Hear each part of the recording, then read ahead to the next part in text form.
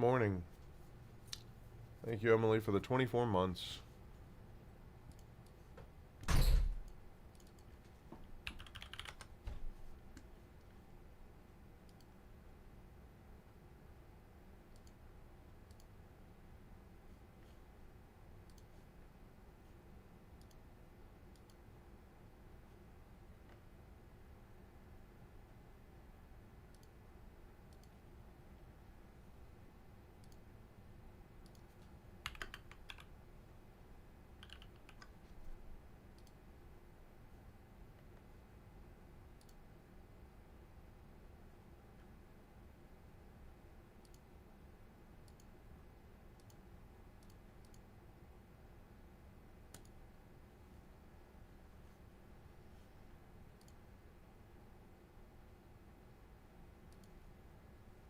I know, I just said that, Emily.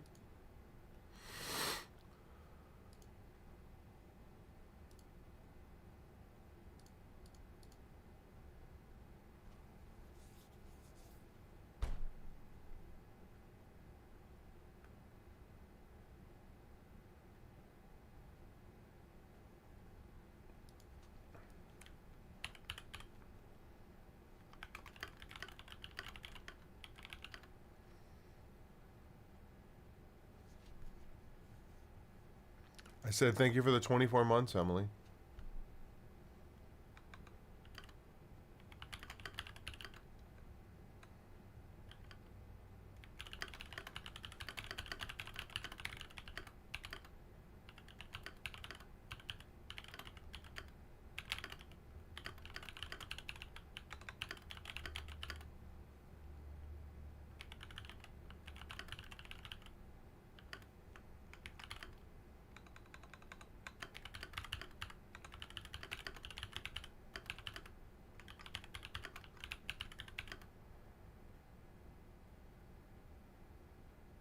Yeah.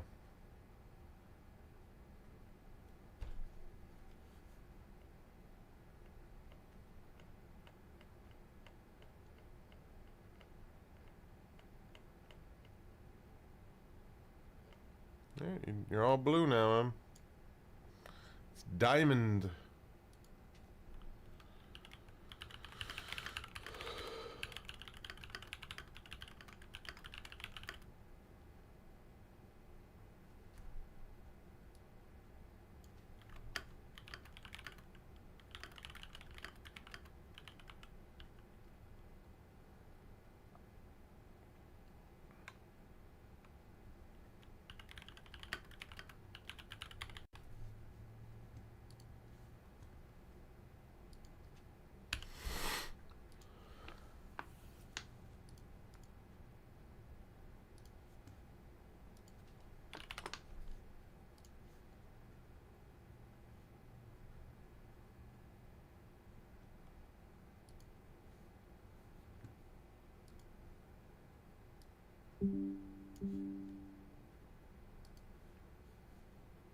Yeah, no, that's definitely not supposed to do that. We'll address that in just a little bit. For now, let's get everything put into the watch cleaning machine. These little baskets keep all the small parts together, and then the bigger parts can go in.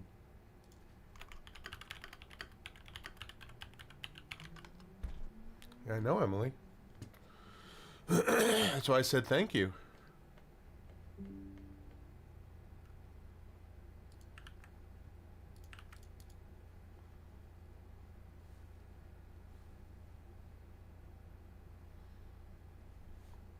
On the bigger basket like this.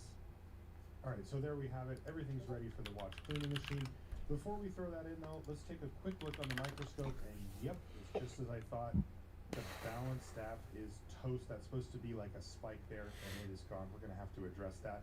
But as we put things into the watch cleaning machine here, I wait to Billy, T, Mitchell, Michael, Duffus, and it's all laid out on the bench support.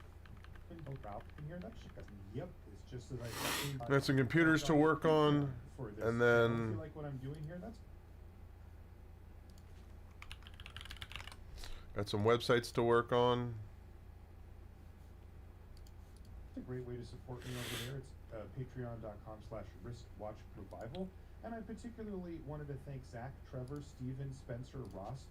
You have to do is put it back together. What could be so hard about that, right? Okay, well, we've got other things to address besides just the reassembly. And the first and most important one is going to be fixing this balance staff situation. So, as we looked at on the microscope, the balance staff is broken. This was actually very common in watches of this era because they were not shock protected. They did not have a system that would allow a drop of the watch or a bang on the side of it to prevent that force from driving all the way through to the movement and then breaking off the very, very delicate balance pivot, which is exactly what happened on this watch, and we need to replace it. So first things first, we'll take the balance wheel away from the balance assembly, and now we need to take off the balance spring. I have some special pry bars for this. It's very delicate. If you slip with this and bend up that blue spring, you're done. You got to find a new one of those, and they're very, very delicate. They don't call it the hairspring for nothing. So we'll set that aside for safekeeping. And now I've got a special tool here that allows me to disassemble the rest of the balance. So first thing that we need to take off is what they call the roller right here, and just like that, that's the roller. That is just friction fit, meaning it's just pressed on. So we've got that removed, but now the last part is kind of tricky. So there's the roller right there. It's got the jewel on it as well that we'll look at a little later when we're actually going to be installing the new parts. But now we have to take the old balance staff off. And how is it put onto the wheel?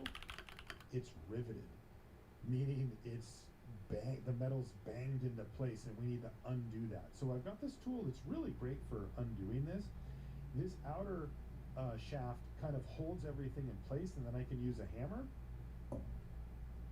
to just push out the old balance staff as gently as possible. And with the old balance staff out, that means, of course, that we can rivet in a new one. Does that sound scary to you?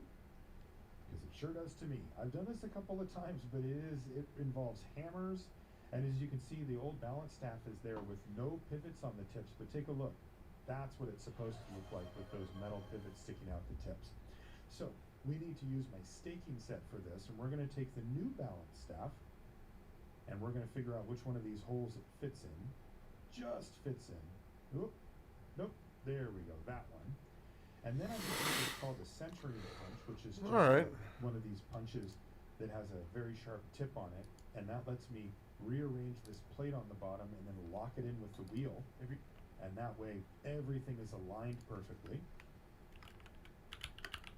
Then I can take our brand new balance staff and put it in the hole that we chose before, and then I can take the wheel and place it over it.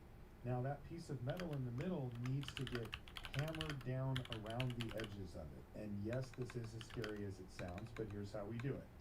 I'm going to take a punch that has a rounded bottom on it and make sure that it fits correctly. And I've got a wider rounded one, I've got a flat one, and I've got a narrower rounded one. Here's the wider rounded one. And I'm going to take my hammer and very gently tap on it and then give it a twist until the middle part of that new balance staff starts to rivet itself into place on the new balance wheel. Now, if you hammer this too hard, the balance staff will simply split apart. I mean, it's a small piece of metal, and you're sending quite a bit of power down through it. As you can see, it still hasn't really grabbed on, but there is a little bit of riveting happening. The thing that you have to keep in mind here as well is this rivet needs to be formed in a perfectly flat environment, because if it gets riveted on crooked, well, then the wheel won't spin true and the watch won't run at all. So this is a stressful and still relatively new territory for me. Like I said, I've only done this a few times on watches, so hold your breath with me and let's see if we get through. As you can see, that rivet is starting to form now, and as I pick up the wheel, you can see that I've actually got a bit, it's grabbed onto the edges now. So now I'm going to switch over to the flat punch, which I'm hoping will flatten out that rivet, pushing it towards the sides and kind of sealing it into place.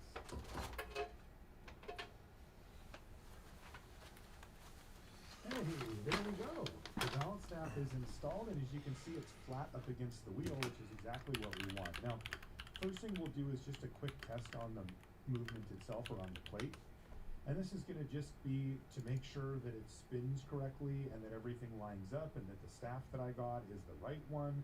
You know, I ordered it online, it said it was for this movement, but who knows? Ooh, that's a good start.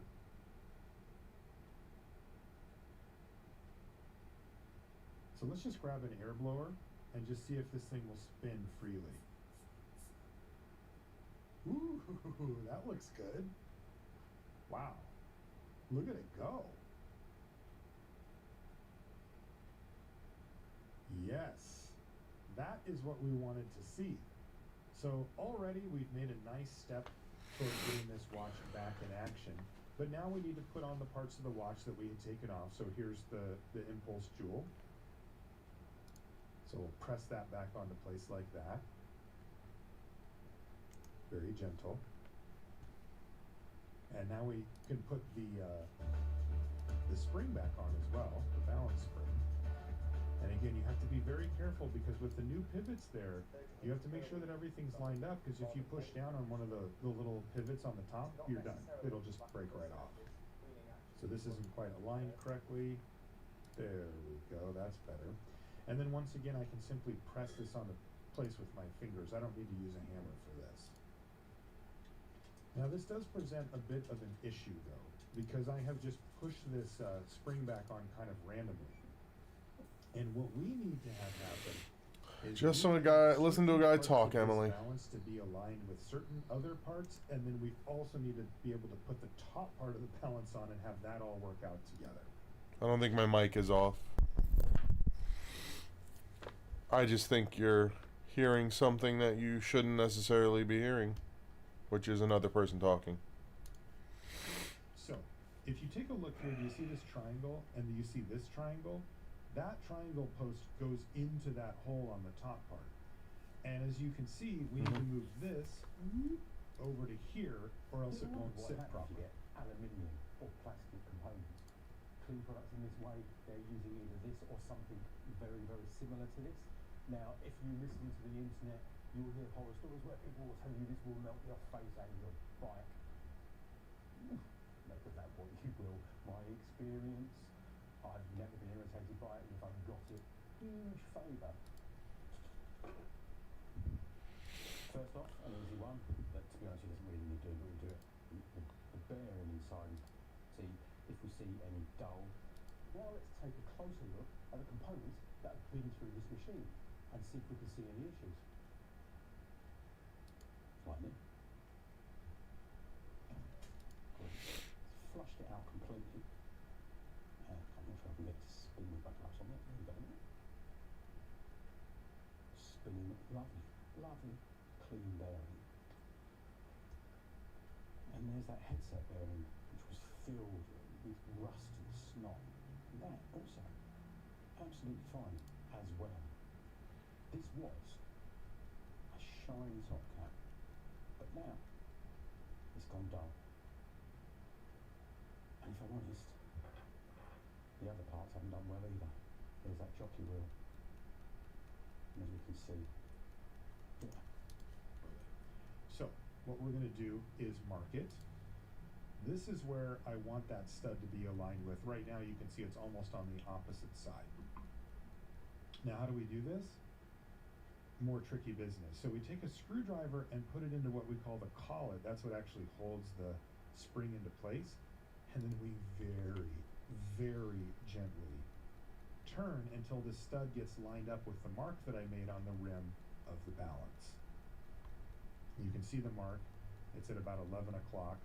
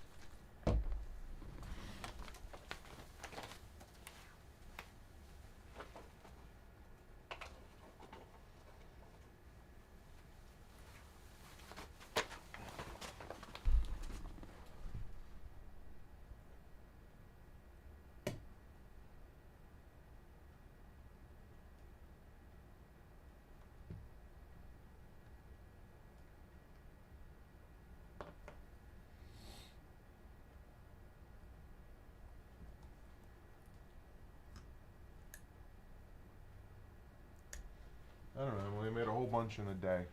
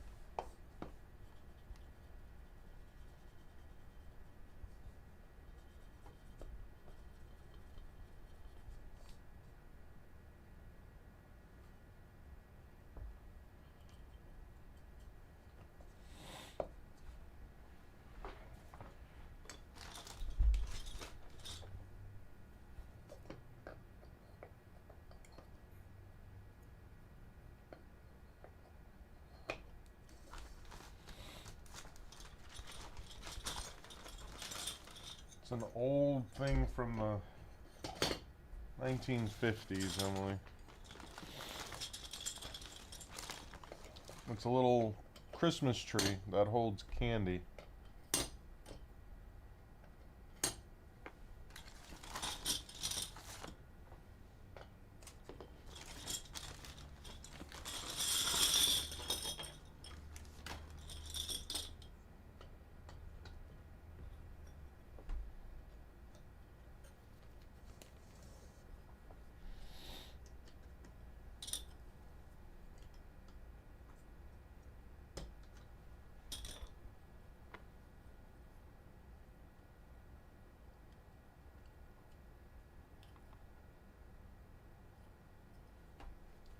I just explained that, Emily.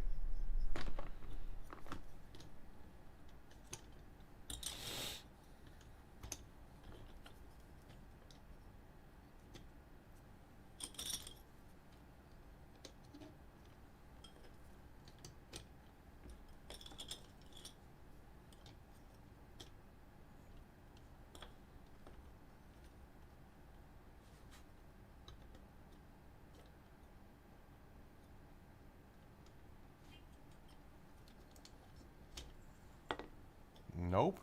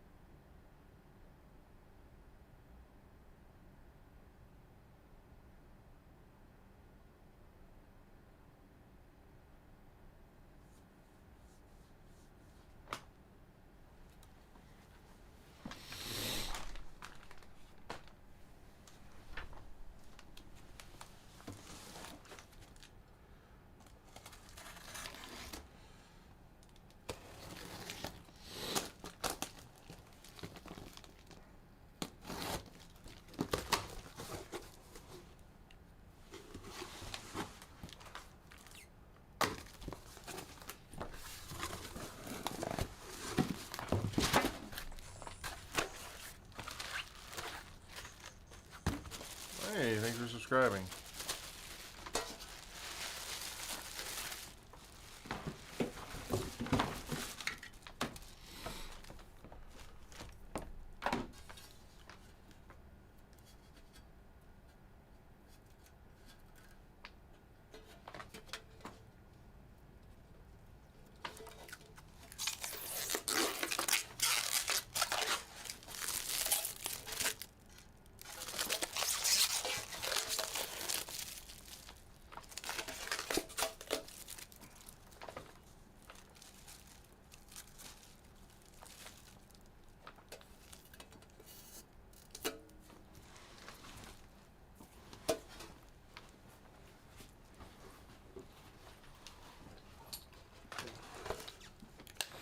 Yep, Emily. Used to sub to people all the time before I started streaming.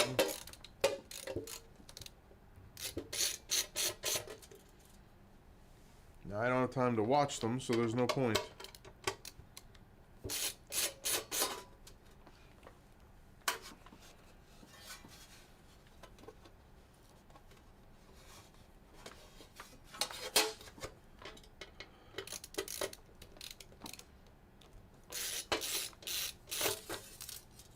No.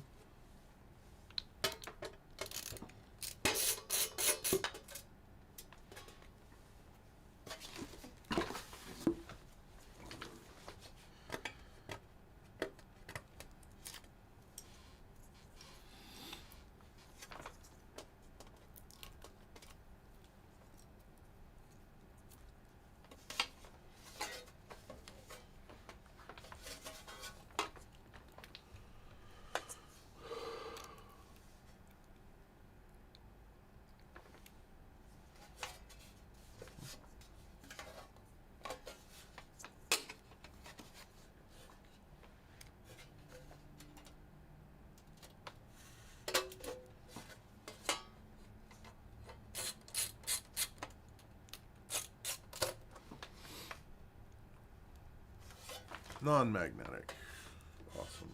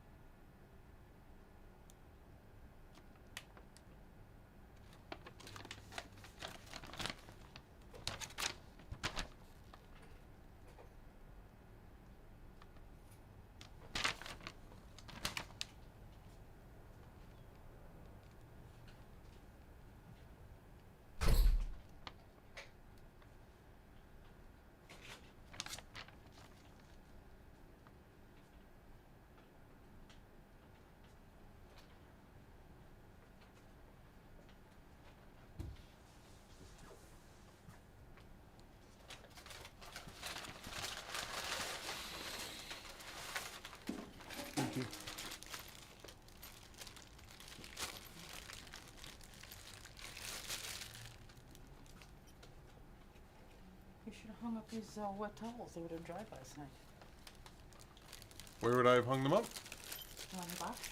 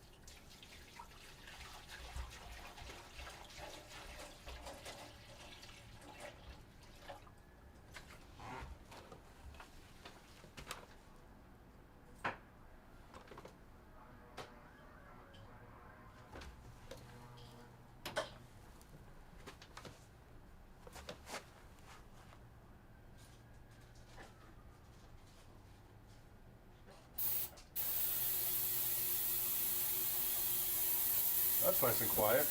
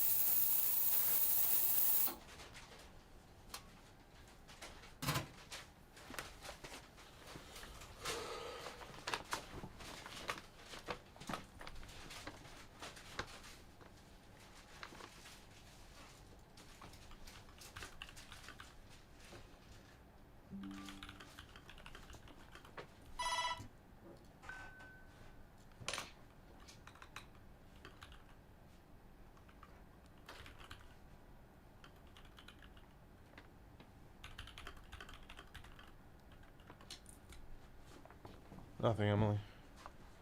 Played a game and worked on a video.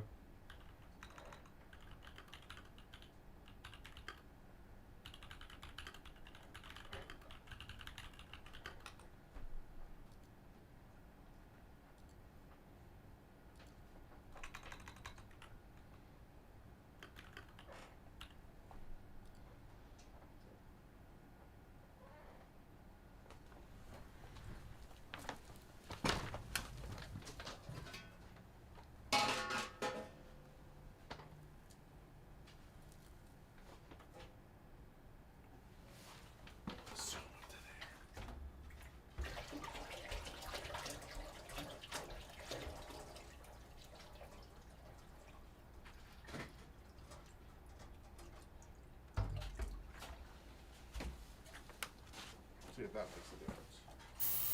Oh, that's much better.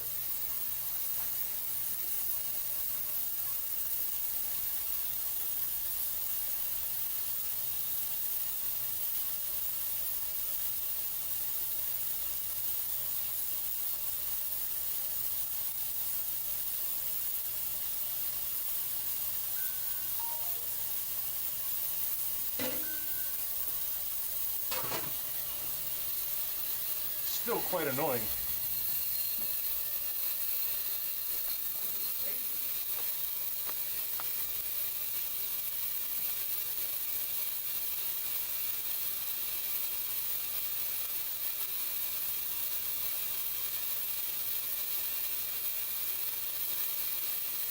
Yep.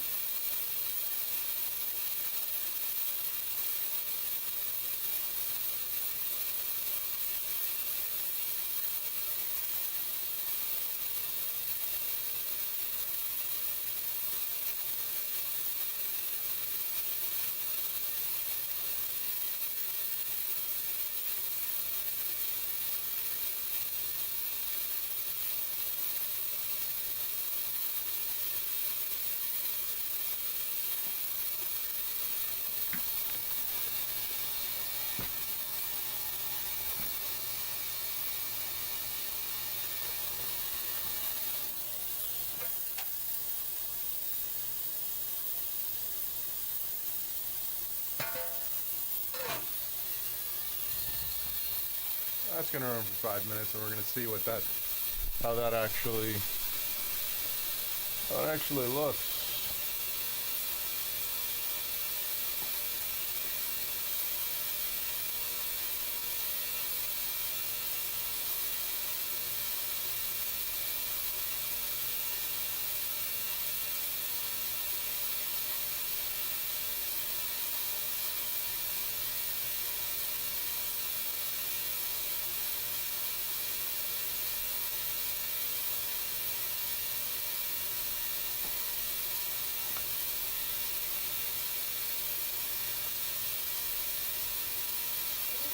What? I know. No, Emily, I never thought I would.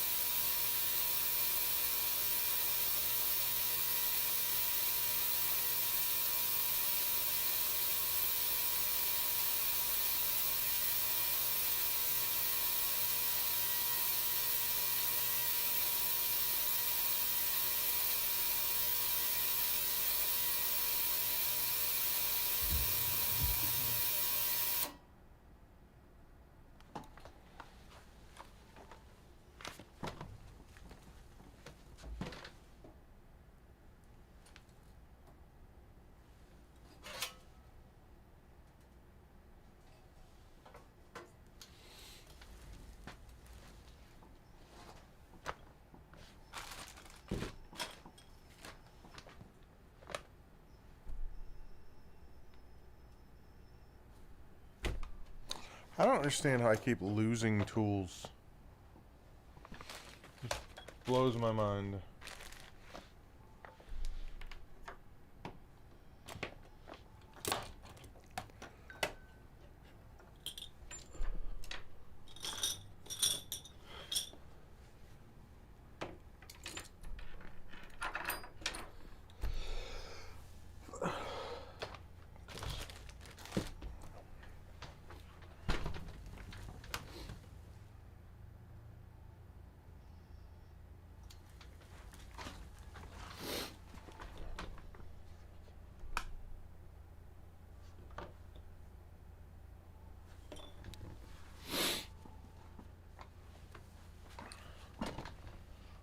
Work on some computers here in a few minutes.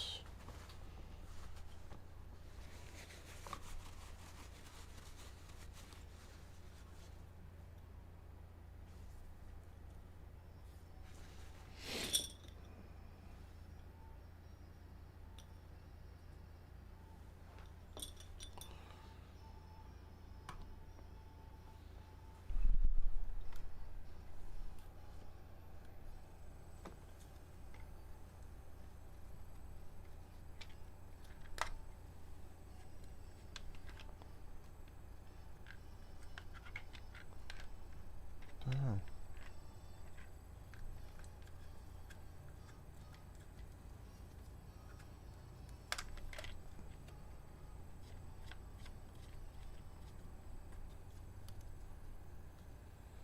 I don't know yet, Emily.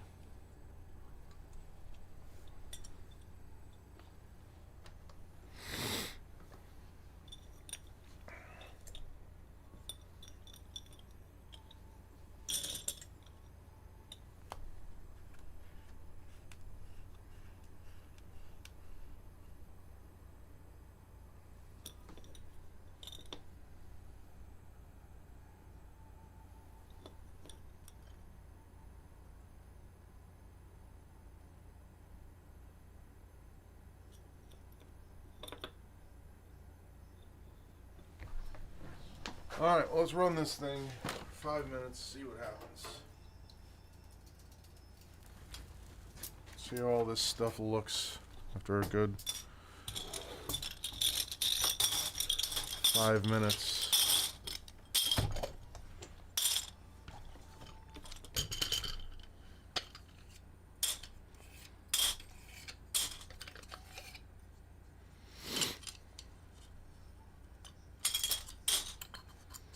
The easiest way that we're gonna be able to tell is gonna be like looking at this guy.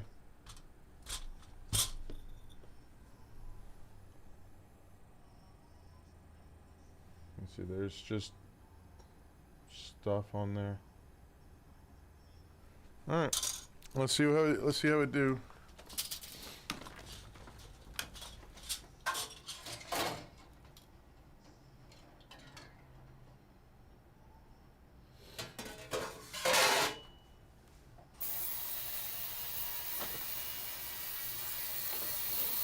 This is just, it's a Christmas decoration.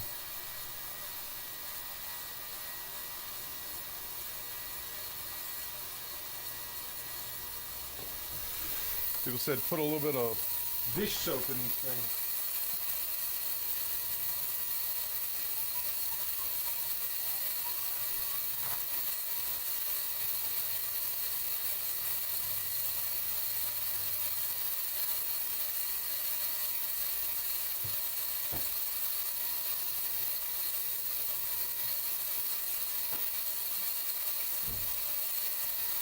Do you still have dish soap? If there is anything that, told us to scrub it, then no, we haven't replaced it. I didn't realize it was that.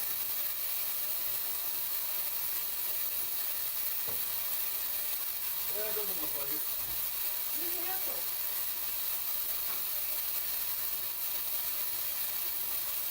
You don't want to put scented soaps inside of these things. Oh, cool, this is leaking.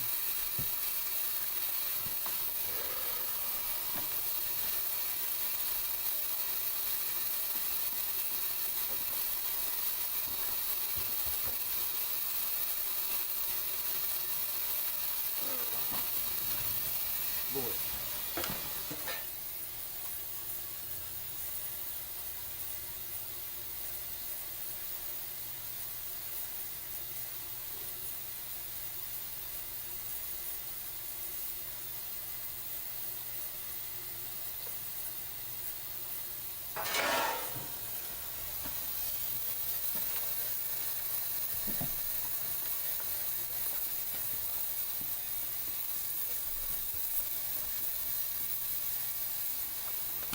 Next time you go over to like the Dollar Tree or something, if you can just grab one. These.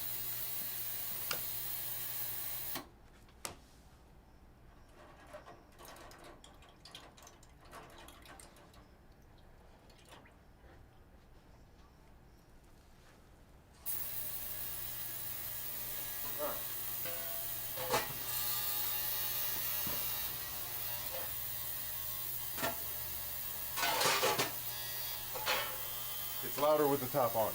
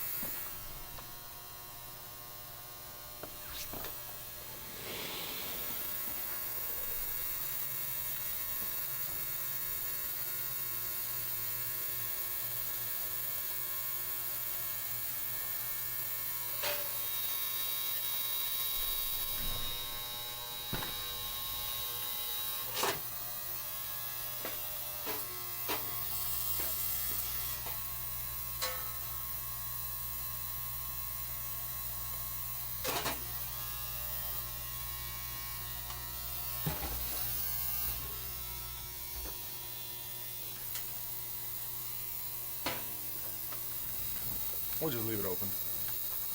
Morning.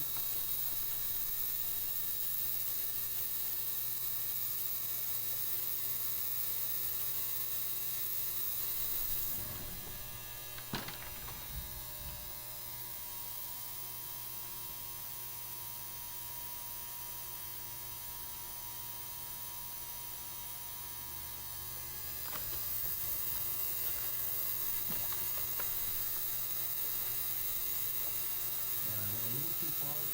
There we go. 'Cause that's much better. That's much closer to how we want it. And that means that we can.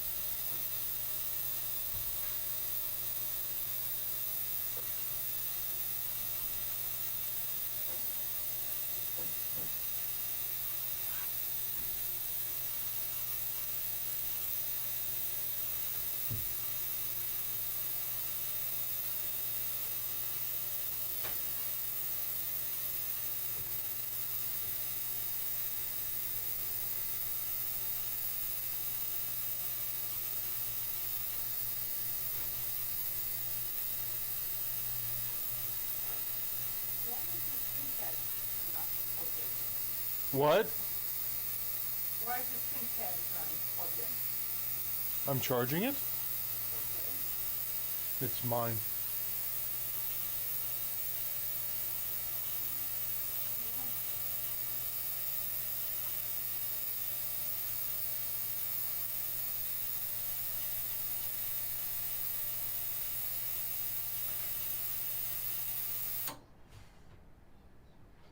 Charging it. Why isn't it plugged in?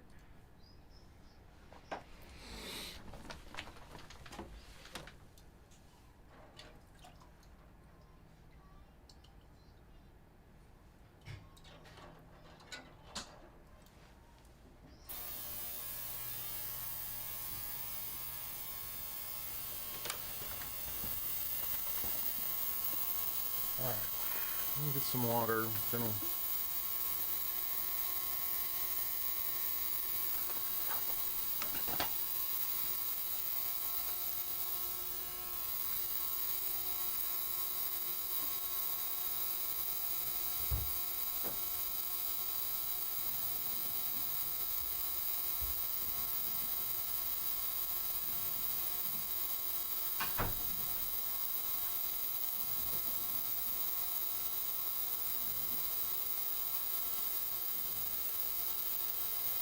Might have to put this all the way in the back because that's loud AF.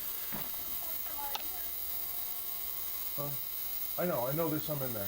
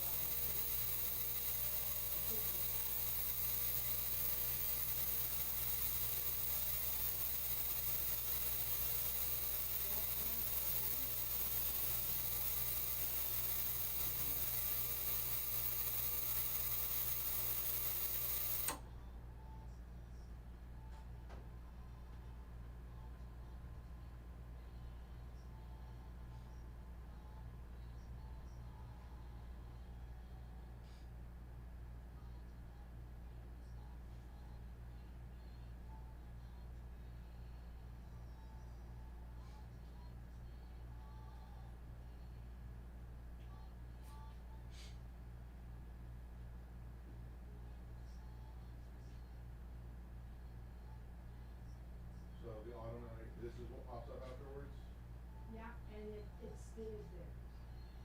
It's okay. Now they. Yeah, it'll restart. Yeah. The problem with that is like, if it's the Windows operating system, then Windows has to restore, like reinstall it regardless. To set up your device using a screen reader, turn on narrator by pressing Windows plus Control plus Enter. For more accessibility features, press Windows plus U, or select the First name? accessibility icon in the Christian? bottom corner. Last name Fish, C-R-I-C-H. Address? 49 Lakewood. Second Street East. Bradenton. Zip code? 34 3. Phone number? 581 578 3840. And it's 53 hours.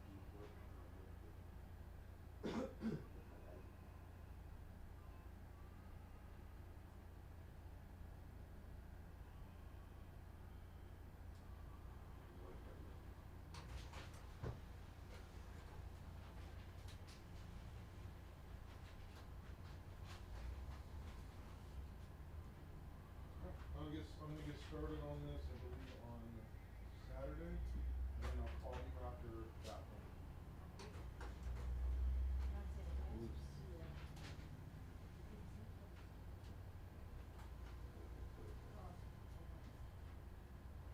Yeah, it's actually, so it'll be, I'm starting on Monday. So Monday is when I'll get started on it, and then you'll hear from me after Monday. You're gonna, oh, Yeah. yeah, okay, perfect. Thank you. Then you'll have, yeah, better. Okay, have a good day. Yeah, you guys have a good one. Bye-bye. Here you go. I would say, like, I think this is like that. I don't know if you remember those old Dells that had that, like, that sticky feel to them because they got older. See if you can, just do like one small corner, see if you can get it off. If not, don't dig too hard into that.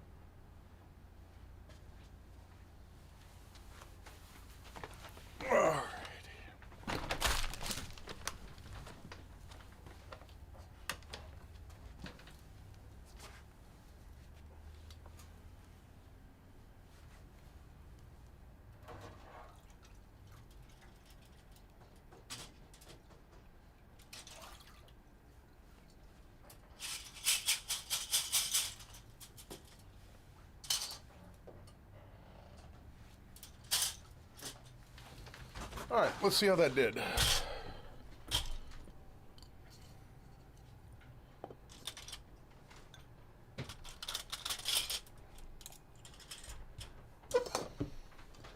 We were looking at this before. Oh yeah. Chris, Yeah. what do I do with this BitLocker paper? If you want to do anything with the operating system, you're going to need that because the drive is locked. That long number. Which of the many here? There's only a single long number on there. I'm coming over there because I'm going to give you this stuff so you can dry this all off. This is all one number. Continue with this.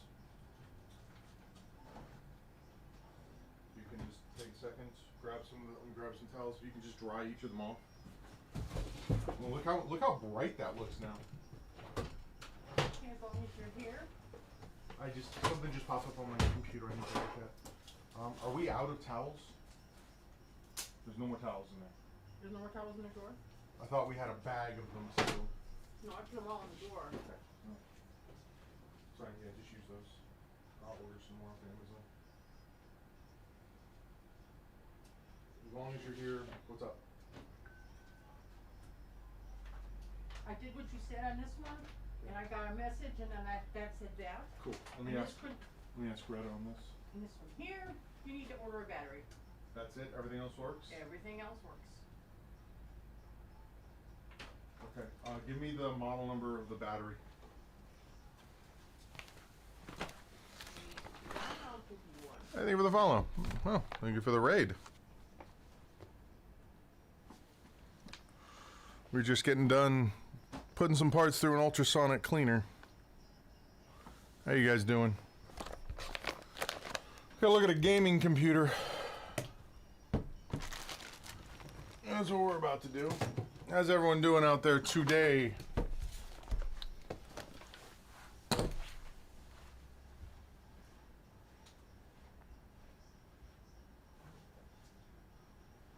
And then once you get done with that, Mom, just like bring it back over so I can put it together. Let me know when you got the battery number. Just write it down on a sheet of paper and give it to me.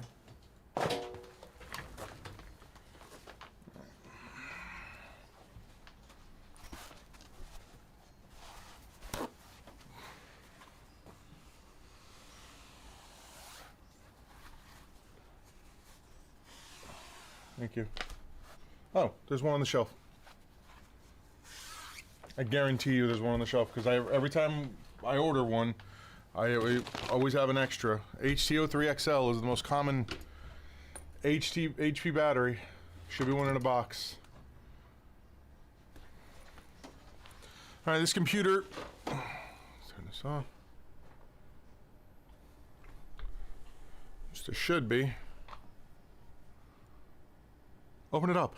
Just open the box. This computer was partially submerged in water. So we need to see what's working. Okay. I've had days like that.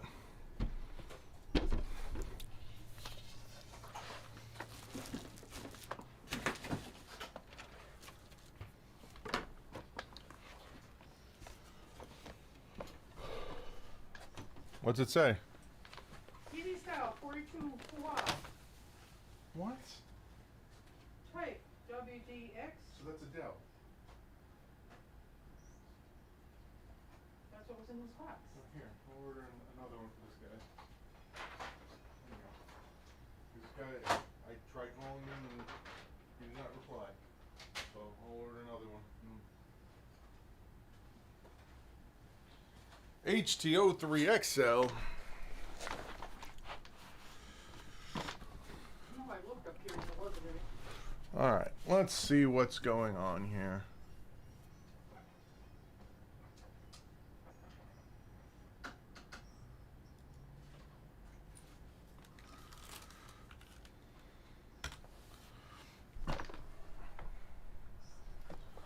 Remember when I looked at the back of this thing?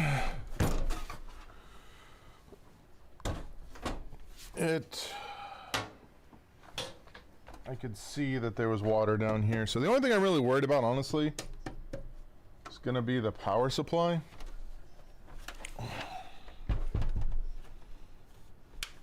Yeah, you kind of see the white stuff down there.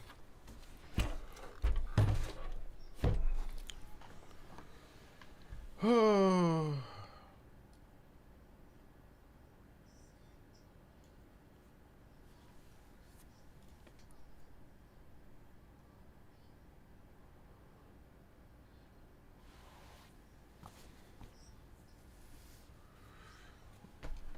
All right, let's see what happens when we try and just turn it on. We'll probably run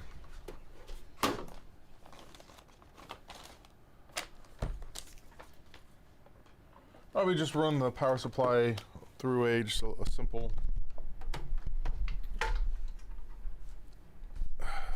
series just to make sure that it's fine.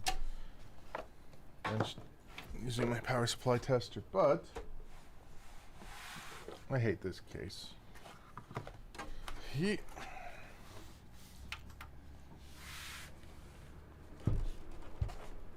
Everything looks like it's working. They didn't tell me why they brought it in, just that it had seen water. When they dropped in the pool? Nope. This is Hurricane PC. So let's figure it out here. It is powering on, which is something.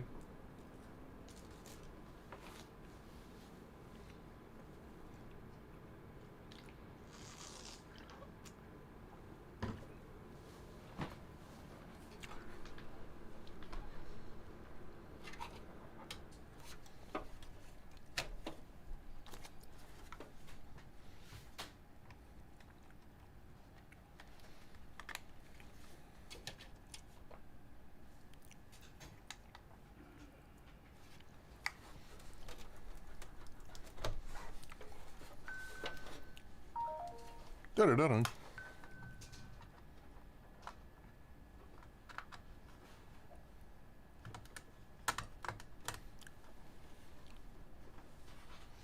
I finally broke 800 followers.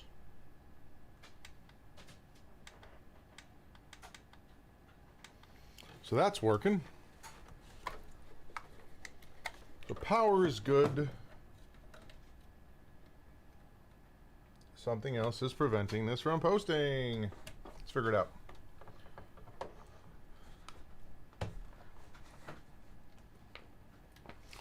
We just got our new speakers in, so let's toss a new speaker in here.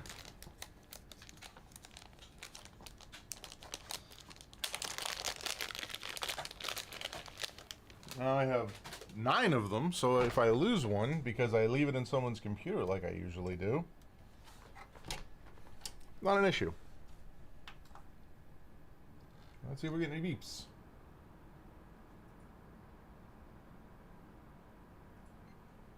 We got a post beep. There we go.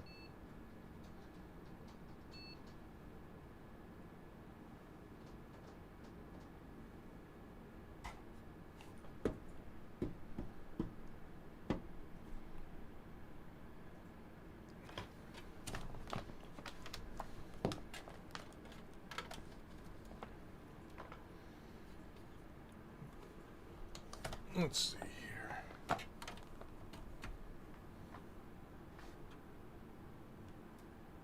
think this is fine, actually. Yeah, this appears to be actually working just fine. Nice.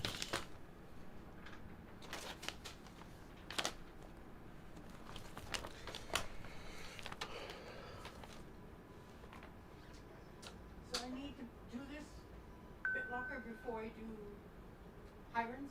No, you should just get into Hirons first. Okay.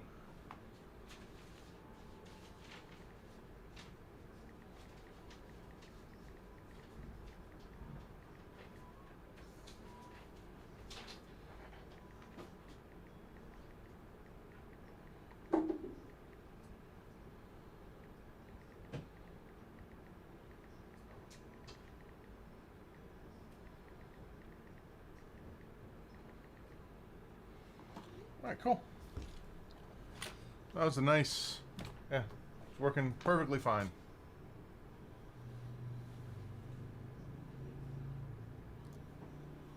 Gotta love it.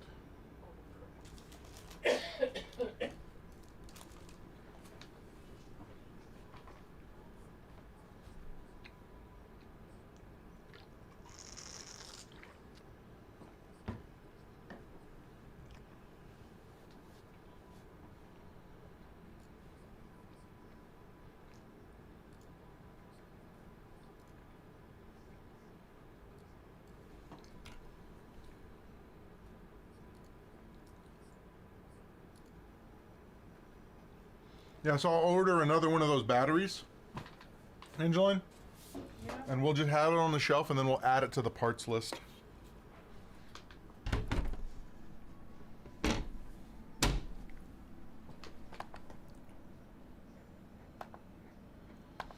Yeah, I'd say these guys got pretty lucky. I'm willing to bet that they, when the hurricane came through a couple months ago, they, you know, got that high water, and then they just haven't touched it since then.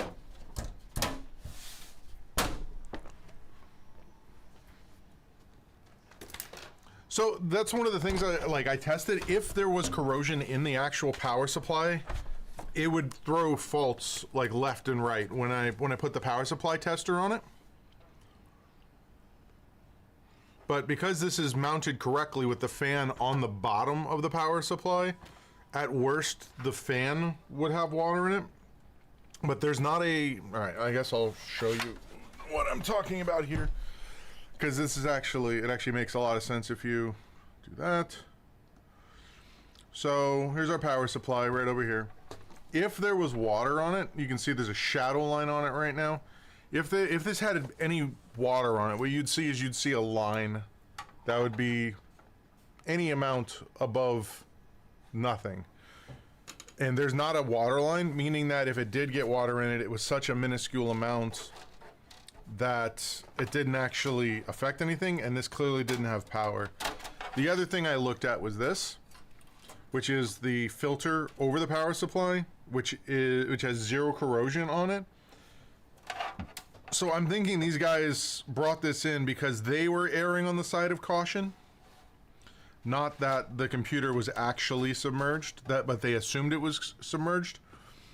All I can think of is this over here is dust of some sort, because it's not actual like solid baked on their corrosion. What did I do with my Q-tips? I left them over there.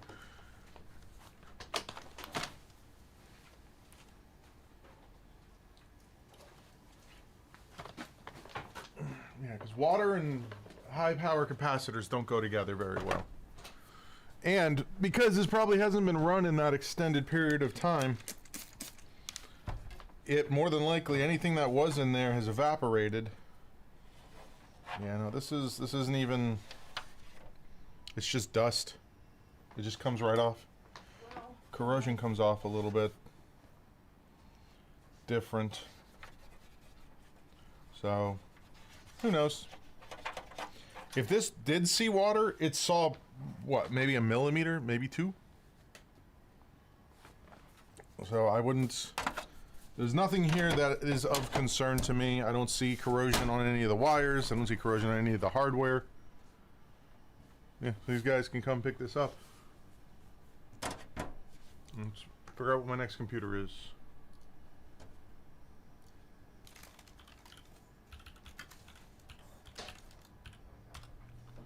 Alright, batteries are ordered. What number is that one What do you mean?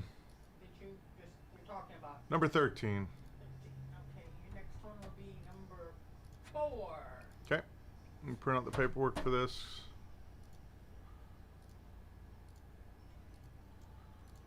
I think, isn't number 4 a data transfer? I think that one's gonna be a clone. Full clean after clone. Yep, alright, so we're gonna do a clone next. Hey, thank you for following. Oh, this thing is heavy.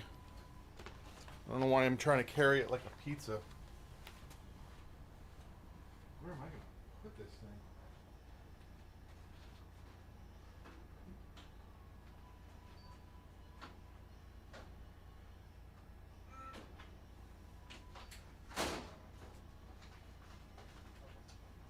That's number 13? I'm number 13.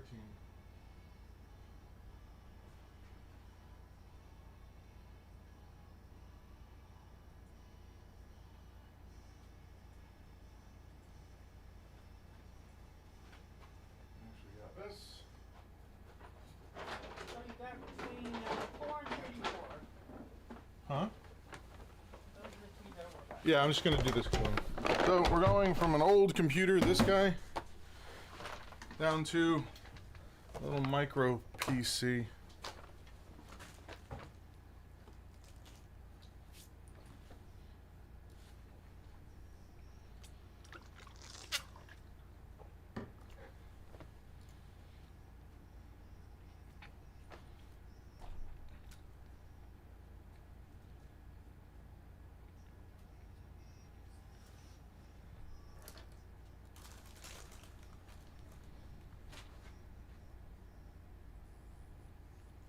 I think we're following.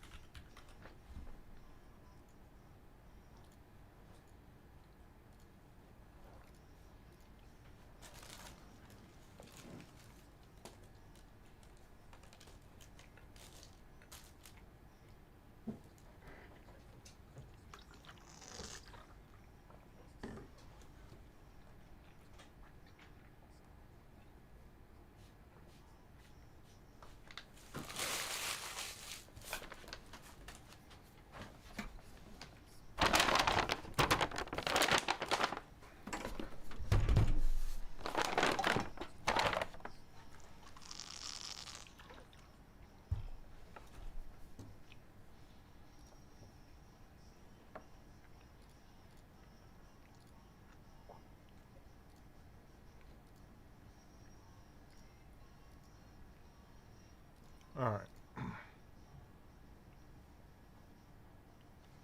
We're gonna have to pause what we're doing here for a little bit, and we're gonna watch some videos, and we're going to comment on, react to them together, because the Arc Battle Mage reviews came out today, so let's talk about them and whether or not this is going to be a good idea for people going forward. We're going to check 2 different sources, maybe 3 if I can find. I wonder if Jay did his.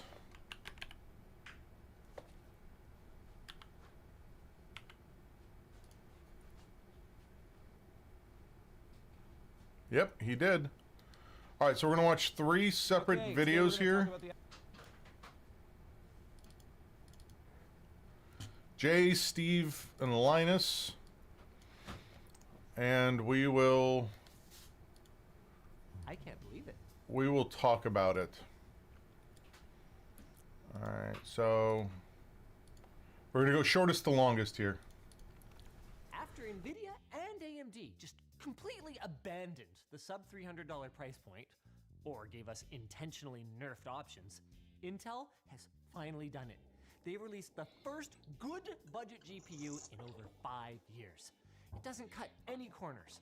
It's got 12 gigs of VRAM, which means that new games like Indiana Jones will run properly. Nice. Relatively efficient, and best of all, it's got raw performance that beats the RTX 4060 handily at both 1080p and 1440p. If I had scripted Intel's press conference for this, it probably would have gone something like this.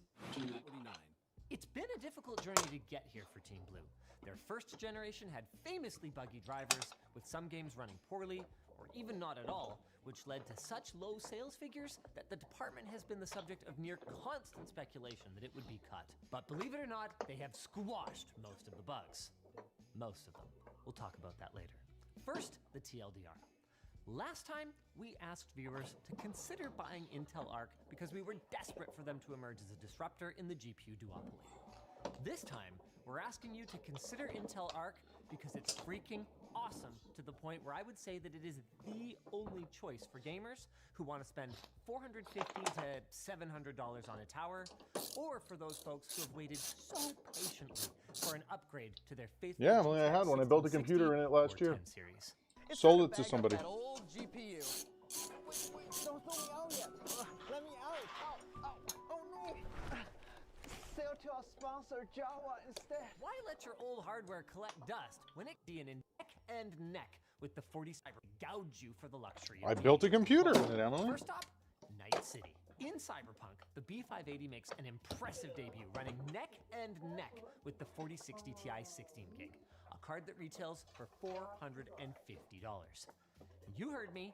This one is 80% more expensive. What's And check your out question? the B580's direct So if you're getting to competition, that, the it means that it's not $300 getting to the 4060 boot menu. and the $250 RX 7600. They're behind by nearly 50%. No, you need to get to the boot menu. And Intel's lead increases 'Cause in this Red isn't Dead the boot Redemption menu. 2, where their improvements to Vulkan support That's what I'm saying. lifted the fortunes of even their last generation cards and brought the B580 in line with the 7700 XT, a $400 GPU. Nice. This kind of utter dominance, though, isn't across the board. In The Last All right, of Us Part let's 1, see. the B580 falls back in line, but then even this poor result has them beating NVIDIA and AMD's current generation price competitors. In F123, AMD Yeah, I would agree with but that they sentiment. historically performed really well on the track, and in the old but gold Shadow of the Tomb Raider, the B580 barely inches past the RTX For the amount of money this 4060 costs, FPS this is and loses in 1% lows.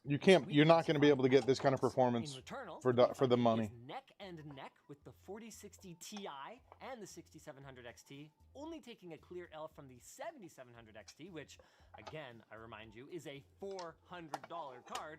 And then finally, in Atomic Heart, the B580's sales lose some of their glorious wind, but hey, the most expensive card on the charts was bound to win at least one game, wasn't it? Looking at the overall picture, Intel, you've outdone yourself. You've pulled off a commanding generational uplift of 55% and beaten your old flagship even by more than 20%. You've fallen shy of the 4060 Ti, but the bottom line is, if gamers out there are looking to upgrade their aging GPUs for high refresh rate 1080p gaming, you've given us something to finally recommend to them. Not just point at the least worst thing, but to recommend to them. Nice. This is a truly incredible achievement for Intel, and they did a lot to make it happen. Their new BMG G21 SoC, interestingly, they don't call it a GPU, leaves no stone unturned in the search for performance improvements. They've jumped to a new process node and made several architectural and driver overhauls that Intel claims gave them a 70% improvement in performance per core. It definitely and a looks like 50% 70%. energy improvement over last gen.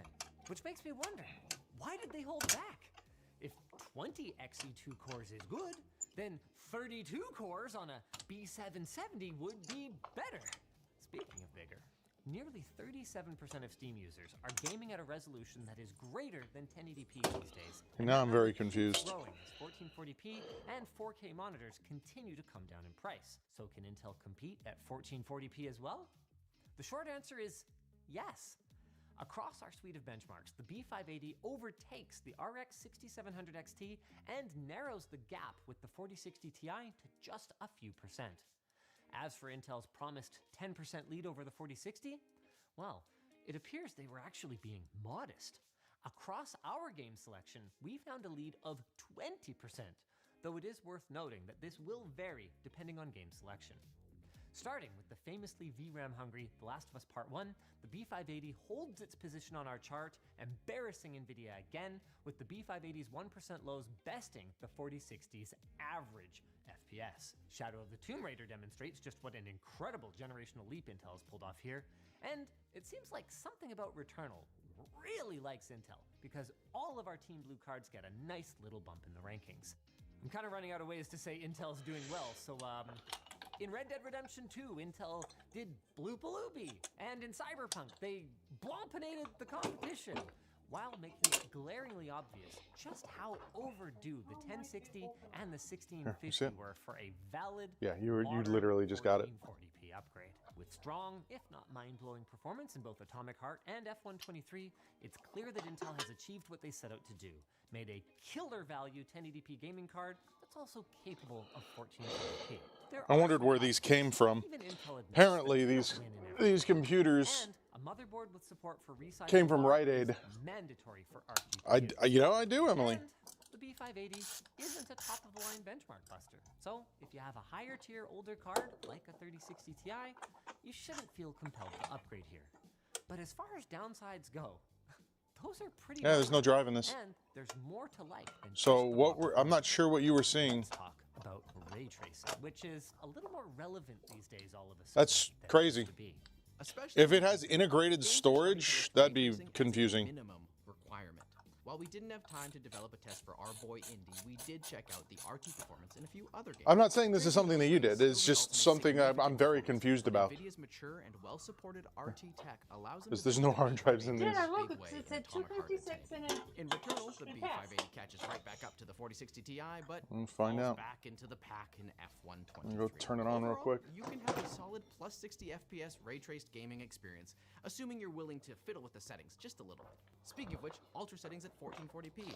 That's beyond the reach of pretty much every card we've tested today. The entire lot These came with can power break cords. Where are 60 they? FPS average in any title. But I the have extra to VRAM keep on the in mind. B580 earns it a sizable I- lead over the 4060 in Returnal and in F123, even if it can't pull out a win in Atomic Heart. AMD's RX 7600?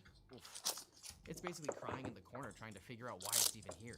And if you're wondering where the flagship ray tracing title Cyberpunk is, well, we had some Intel problems. It seems to not like running at ultra ray tracing settings on CPUs with 3D V-cache. But before you start haranguing Intel about game compatibility, they are aware, and they are working on it. Look, Mom, we made the patch notes. And since the launch of ARC, compatibility has massively improved. Hardware Unbox recently showed in a test of 250 games that 233 were completely playable. There were still issues, and some of those were in major titles that took a lot longer to fix than we would have liked, but hopefully Intel will continue this upward trend in compatibility. Now, knowing the price and the 1440p performance numbers, you wouldn't expect this to be a 4K gaming card, and It's you would not. be right. It's not a 4K card. This Even is with low great. settings in Cyberpunk, we don't see great frame rates. At least, not natively. But Intel's got some more tricks up their sleeves. Desperate to not completely miss the boat on the AI boom, Intel has packed some juicy AI into the B580 in order to up its performance. Oh, I guess if I'm going to talk about AI, I might as well dress the part with my Tech Bro vest from LTTstore.com. Intel's AI-powered render enhancement sauce comes in the form of XeSS2. XeSS2 has three main Extreme. parts. An AI upscaler that renders the AI game at lower upscaling? resolution, then uses AI to upscale to display resolution. XeSS frame generation, which creates extra frames by interpolating visual and in-game vector data, and then taking the two frames and making a middle point to enhance animation smoothness, and a latency reduction component that helps to cancel out some of the extra latency from the aforementioned frame generation. In fewer words, they've invented NVIDIA DLSS, NVIDIA FrameGen, Yep. and NVIDIA Reflex. And what's nice is that unlike the time that AMD invented NVIDIA Reflex with Anti-Lag Plus, Intel has implemented this in a way that the game developer bakes it into the game, meaning you won't get permabanned for turning it on. We're not going to be doing a deep dive into image quality at this time, but we will be looking at performance, and we will make some anecdotal remarks about image quality. XeSS has already proven itself to be a solid upscaling technology, and XeSS2 successfully builds upon that foundation. When turning on supersampling to its highest quality level in Cyberpunk 2077 at 1440p, Intel wins in FPS thanks to the raw performance advantage that they already had, but their super resolution solution doesn't scale as well. No, I wouldn't NVIDIA think it sees would. a performance uplift of 42 and 32% in the lows and averages respectively, while Intel only gets around a 20% boost. We see the same trend at 4K. The B580 doesn't gain as much performance from XeSS as NVIDIA does from DLSS, but wins by just being a more powerful card. Yep. The 4060 though, It's crazy. doesn't even Raw hit 30 memory FPS. helps The sometimes. story changes a bit in F124, the only title currently available for us to test XeSS2's FrameGen. And this is where things get wacky. In this game, the upscalers are better matched, but in FrameGen, it's a blowout. Intel is introducing way more generated frames, with performance skyrocketing to 70% over the upscale results and double over native rendering. And it is almost indistinguishable from native rendering unless you really know what to look for. And if you ignore those tire artifacts that arise from the upscaling, not the FrameGen, it's weird. It has double the FPS with barely a drop in quality. Heck, You can even get over 100 FPS at 4K with XeSS turned on. Granted, Intel probably worked pretty closely with the devs to make sure that this launch title would leave a good impression, but a good impression is a good impression.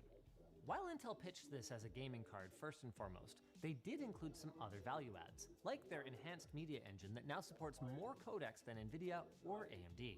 In modern AV1 encoding, we can see a clear generational uplift, but Intel can't quite match the speed of NVIDIA's NVENC encoder. And it's worth noting here, by the way, that while AMD does compete on this chart, it does so by outputting the wrong resolution, 1920 by 1082, and yes, that is a hardware level problem. Yikes. In the more ubiquitous H.264, the B580 snatches the crown, although margins are pretty small across the board here. Now, thanks to their optics rendering, Blender sees some good old-fashioned NVIDIA domination, at least on the cards that have RT cores. And interestingly, the B580 performs significantly worse than Intel's last-gen cards. Intel told us this is expected, but didn't really go into why. Our best guess then is that it's due to the relatively smaller number of Xe cores on this card compared to the last gen. But that didn't slow it down in gaming, so yay gaming? Moving into our AI testing, NVIDIA's dominant position means that most AI software is developed with CUDA in mind, making it easy for folks at home to get up and running quickly. The good news is things are getting easier for AMD and Intel users, and if you want to run some computer vision, large language models, or image generation at home, you can probably get it working on your non-NVIDIA GPU in a few extra steps. And generationally, Intel has made a massive leap in performance, taking the lead in our Stable Diffusion image generation benchmark by a pretty big margin. In computer vision, it loses to the 4060, although just barely, so if you can get it running, it works great. As long as you don't mind using a bunch of power to generate a portrait of your ant as an actual ant. Speaking of power, we haven't even talked about power yet. The physical PCB of our card is dinky, and Intel takes advantage of this by implementing a new flow-through cooler design. Thermals are well under control, with the hotspot on the B580 never passing 76 degrees in either synthetic or gaming workloads. The B580 is targeting a TDP of 190 watts. That's 25 watts more than the RX 7600 and 4060 Ti, and 75 watts more than the 4060 non-Ti. So it's clear that even with all of their improvements, Intel does have a ways to go, with NVIDIA pulling off a clean victory when it comes to performance per watt, even if NVIDIA doesn't seem to understand what performance per dollar is. The B580 uses just one PCIe 8-pin for power, so you won't need to upgrade your power supply. That is, unless you have a power supply that is less than 600 watts. Really? Even though it should only draw a max of 225 watts with that Wow. power connector, we saw some transient spikes up to 241 watts in F1. That is significantly higher than Intel's advertising. Okay, that's really punchy. So if you put this in a computer where the motherboard and the motherboard CPU combo is pulling, say, 250 watts, this is going to get close to the max, which is crazy to think about. 190 watts. So, in conclusion, maybe it's just because it's been so long since we've seen a great budget card, but man, I'm excited. Like, how many times have I had to say, well, you could buy this shiny new thing, but it kind of sucks, and you'd be way better off going with something last gen or secondhand or just not upgrading at all. Well, not today. I mean, eBay deals obviously still exist, but this is a new GPU that doesn't suck, with modern features, and it's worthy of celebration, even if Intel is a little late to the party. See, the thing is, AMD and NVIDIA are poised to release their next generation of GPUs early next year, so it isn't out of the question for a couple of companies that have had their stock prices double or 10-uple to make a move to nuke Arc B series from orbit. Also, the looming threat of tariffs could impact the affordability of these cards, but hey, it's going to be a pretty sweet ride up until that time. It's a great GPU that will give you great performance without... Yeah, so Angeline, I have no idea what you were testing. There is no drive in this. Hello? There.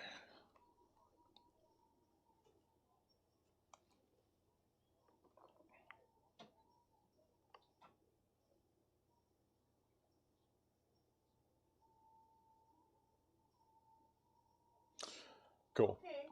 So that makes my life a little bit more difficult.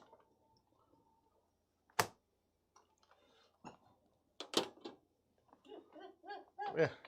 Often give you 3 tries and it's like, okay, go someplace else.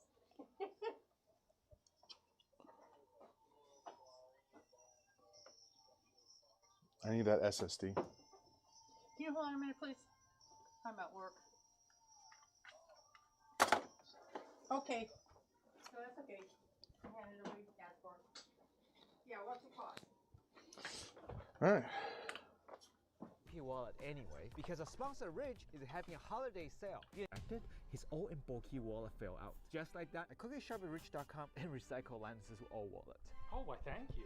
This is for me? Thank you! Now you know how to be popular. Check out Ridge's holiday sale. We'll have the link in the video description. If you guys enjoyed this video, this is truly a wonderful achievement for Intel and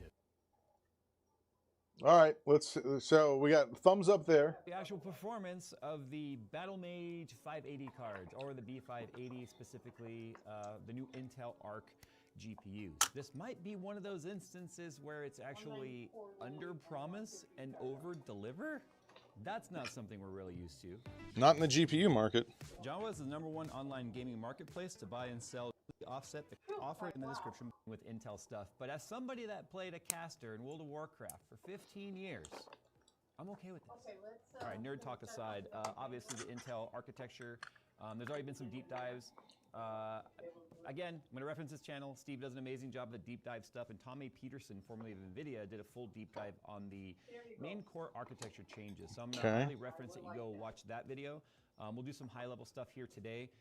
As you can see, I got my test benches and stuff out here in preparation for us to completely revamp our testing suite. Everything we do is going to be different. It's going to be a little bit deeper, a little bit more intentional, and a little bit more informational. So I'm looking forward to that. This is actually the very last GPU review cycle that we'll be doing with our current methodology. So I'm looking forward to changing the way we do things, because I do enjoy this sort of stuff, and I'm looking forward to seeing how we can improve. But speaking of improvements, the XE2 architecture, when we first talked about the charts, you know, it's one of those things where you get information first and you kind of like take it with a grain of salt, because we're so used to being told one thing, but it's like, oh yeah, it's up to 50% more performance in this particular test, in this particular circumstance, with this particular CPU, and if Mercury's in retrograde. This is one of those instances where I think Intel has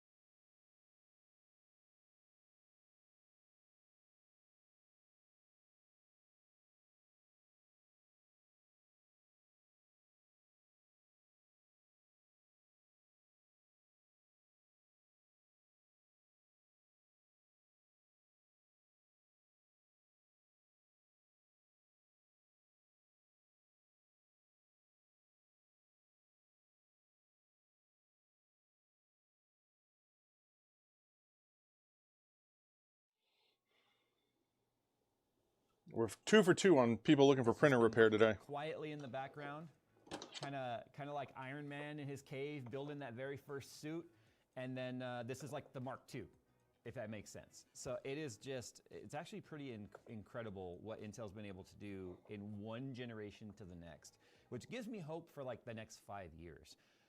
So the XE architecture is very different from the way you tend to talk about core architecture when it comes to GPUs. They use what's called a render slice, and in each one of those render slices has a basically like the core, the XE core is in there, and then you got the ray tracing unit in there. Can you hear me? You got a few other core architecture stuff that happens in there, but basically each like node or tile, if you will, is made up of 4 of those slices. And each one of those slices has an architecture that takes place in there. So it's sort of like a tiling design, if you will, which gives me hope that they might be able to finally start scaling this up out of that lower entry, mid-range graphics card, if you will. I think we are ready to see a big ARC card. Again, not going to go into too much detail about that because of the fact that, I said Tom already did an amazing video with Gamers Nexus channel talking about the improvements that they made.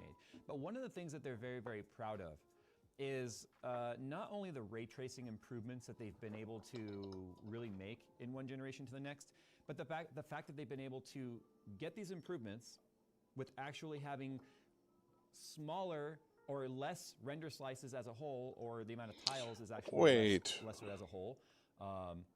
And what is going on here? So the ARC's A7... Okay, we gotta look at this real quick. This is a very confusing situation. These do not have...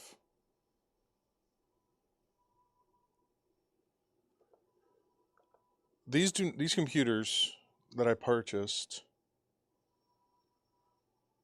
do not have physical hard drives in them.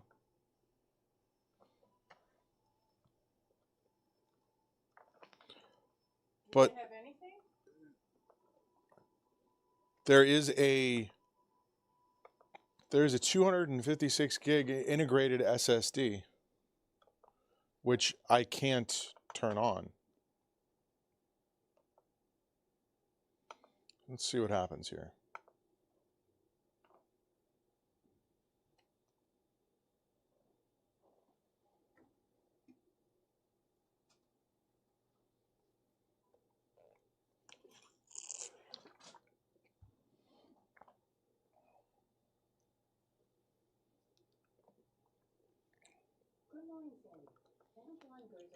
Okay.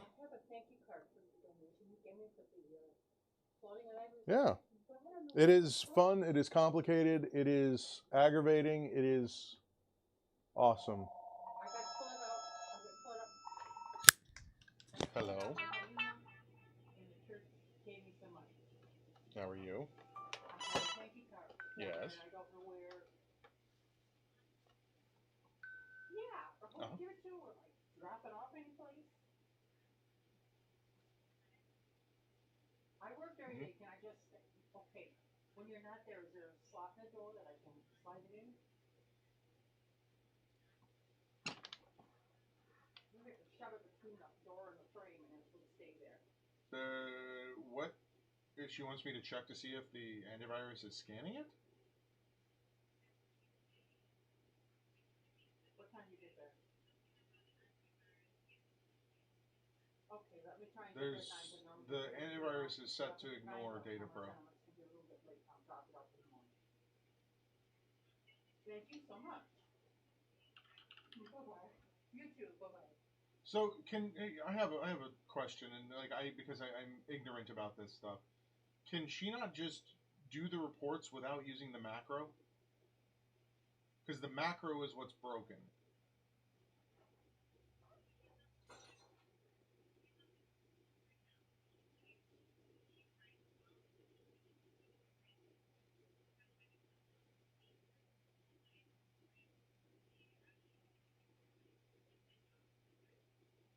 Right, because she's using a macro.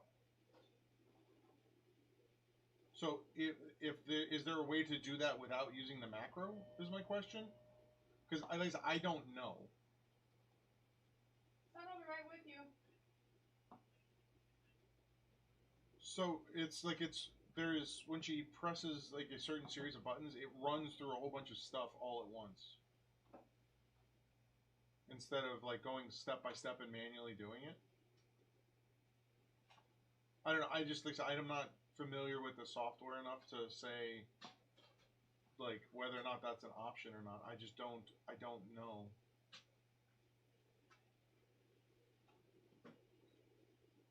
Okay.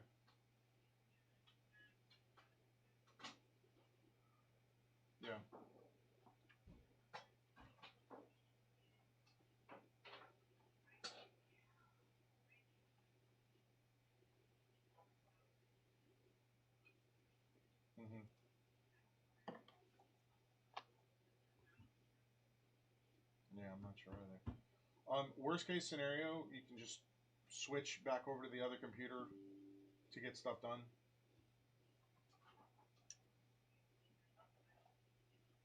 Yeah, and then the printer has to be plugged back into it, and so does the keyboard and mouse.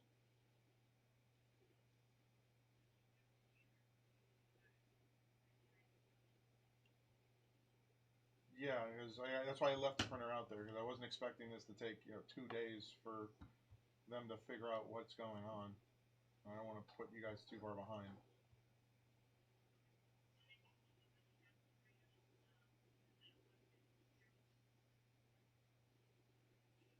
Yeah. Yeah, because it's what's happening now is something completely different than what was happening yesterday. Yeah, like if they had a document where I could just read how to edit the macros, then I think this could probably be fine. But I don't. They don't have anything. So. All right, yeah. Just let me know. I'll do whatever I can to help. If there's a way that we can do like what she needs to do without a macro, for the time being, I think that might be the best way to go. But it's just figuring out how to do her job without, or not her job, her reports without using the macro keys. So.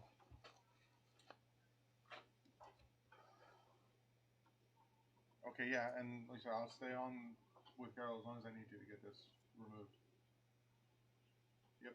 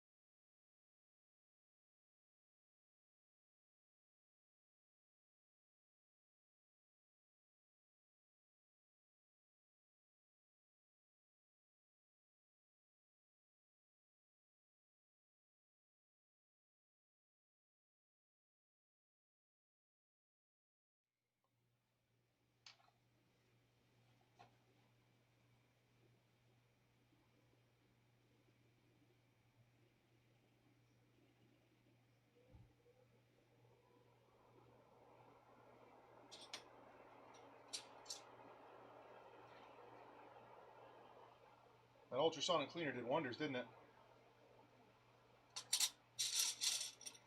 Mother. Yeah. This stuff looks really good now. Sent for a cleaner. Huh? I thought you said you sent for some cleaner. I did. I haven't polished it yet. Okay, Emily.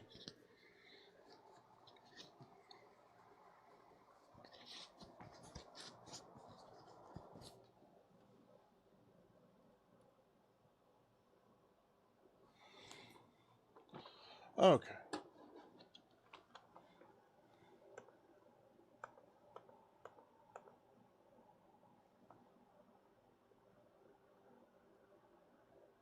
I don't know if I like this, but I mean, it'll work. All right, let's clone and then clone.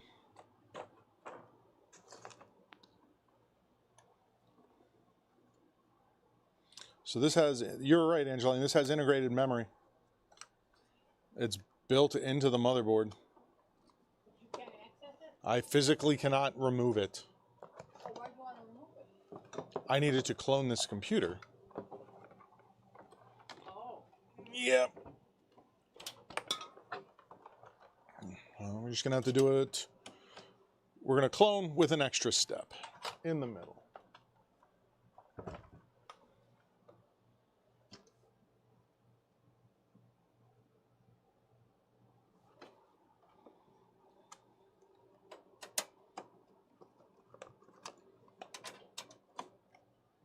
Have a good one, man. Appreciate it, thanks.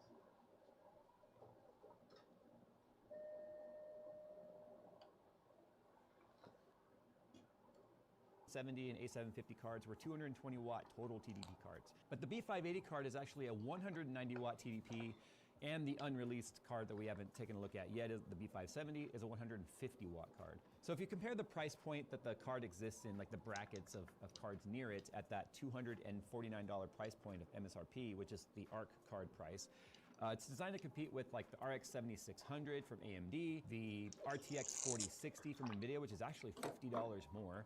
And it's also designed to compete with, realistically, its own architecture, the first XE cards, which are like the A770 and the A750. Although the A770 is out of this price point, it's near over $400 for most of its life. We included it in the charts because this is what I mean when I say under promise, over deliver. There was no mention of B580 versus A770 anywhere in the press deck. But we did it, and I'm gonna tell you right now, it's kind of incredible what it did versus a larger card. So when we compare the architectures of XE and XE2, the A770, which is technically still the flagship card for Intel, for now anyway, has 32 XE cores.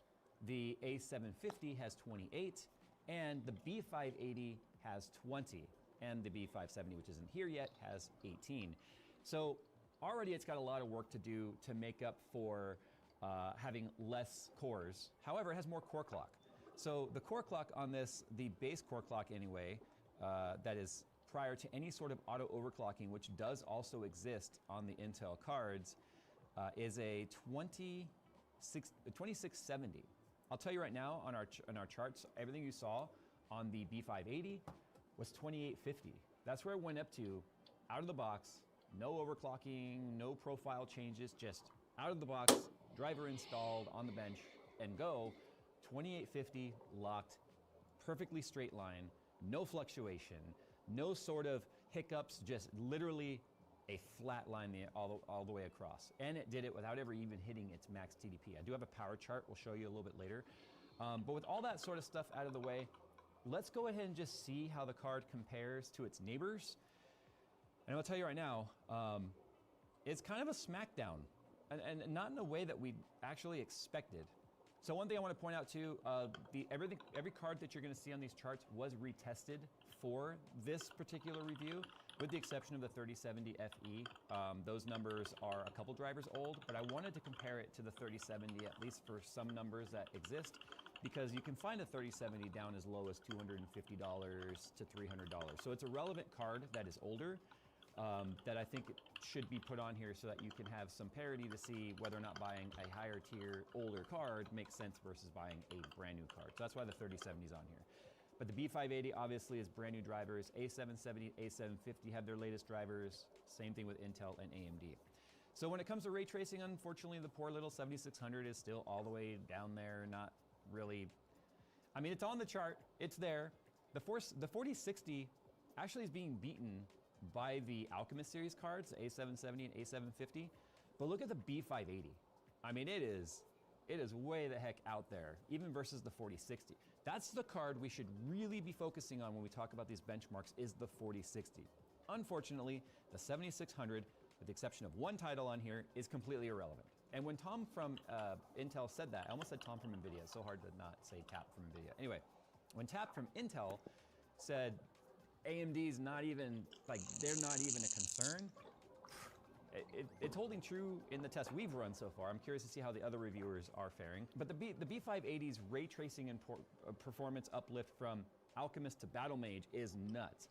The amount of time they spent refining the architecture, specifically with ray tracing as well, is definitely evident in these RT tests that we run as well. 3070's on the top though, not by a lot, but it is on the top, so you gotta keep that in mind. If we move forward to TimeSpy Extreme, in rasterization performance, this is a non-RT test, it is raster only, the B580 is on top by a fair margin. So that's really promising and a bit unexpected, considering the fact that the 4060 is actually on the bottom on this chart. It's actually just under the 7600. Important to note, the 4060 also fully retested with the latest drivers. So it is what it is, right? Borderlands 3, it's the one title where you're gonna see the 7600 perform well, because Borderlands has always favored AMD cards over Intel in the same kind of price categories. The 7600 all the way out there at 116 FPS, just behind the 3070 at 120. So that shows you how strong that AMD architecture really does perform in this particular title. But the B580 is right behind it at 111, again beating the A770 and the 4060 and the 750 by a fair margin. 93, 95, and 97 versus 111.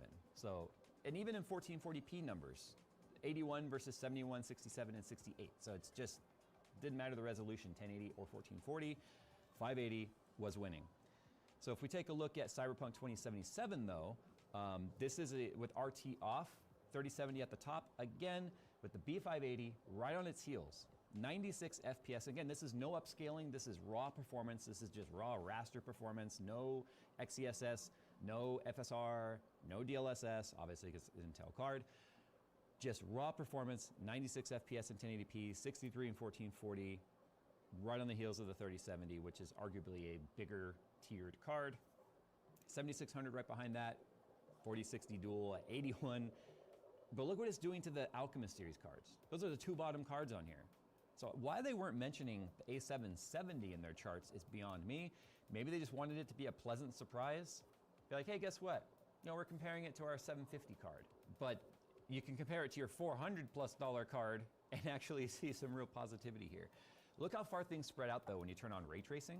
Again, no DLSS, but just ray tracing is on with Ultra preset. 3070 is out at the top, no surprise, but again, the B580 comes in second place. Now these frames are not great. Like even the 3070 is barely pulling 46 FPS and 1080p. The ray tracing in Cyberpunk is hard. It is not an easy game to ray trace, especially when you have all the ray tracing categories enabled. But really it is just nothing more than a dynamometer, and it really does force a spread. It's actually a very linear spread if you take a look at it though. But absolutely hammering even the A770 in the Cyberpunk RT test on. If we move forward now to Shadow of the Tomb Raider, no RT, second place again. Although it's funny how close they are in 1080p versus the 4060. So 580's at 153, 4060's at 152. That's run variance right there. I mean, they could probably swap places 10 times in 10 tests. But the 1440p, the B580 pulls ahead by 10 FPS, 97 versus 107. Yeah, so, these cards are going to be good value for money. It's barely longer than the slot.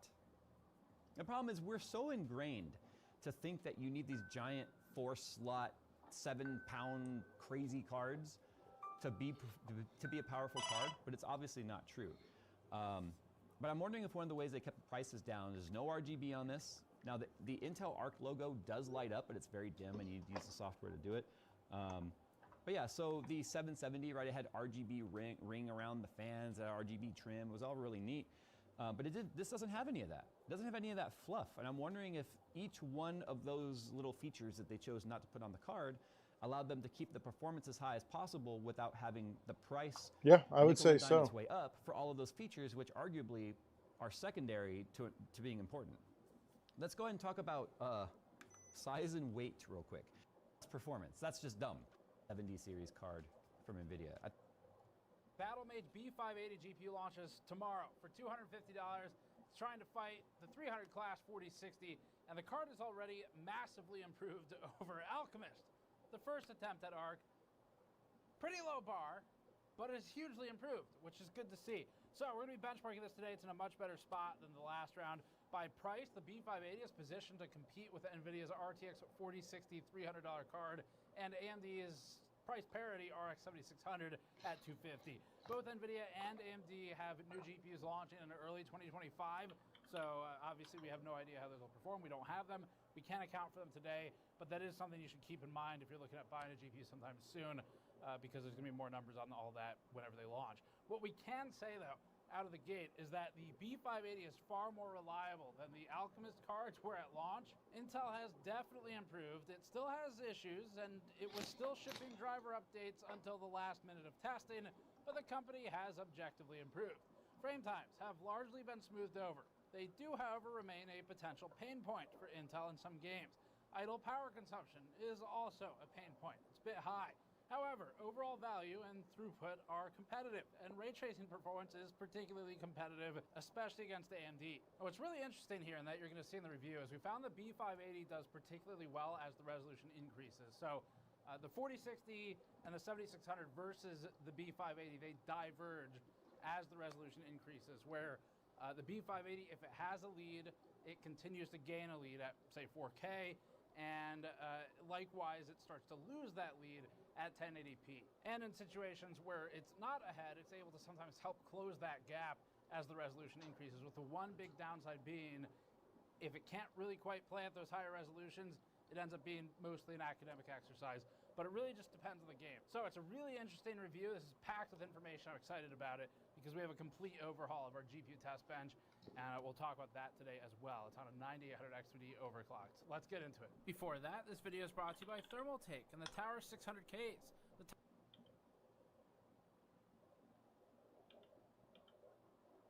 Around the corner, and whatever RDNA thing is up next should be as well. Let's get a quick refresher on the pricing today. Right now, when we're filming this, the B580 has an MSRP of $250 and was already available on pre-order on Newegg at this price. The prior Intel A770 is still available for $230 to $280 for the 16GB model. The A750 is at $200 to $240. The A580 is at about $170. NVIDIA's RTX 4060 is a main competitor today, typically at $300, alongside the RX 7600 at price parity with the B580. Those will be the two key comparisons we really focus on here. One step up, the 4060 Ti 8GB and 7700 XT are both around $400 to $420 right now, making them primary upgrade options one step up. Now, we already covered the B580 specs in a separate video. We'll link that below if you'd like to learn about that. The basics are on the screen in this slide. The card launch. Yes. You want to stop the Hiram's test? Should I restart it and that's when I'll put the numbers in? I just need you to test the hard drive and the Hirons. That's it. Because if that stuff checks out fine, it just needs a Windows reinstall. The B570, which will come out next month. The B580 is a relatively small 20xe2 core configuration on the Battlemage architecture. That makes it smaller than the A750 or the A770 in configuration size. Intel hasn't yet announced any 700 series cards in the Battlemage series. The B580 has a 190-watt default TDP. It runs, at least this one, on a single 8-pin power connector. Of course, board partners can kind of do whatever they want. And it's cut down to PCIe 4.0 by 8. That is a potential downside for people on old platforms but that's something we'd look into separately in the future, not in this video today. So basics on the test bench and methodologies. First of all, we have a complete overhaul on our GPU test bench. We've moved from an overclocked 12700K, which served us well for a while. Who would have known that would have been the best CPU Intel would launch for years. But we moved from that to a 9800X3D. This actually marks the first time in our 16 or so year history that we are using AMD as a permanent GPU bench platform for the CPU. And that's just because the 98X3D is so unbelievably fast that it allows us to unbind the GPU wherever possible and try to make sure we have the headroom to hit the high frame rates without bumping off of a CPU bottleneck, at least in as many situations as it's realistically feasible. So that's great, gives us a lot of room to... It's the same hat I always wear. And It's just not green. We have overclocked to 5.4 gigahertz. We are running it under a 420 millimeter Arctic Liquid Freezer 3, which allows us to run higher clocks without any heat issues. And then our games list includes these. Not all of these are shown in each review, but they are all tested. We've added Dragon's Dogma 2 from 2024, Black Myth Wukong from 2024, Baldur's Gate 3 from 2023. And I do, Emily. I'm just wearing a jacket. GPUs, like if there's a 5090, but it's a good match for the V580. Starfield from 2023, Final Fantasy XIV Dawn Trail Edition from 2024, Cyberpunk Phantom Liberty from 2023, and all the others you see in this list. We've tested about 25 GPUs for this launch. That list does not include the RTX 4080, the 4080 Super, the 4070 Ti or Super, the 7900 XT or GRE, and similar high-end cards. You can find the scaling data in our prior benchmarks for those, like in the Super Series reviews. We added the 7900 XTX and 4090 just for a ceiling, and the reason for the cuts is time. It's rolling into the end of the year, and with travel and everything, we had to make some decisions on what we wanted, and what we decided was it made more sense to us to accommodate the GTX 1060, the GTX 1070, the GTX 1650 to try and give a clearer picture for people who might be upgrading. We do have that data for you. You'll just check our 40 series Super reviews for all of that to get the scaling roughly. It won't be comparable to the B580 here today, but in most cases it doesn't matter. We'll add those as we go, especially into January with the high-end stuff launching. So it's all coming back. You just got to give it for the next round. As far as cards with multiple VRAM configurations, we ran what we consider to be the default or the first launched VRAM config whenever an option was present. And then finally on the side of the test bench, we've added power efficiency testing and idle power consumption testing over the A750 11, but with 1% at 50 with this game. Dying Light 2 rasterized budget. At 1080p, the 49 performance. So Intel Battle Mage is way better than Alchemist. It's a low bar, but it's a very important bar, because if you go look back at Alchemist, it wasn't good. It was not a good launch. The drivers were really terrible. The software was difficult to navigate. It was broken in a lot of cases. The overlay was one of the worst user experiences ever. They've removed the parts that really sucked with it. Now there's some problems still, and there's going to be more that we won't find, because when you're 2 generations into a GPU architecture like this, or GPUs just period, I should say, what? This is going to be a community effort. It's going to take a lot of reviewers and Yeah, I guess. Did you try cleaning it? The key problems, but based on our Alchemist experiences, this is at least not like that. So Intel has kept the improvements it's made over the couple of years since Alchemist launched. We've covered those in follow-ups, and it's applied them here, which is a good thing to see. Now, this time around, we ran into a couple driver issues, but only one that completely prevented play, and again, that was in Cyberpunk. With RT Ultra, medium it was fine. Without RT it was fine. For some reason, RT Ultra in our test environment... What? You still want to sell this other one to Pat? Yeah. The game just crashed, and that was something that Intel was able to confirm.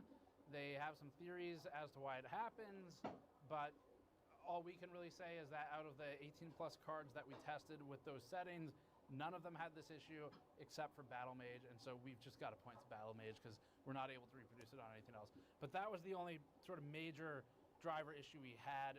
We did have one time where it hard crashed, as in the whole system restarted, and we're not sure exactly what caused that or when it happened, but again, it was a one-off for Battle Mage and nothing else. So anyway, those were the 2 major instances. Now, for an NVIDIA or an AMD launch, where they have been doing this for a long time, that would be very noteworthy.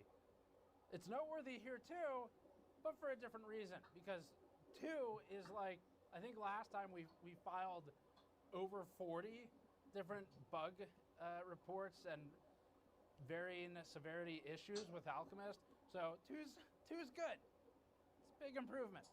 This review is already long, so let's keep it simple. Here's the key points. We observed that the B580 scales actually really well as resolution increases.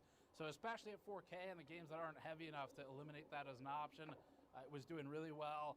Unfortunately, the card isn't so powerful that 4K is playable in a lot of these games, but the behavior was consistent with 1440p as well.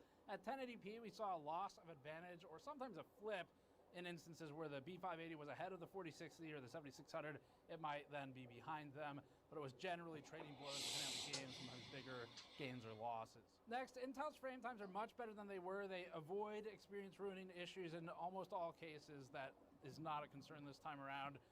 The Battle Mage drivers still have some frame time pacing problems in some games and tests and are not overall superior, but they have improved enough that in combination with a low enough price point at $250 and below, they could be overlooked depending on the game you play. Also, as a downside, Intel's idle power consumption remains high. It has improved massively, but it's higher than everyone else when idle still for the most part. Intel's efficiency in actual gaming scenarios, at least when those games perform well for the Battle Mage card, have improved significantly, and it's actually competitive in some situations with the likes of the 4060, with the 7800 XT, and things like that. Now, as the A750 went on massive fire sales previously, we'd sometimes recommend it with heavy caveating. And the main one was that we never really felt comfortable recommending it to the general mainstream audience because we feared that users without troubleshooting experience or those who have troubleshooting but either don't have a second GPU that's not Intel or patience would find it frustrating when encountering games that simply don't work. Starfield, for example, just didn't work when it launched on ARC. Now, looking back, maybe they were doing you a favor. Starfield, not the best received game. The point stands though. Battle Mage has improved on this front. We feel much more comfortable in general with people buying a Battle Mage GPU as opposed to Alchemist. However, we still have one major caveat, which is that this is still only the second true generation of Intel's modern DGPUs. So this is just my reminder to you all that we can only really report on what we've seen, and you have all the games we've tested, all the numbers. What we have seen so far is we were not really able to find, other than the instance I mentioned with RT Ultra and Cyberpunk, any sort of consistent experience ruining, like absolutely not, this is a problem, issues at a driver level like last time. Now, I am 100% positive they exist, and that's why this section's in here. So what you're gonna have to do is look around at some other reviews and see if anyone's dug anything up. We don't really talk to a lot of reviewers before these launch. They're all embargoed anyway. So probably something's out there.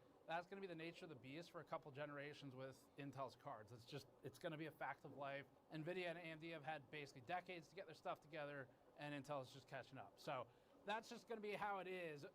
But we did not have any major issues other than the one, and so we can only speak from our experience, which is that generally speaking, this is far better than it was, and I would feel a lot more comfortable saying that if the pricing makes sense when you're shopping and sort of pending what happens with the next generation, the B580 actually does make sense compared to some of its competition. It's a little game dependent, but that's a far better position than Intel was in. So the B580 poses considerable value in some situations as compared to the RTX 4060 and the RX 7600.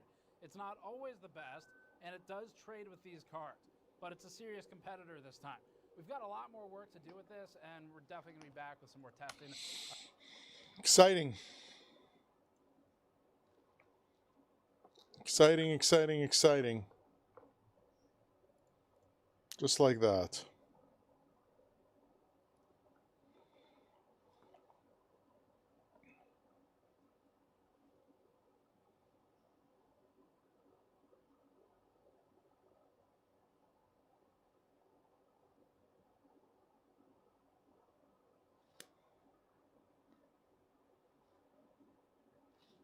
Yeah.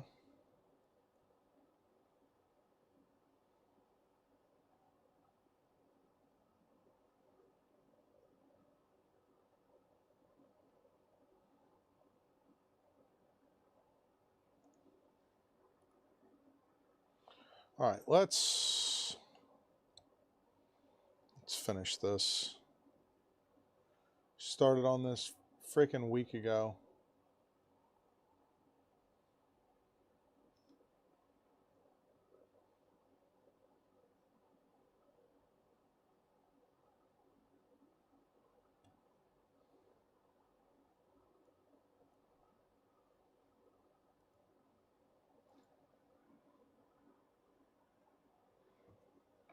Yeah, that's valid.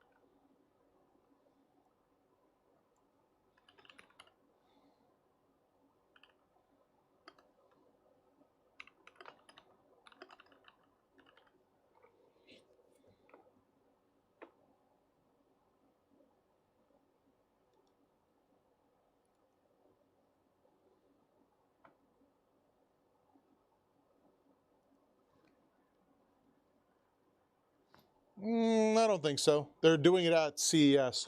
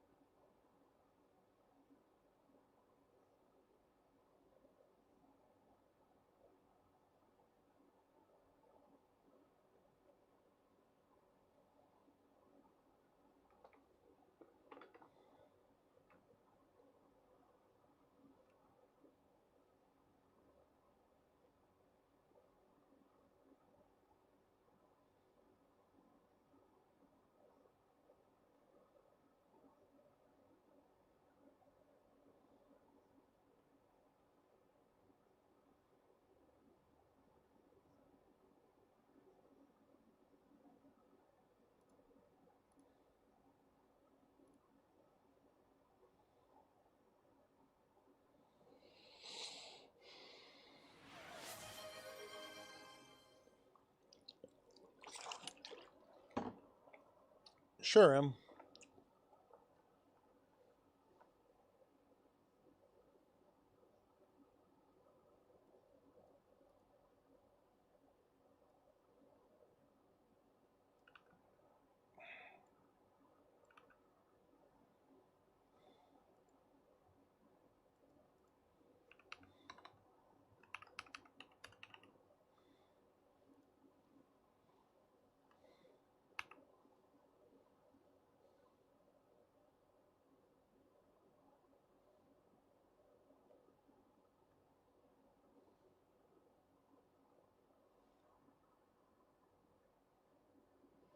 I don't understand Amazon. Why don't you just tell me what the actual price of things is, not what they are when they're on sale?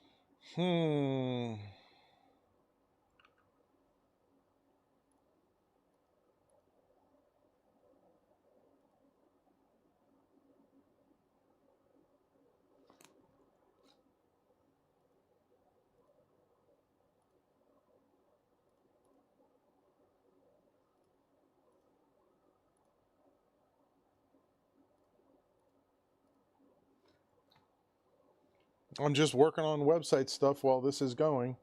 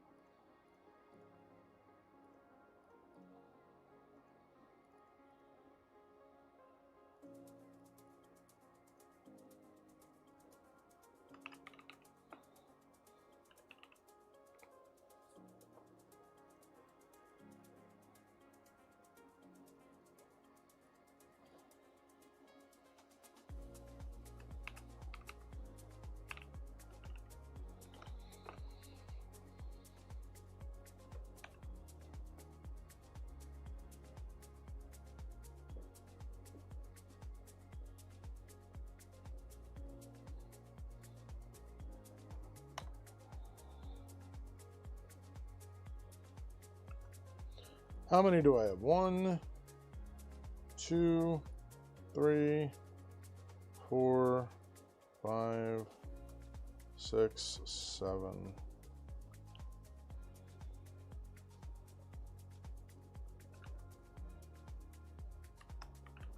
Two, 3, 4, 5, 6, 7.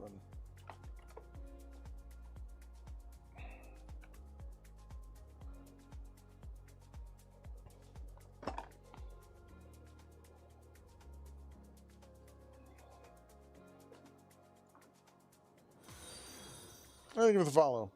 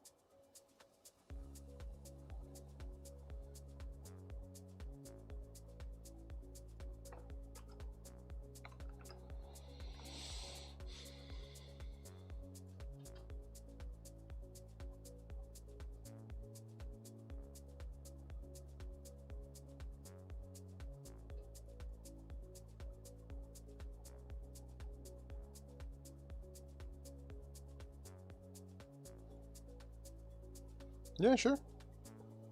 That's why I'm streaming, so people can ask me questions.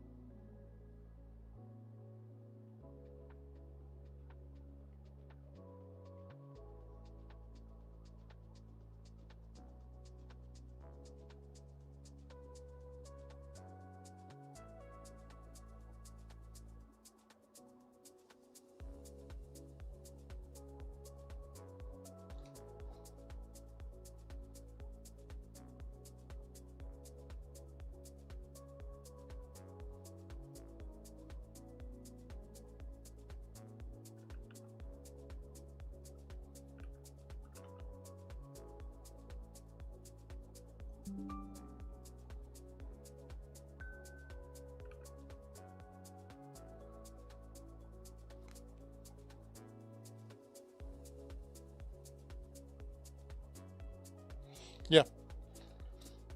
As long as it's like, I believe that is fine. Because that should be able to handle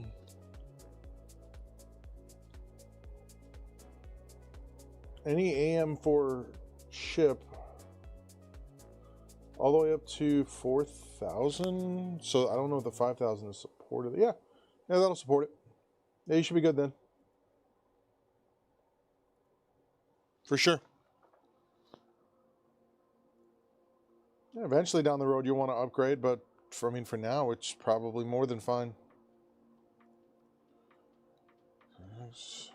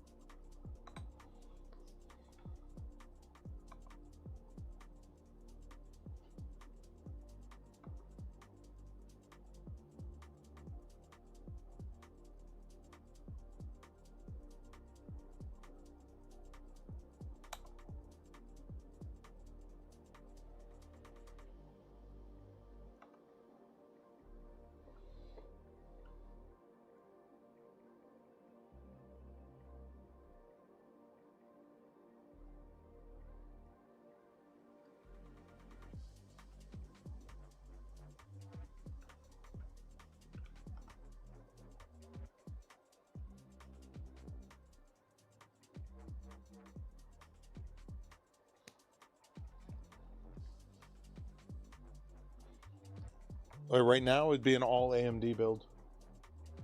Though that the Intel GPU that's launching in a couple days will probably change that.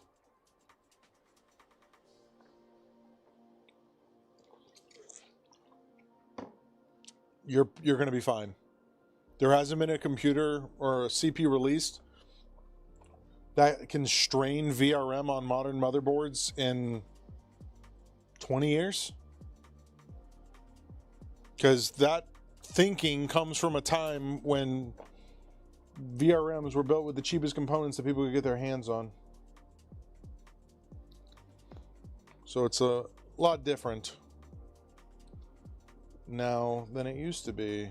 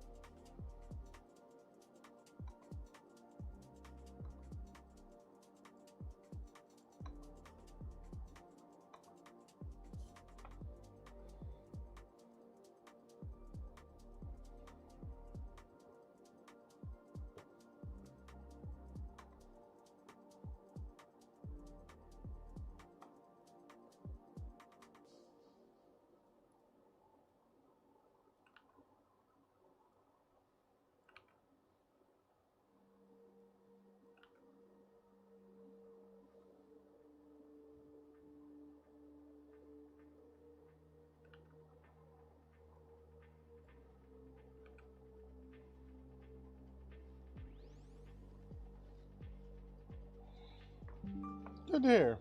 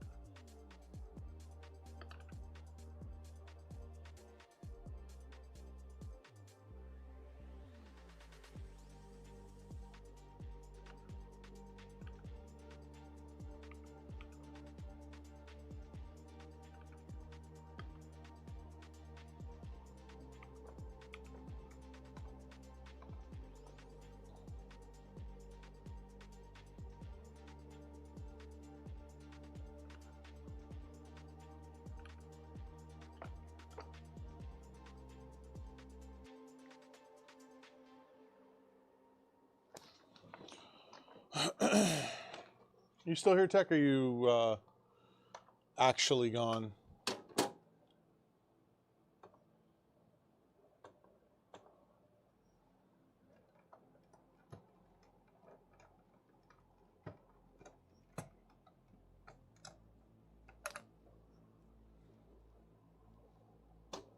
I know, Emily.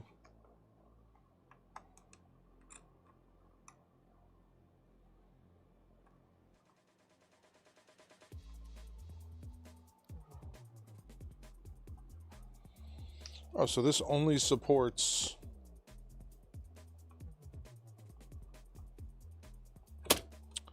Well, that's upsetting.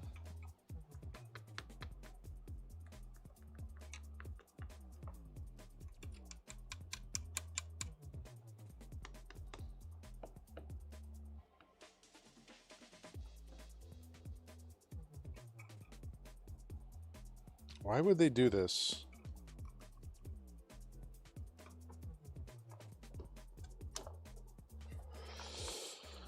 Oh.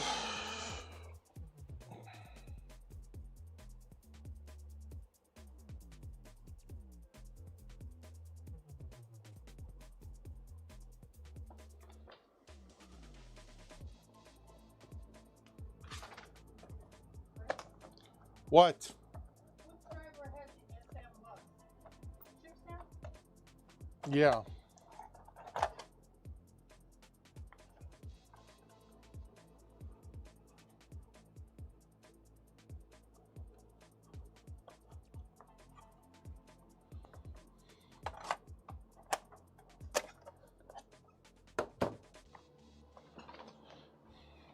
Oh, that's super aggravating.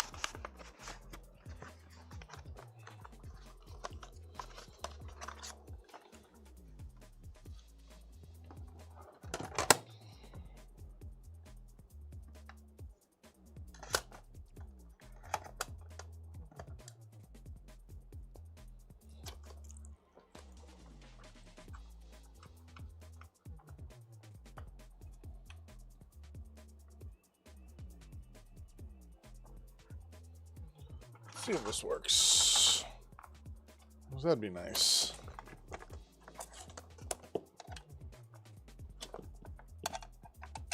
Can avoid using that again.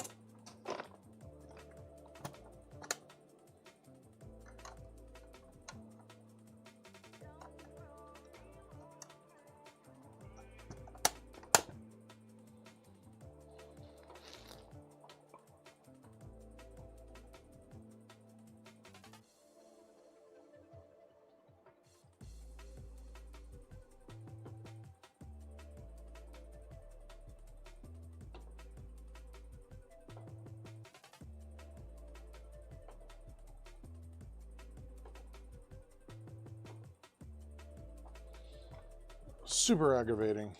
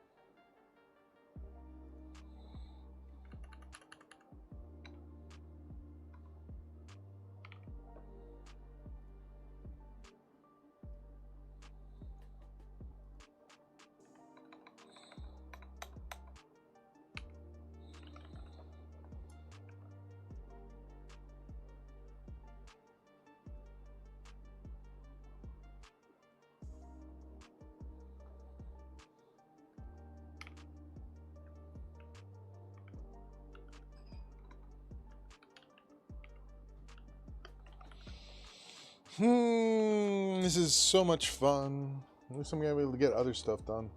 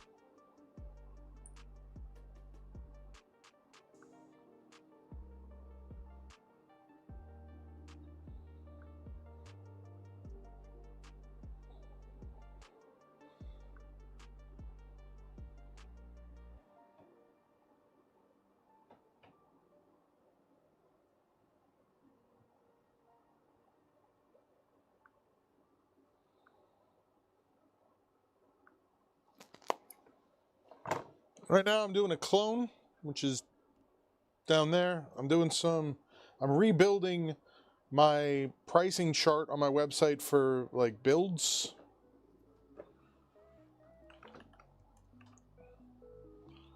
But yeah.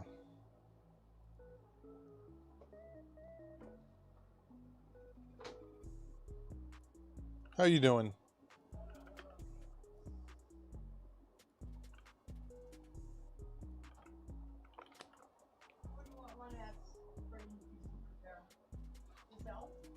Yeah, just bring it back over here.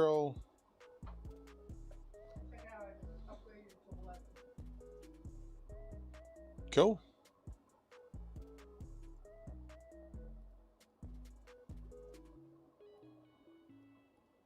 And we're gonna do some video editing. Gonna work on. What does this have? Okay, it's actually not bad. Was this the one from the? Don't ask me. I just pulled it off the shelf. It has a paper stuck to it. This one's broken over here. That doesn't matter. What I'm seeing is... Oh, this has an external battery. Okay. Just trying to see if there's a curve. Alright. Yeah, that should be fine. You put memory in it as much as we could? Yeah, when I did it. First time. Terabyte, what way in there? Yeah. Yeah, it's not bad. I'll price it and get it up front.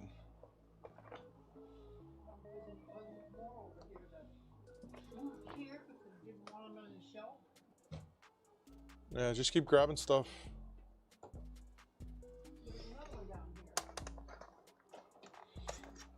Let's see if this will work.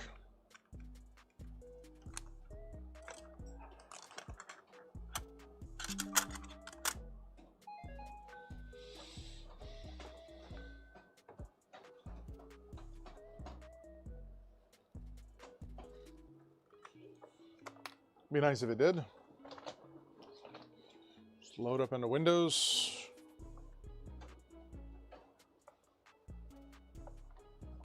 See if it's going to say an accessible boot device.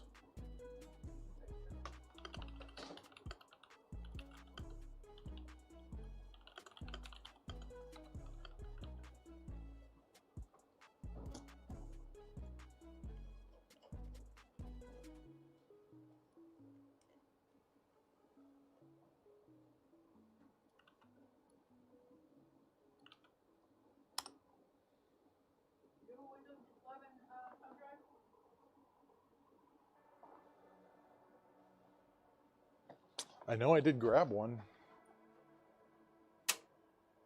Okay, I found one.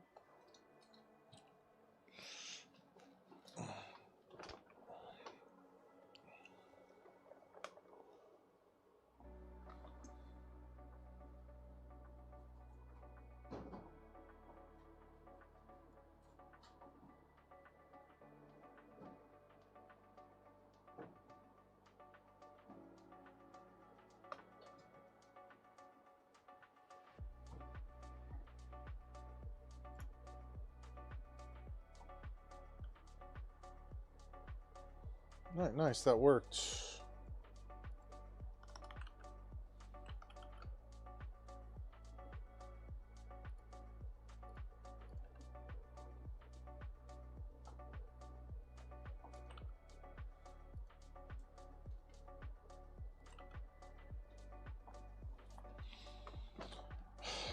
Nice.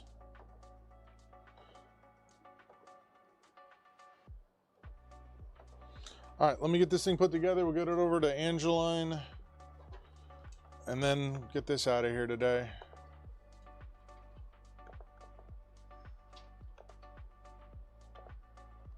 I'm gonna go ahead and do some stuff right off the bat before she touches it. Gonna get, ugh. Get a vast off of here.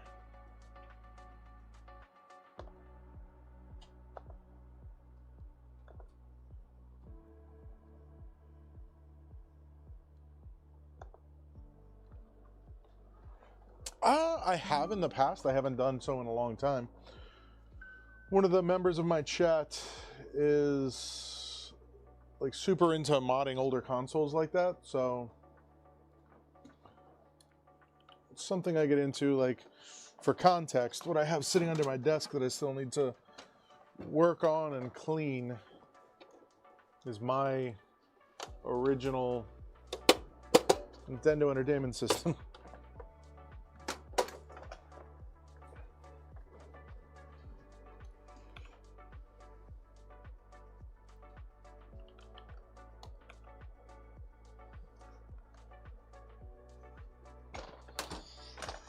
Alright, well, I'll let that go.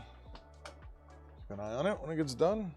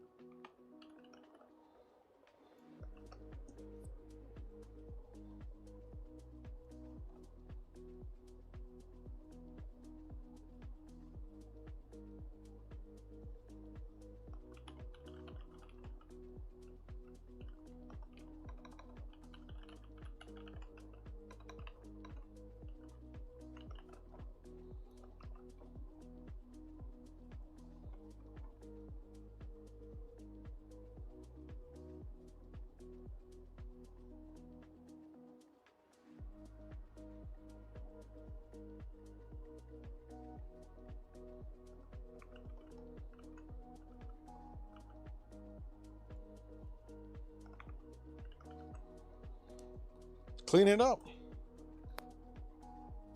Doing a cleanup, Emily.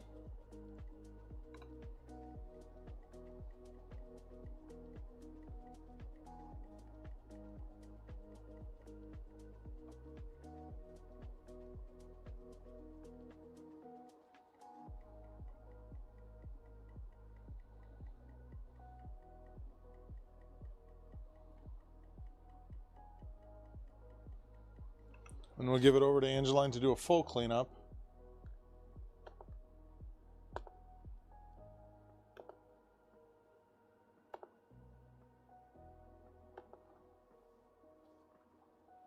It used to be a very, very prominent tool for cleaning computers. Not much anymore. CCleaner.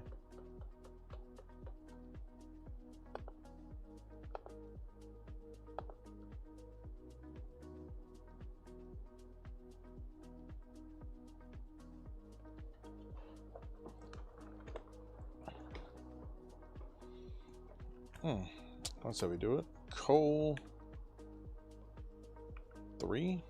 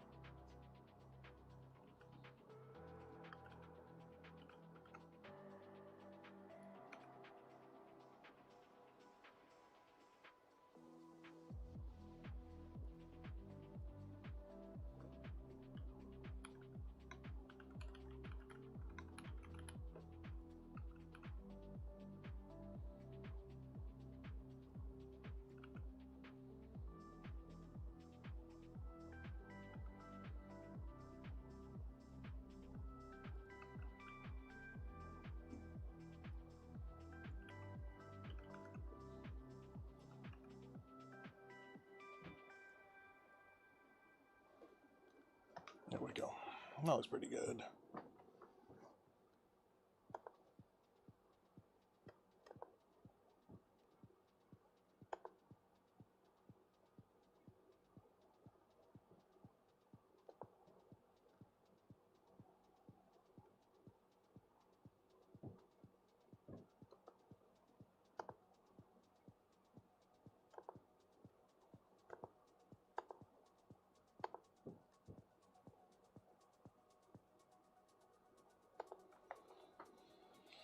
Oh, McAfee.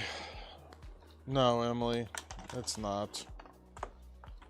It is Windows 10.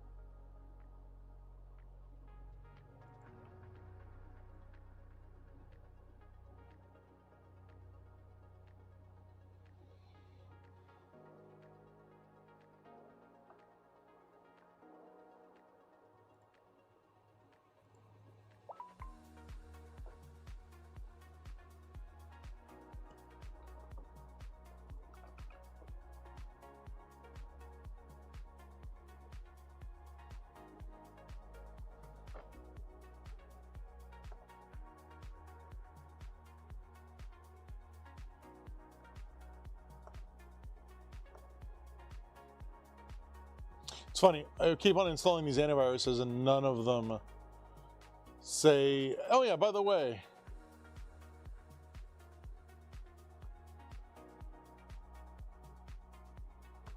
you have an active subscription. This guy just has all of these on here. Yeah.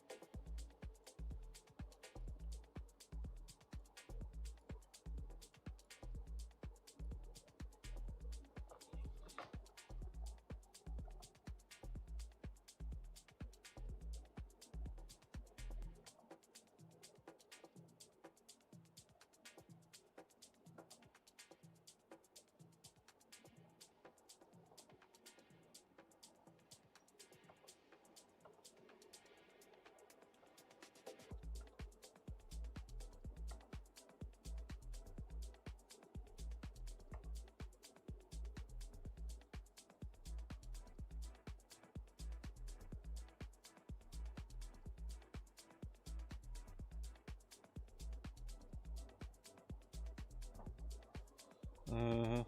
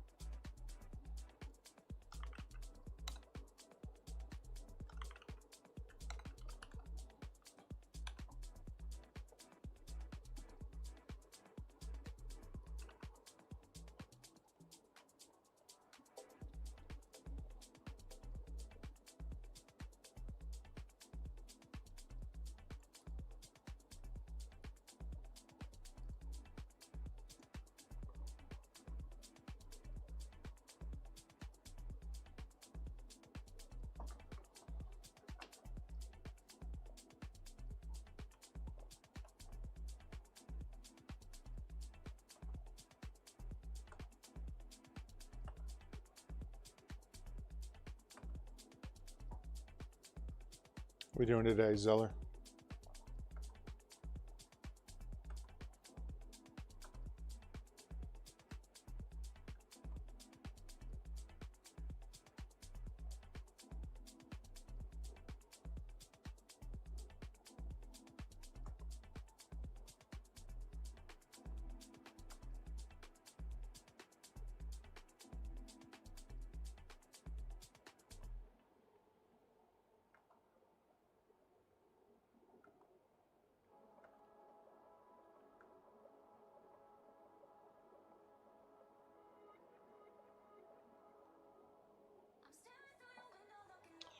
I'm alright.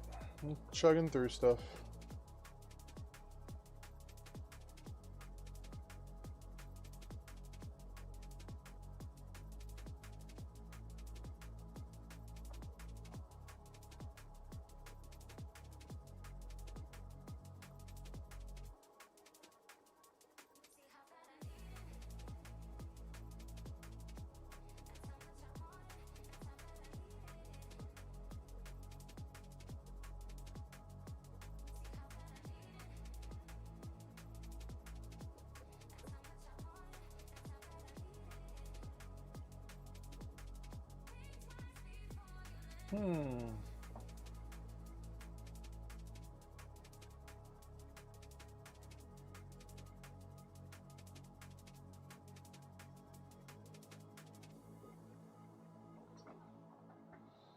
Any day now, Wave Browser.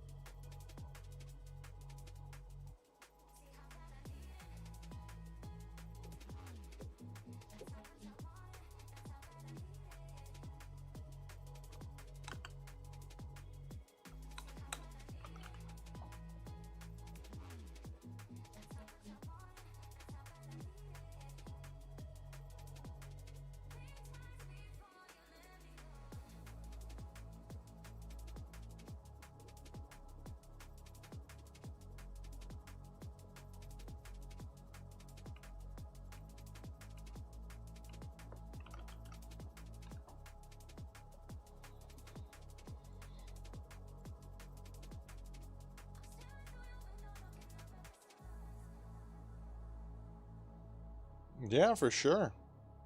You just got to be careful. Those older processors are losing support pretty fast.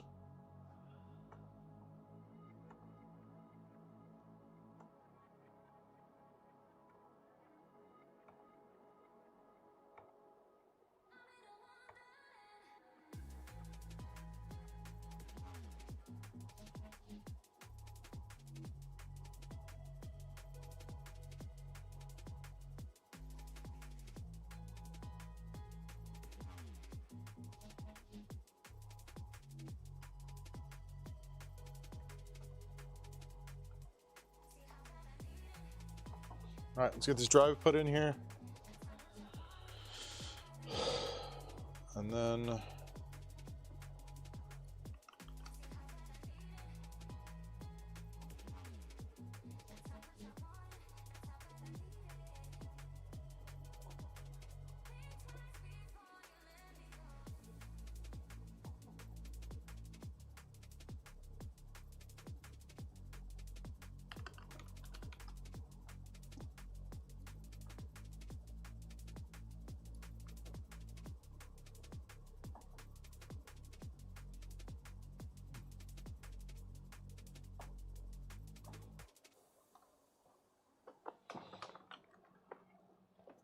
let's get this in this little rack thing. Give it over to Angeline. She can finish doing a cleanup on it. Call the guy up. Have him pick it up. Get it out of here. This goes like right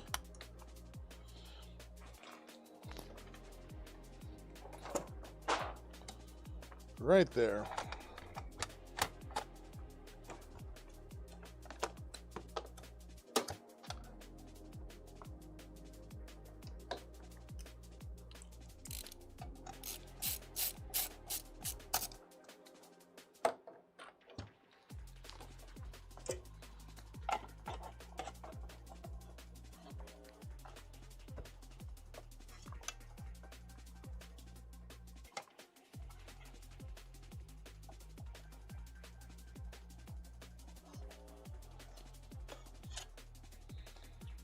That should be the right side.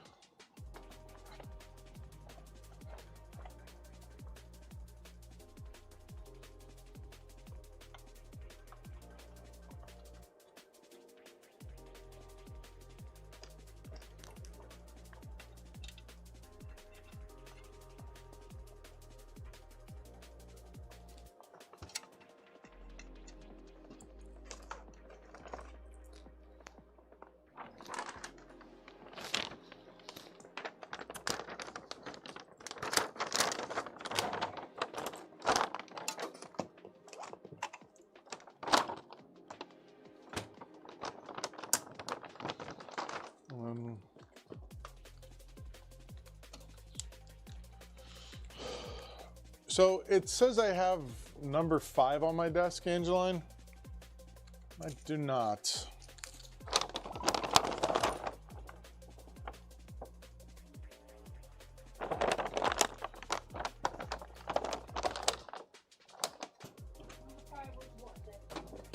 Is it that bucket that's right next to you? It's never been on my desk. It came in and went right there. That's because number 5 was on your desk. If you say so. Yep. Number 4 is coming to you right now.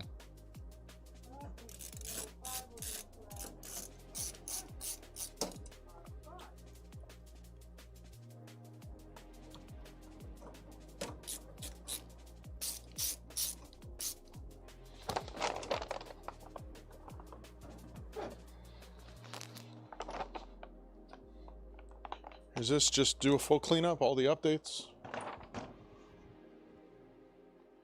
And then the rest of his computer is going to be down here. Who's next? 34? You just gave me 4? Yeah, 4's, you now have 4. 34.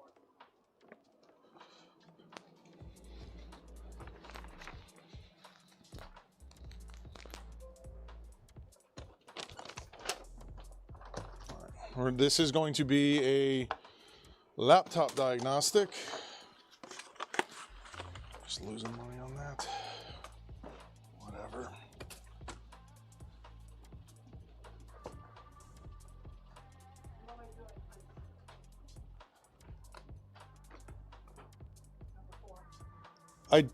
A full deep clean.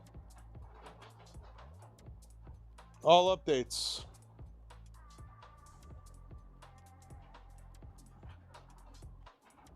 It's a brand new computer, just with a clone, so we know the hardware's fine. You already checked the hardware. Just gotta do that. All right, tech. This is going to be. It's a PC diagnostic, laptop not posting, laptop not detecting hard drive. So however you want to word that.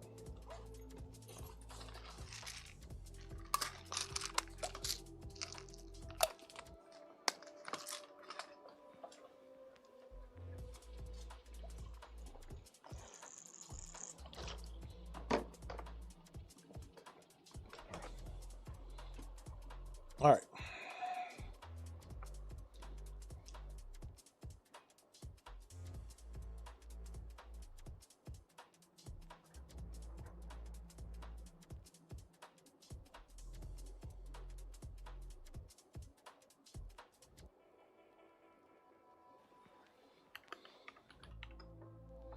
We're working on this layout, this form.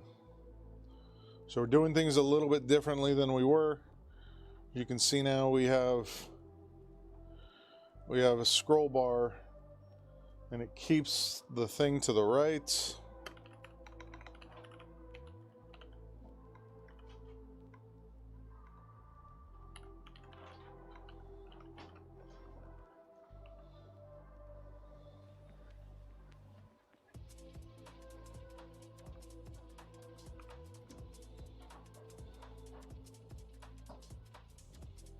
Can't keep putting this off. I got to get this done.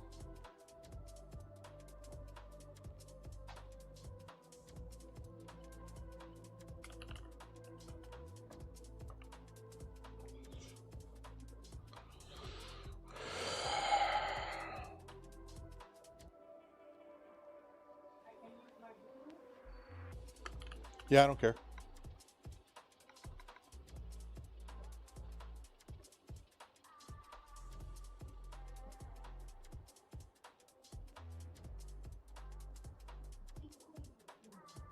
Yes, but you've already done the hard drive check and the RAM check. Yes, everything else should be fine.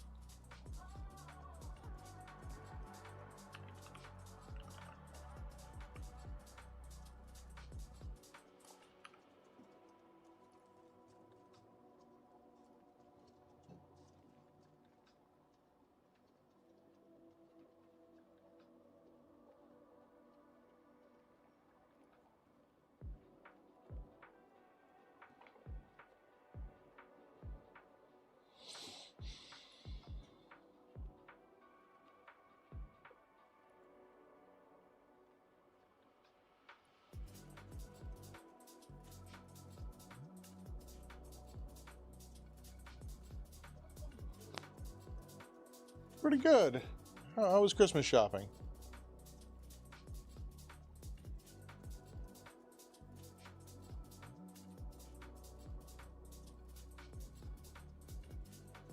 That doesn't affect it. That doesn't affect it. So why does that?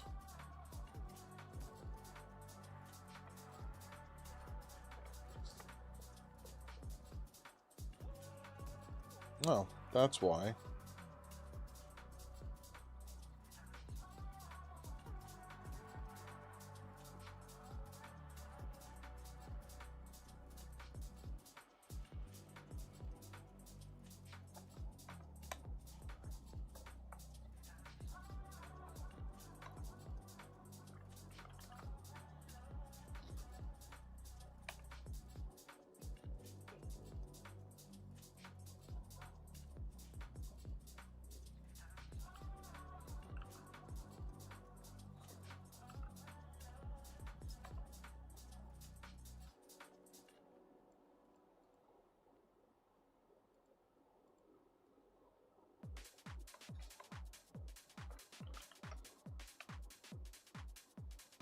There we go.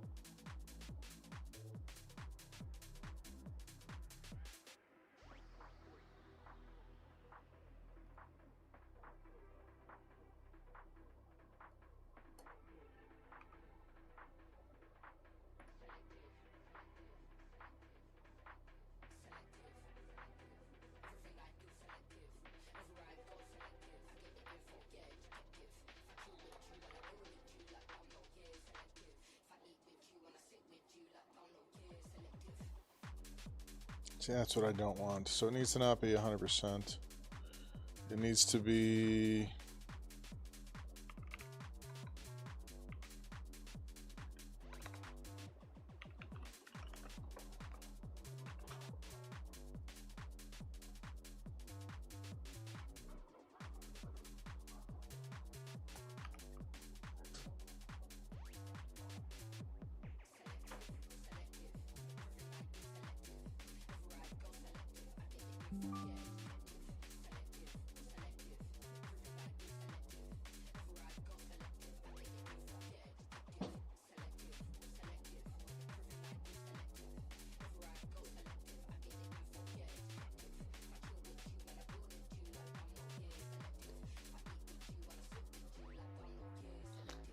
No, 100% breaks it. So...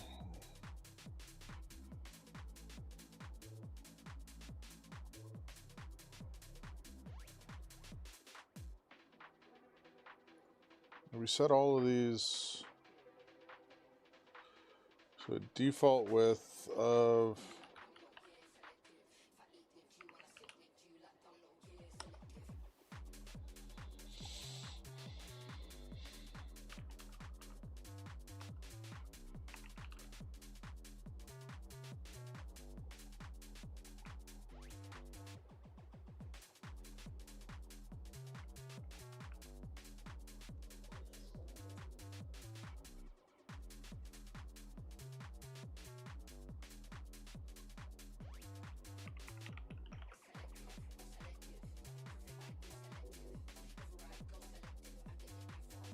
That should do it. 2,500.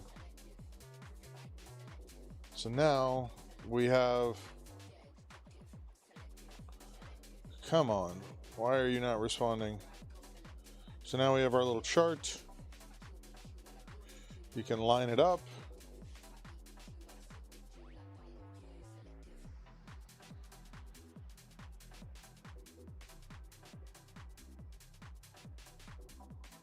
And just kind of follow it through.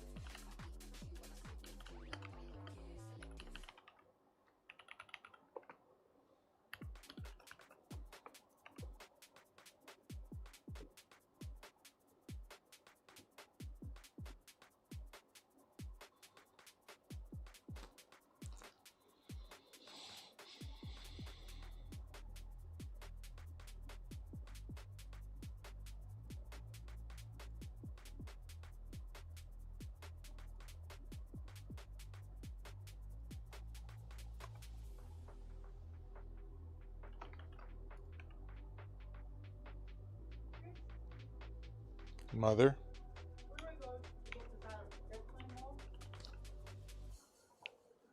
What do you mean? It's not in airplane mode. Well, that's what I keep saying because I want to click to the internet and go in airplane mode. No, it means there's not a network driver installed. It's not in airplane mode.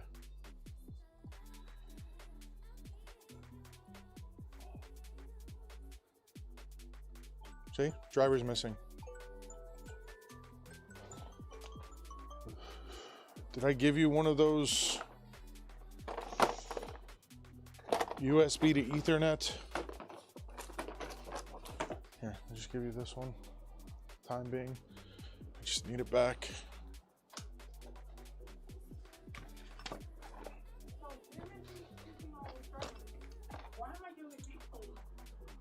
Okay, it's a clone. I cloned the old computer to this one. Okay.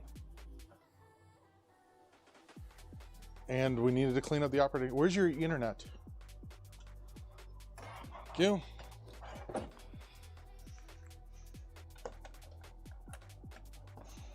And then take this Rite Aid sticker off of here. There you go. And you can start working on updates.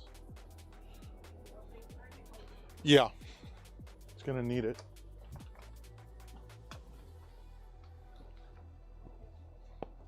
Okay, so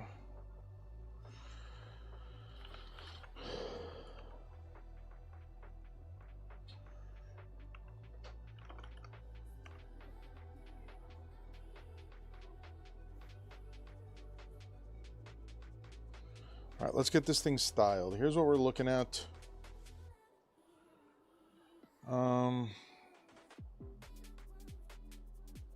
Wait, why is there 2 downloading?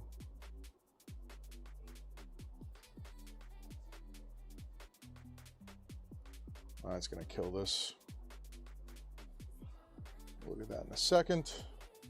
I gotta start trimming my YouTube stuff again, because my 4 terabytes is awfully close to full.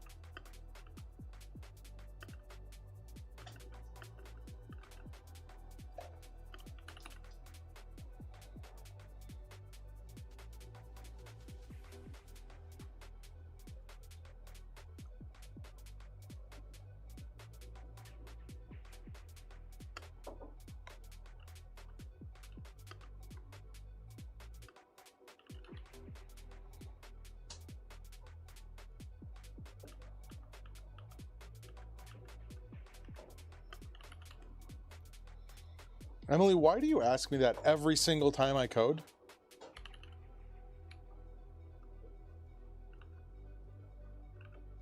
I mean, without fail, every single time I'm coding, you ask me.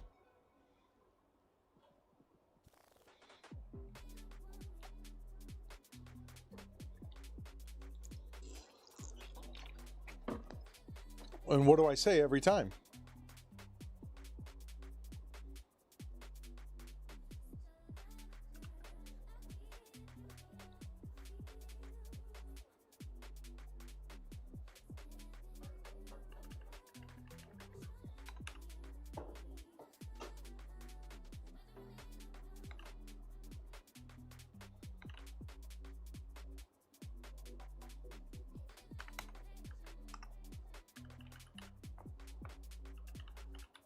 That I enjoy it, Emily.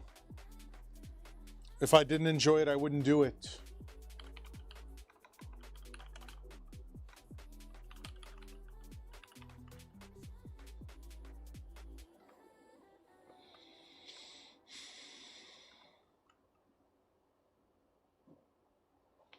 War Games. Isn't that the one that had the Whopper in it?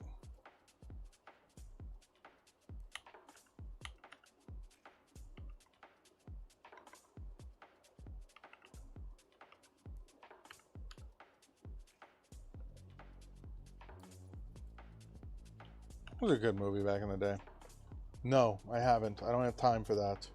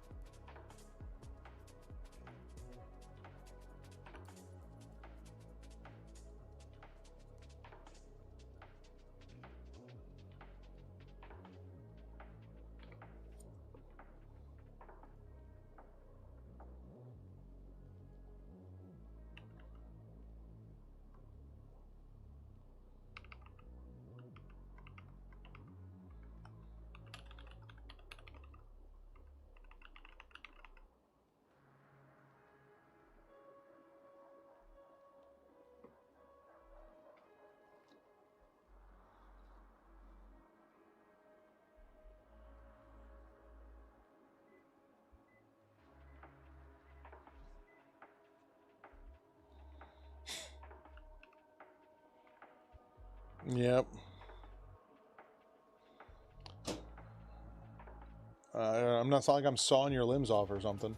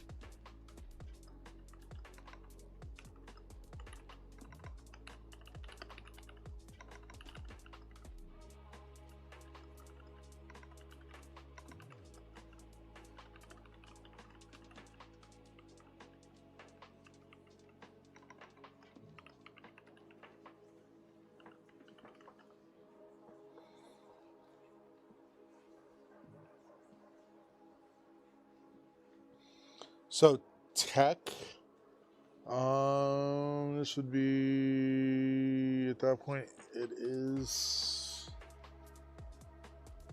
11:15.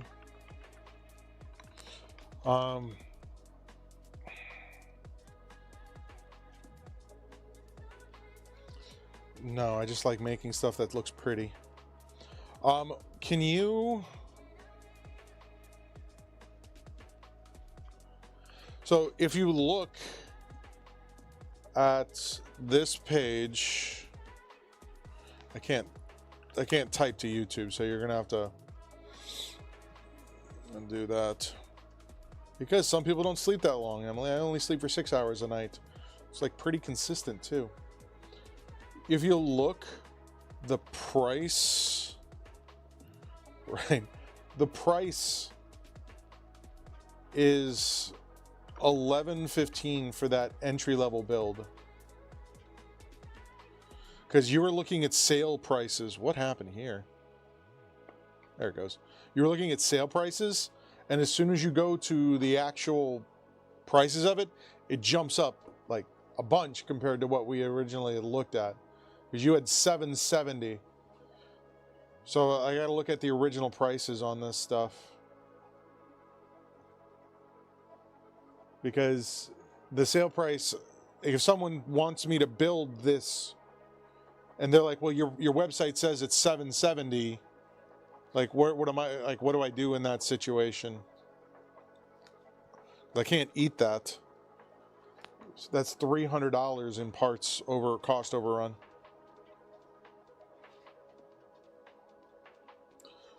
So what, like, I don't feel like it's a good idea to go any lower than these parts, though, which is the point of this conversation. What, like, is there like an option, do you think, that I can do to? That is not what I wanted to do. Like, I don't know what to do, is what it comes down to.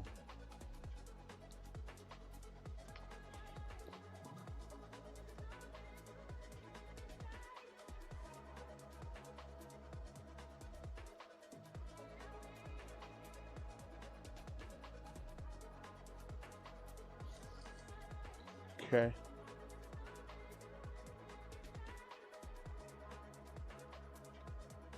I mean, I have that on the site currently.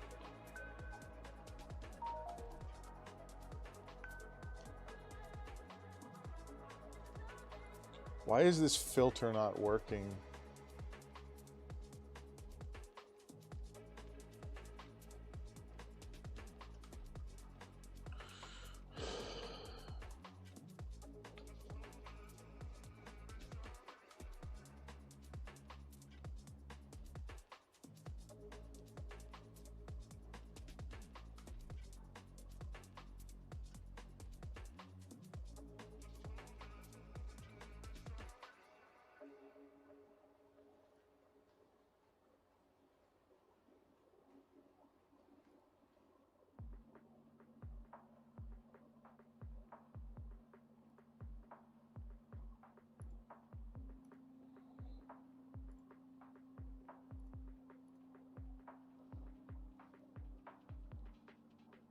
But I also don't want to falsely advertise this price like being so much lower, you know? I don't know. I'm in a conundrum here.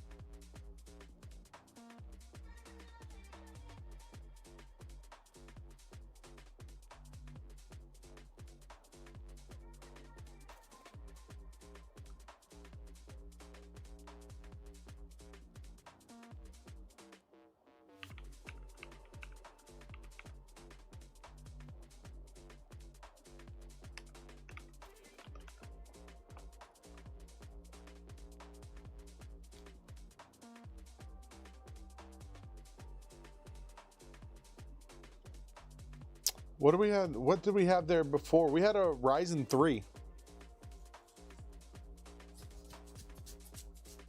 What's the cheapest Ryzen 3 we can do right now?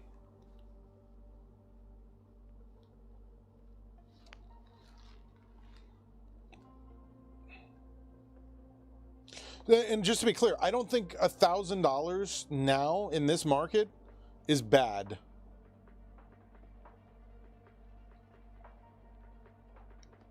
Right? Like, cause I don't, if you're getting a gaming PC for less than that, like, what is it gonna, like, what is it? Right? What's Best Buy got for gaming PCs?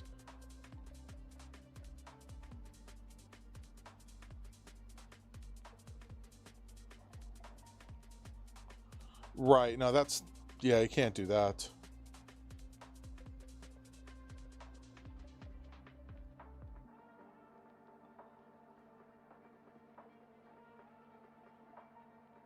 This is a terrible idea.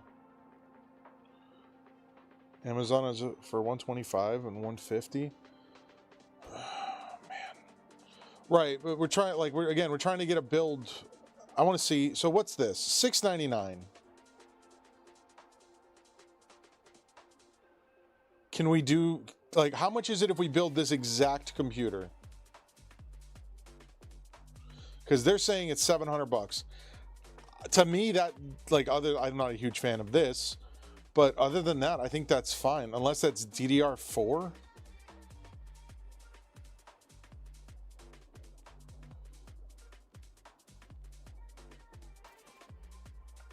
That would be, yeah, all it says is 16 gigs.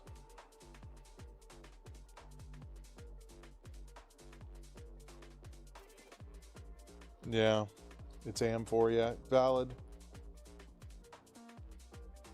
So, like, can we do that? Whoa, 6500 XT, is that what this is? That is cheap. High, who are you lying to, Best Buy?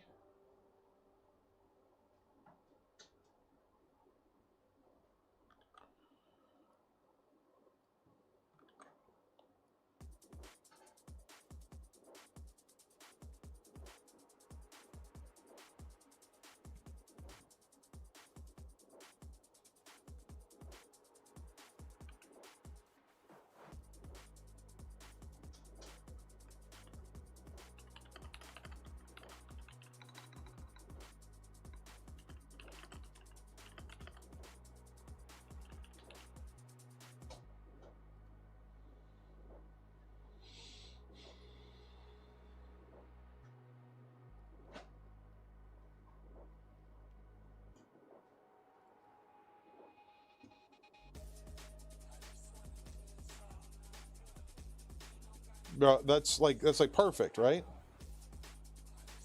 So yeah, let me finish stylizing this thing.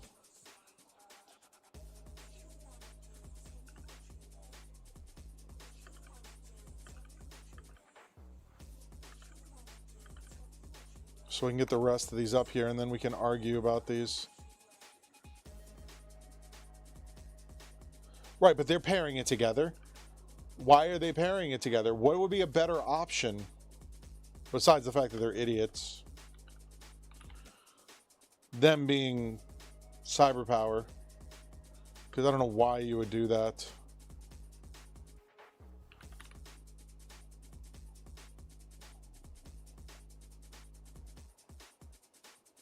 I like that aqua. What is that aqua? Like, there's a chance that I might crash. Just tossing that out there to everybody. I am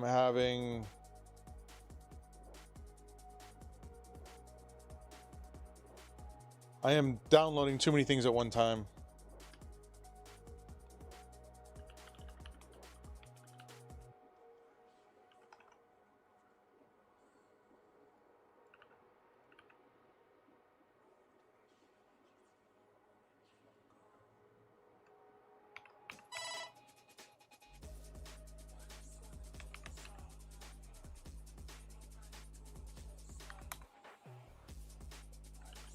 So I'm downloading like multiple 20 gig files, like single 20 gig files, and Chrome doesn't like that.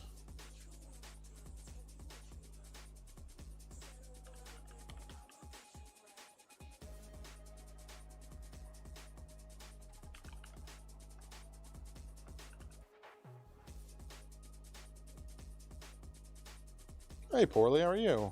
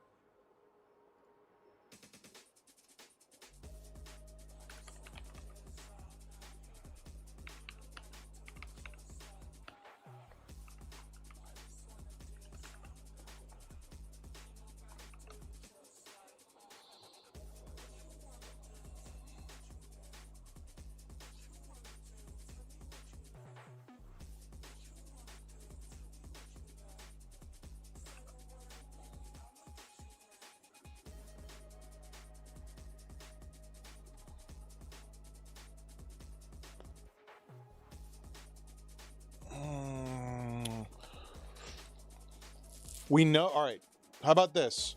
We know that tomorrow there's a GPU coming out that's going to be $250.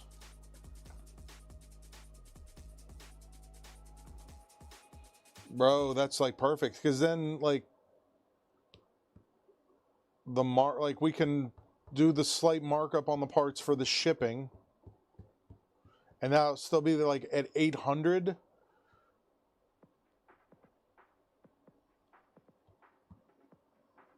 Yo. Okay. Instead of that MSI power supply, can you do a different one?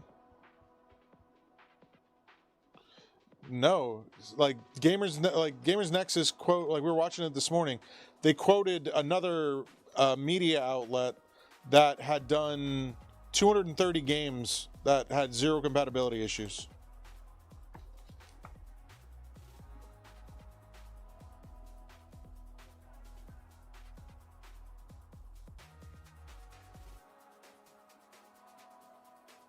I think they did. I have to see who it was that... does anyone remember who that was from the video or no? No, it wasn't Gamers Nexus. It was Jay's. Was it Hardware Unboxed who did it? Somebody did it.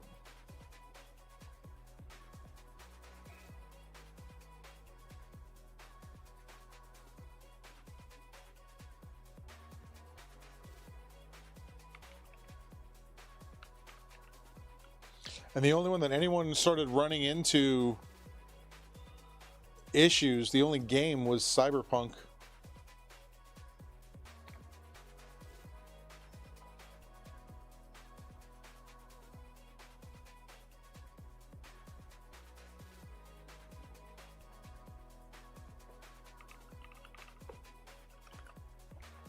Yeah, it was, yes.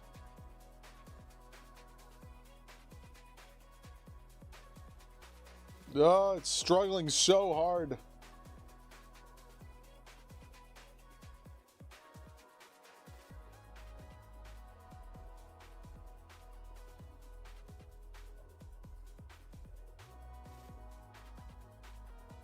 Yeah. I like that. I like that power supply better. I have that hate for that power, for anything that isn't. Man, this is actually. That's actually good. For like an entry level, that's like real good. All right, that's going to be the new entry level.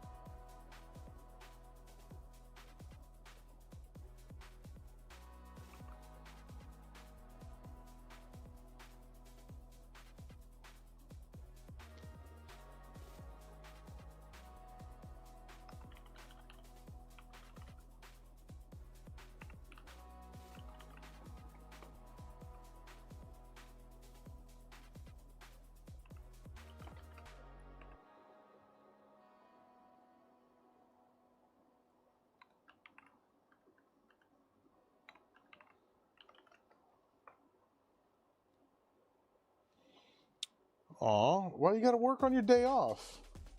I take offense to this. Tell them I have a problem with it.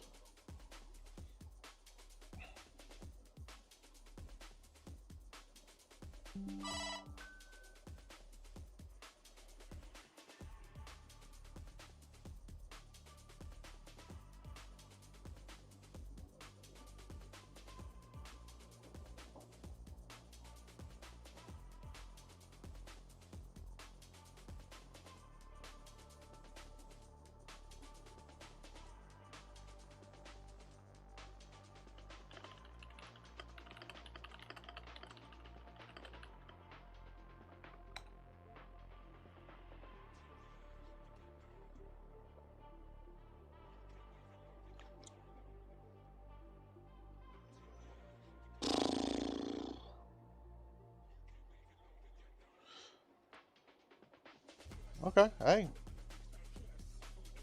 You drive safe, man.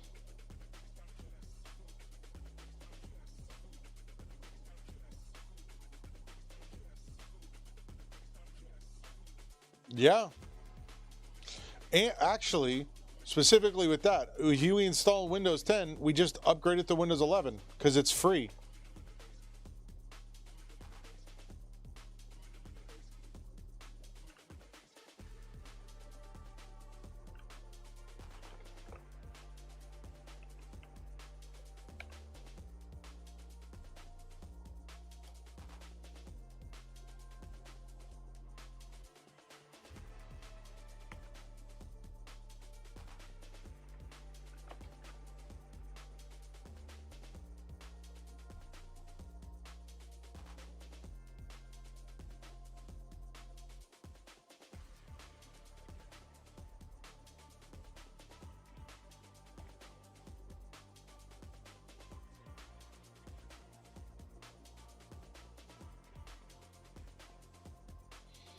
All right, that link I sent you to the tech.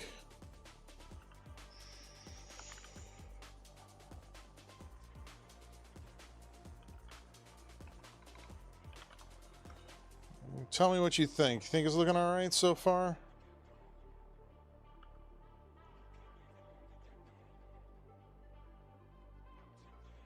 think that looks fine. Find all and select.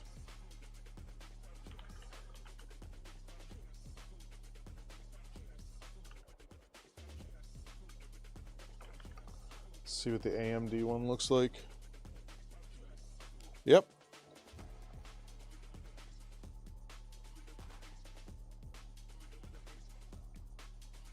Battle Mage.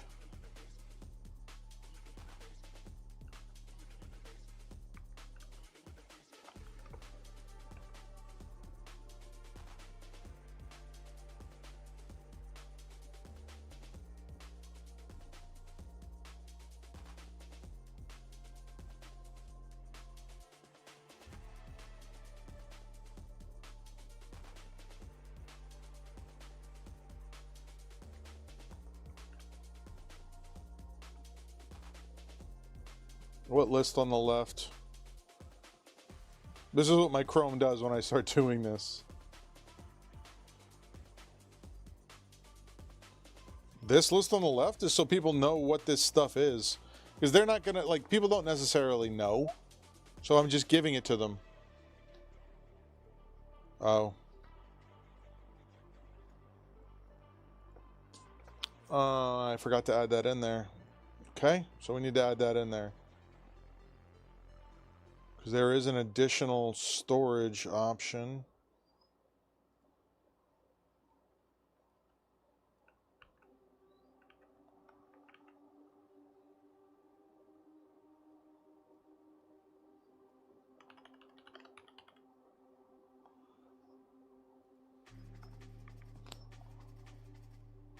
Are you writing something, Angeline?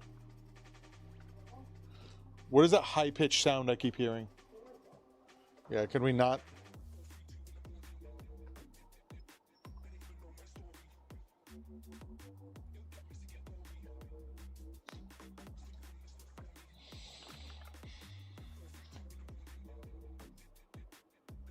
Hey, Mom, just go to the next song.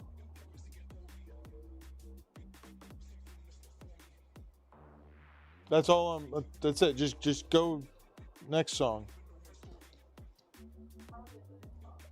The buttons at the bottom. There's a right arrow and there's a left arrow.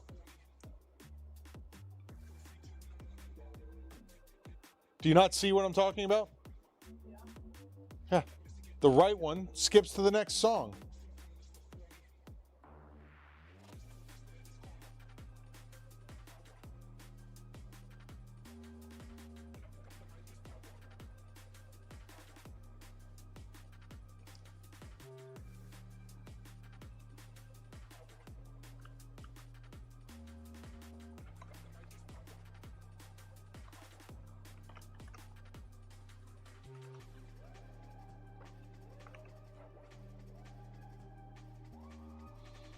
All right.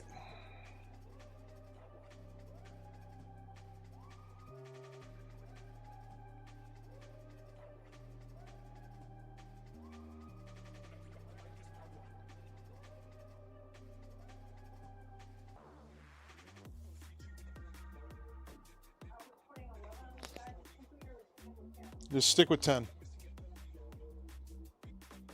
You can upgrade later. I took it off, Emily.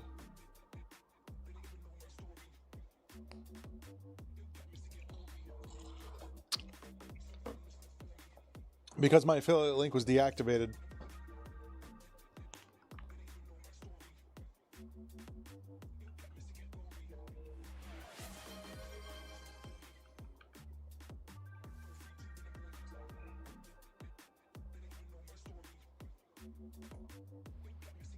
Because they couldn't confirm that it was real. I don't know why. Probably look into that again in the future. Just no time for it now to sit there and argue with them. Like also Backblaze did the same thing. Backblaze deactivated my affiliate link because no one signed up in the first 30 days. So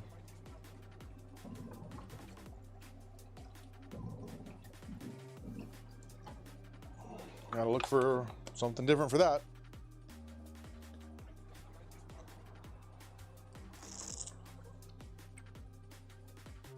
Yeah.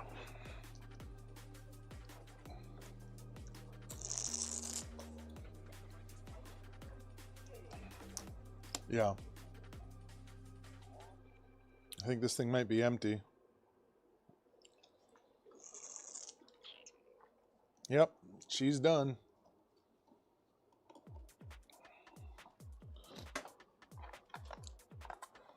I'm worried about this one, about drinking this one.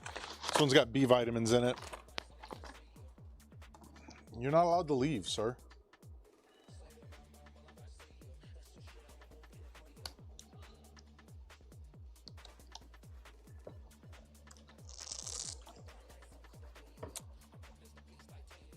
Oh, that's really berry. Holy crap. All right.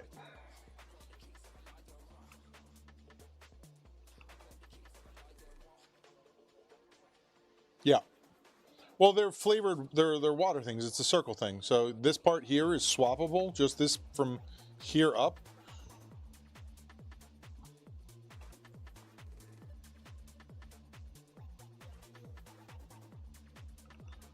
What happened here? What the heck?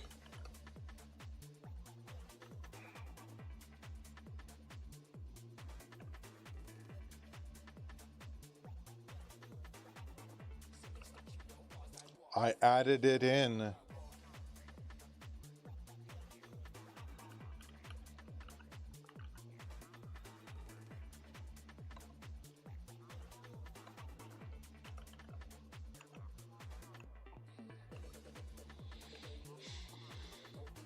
All right, there we go.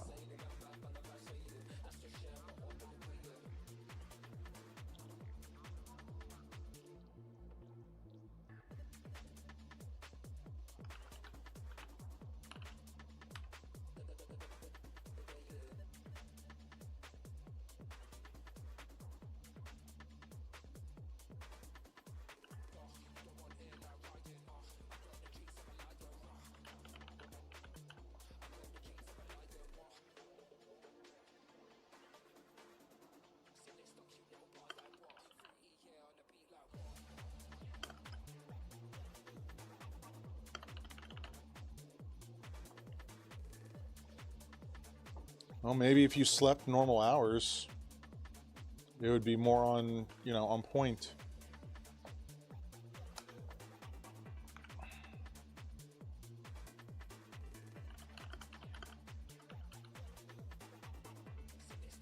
So that's a training thing, man. Like 100%, it's a 100% a training thing. You train your body and you will. That's what the military did.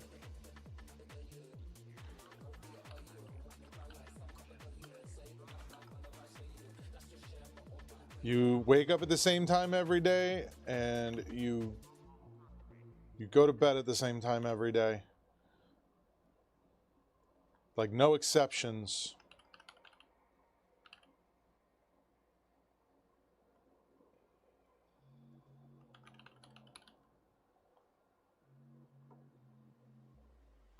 Yeah, I kind of do. No, the military has specific on-off cycles.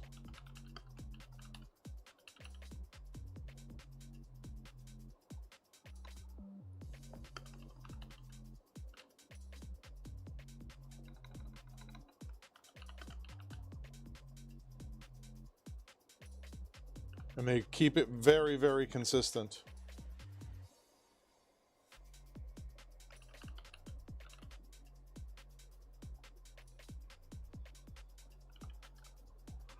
Okay, what does this look like? So this is kind of what I was worried about. Oh, I broke something.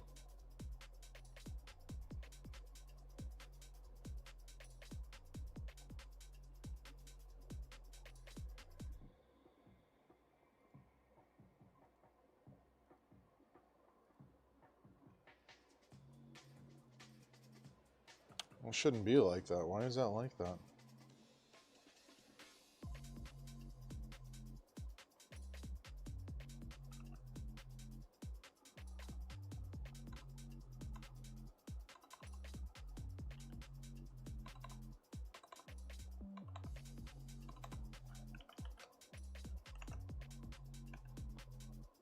All right, now we got to make adjustments.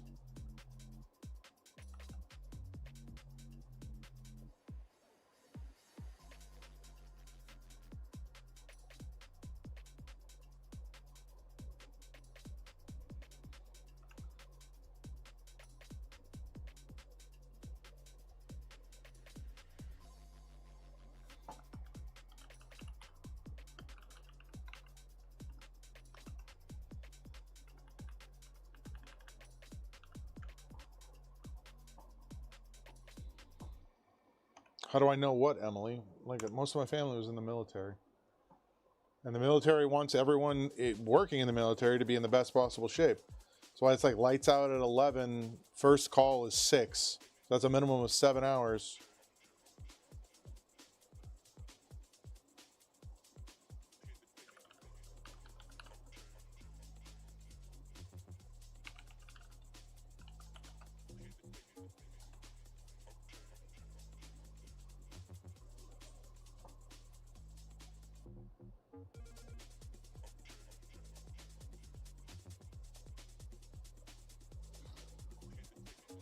I ever do what?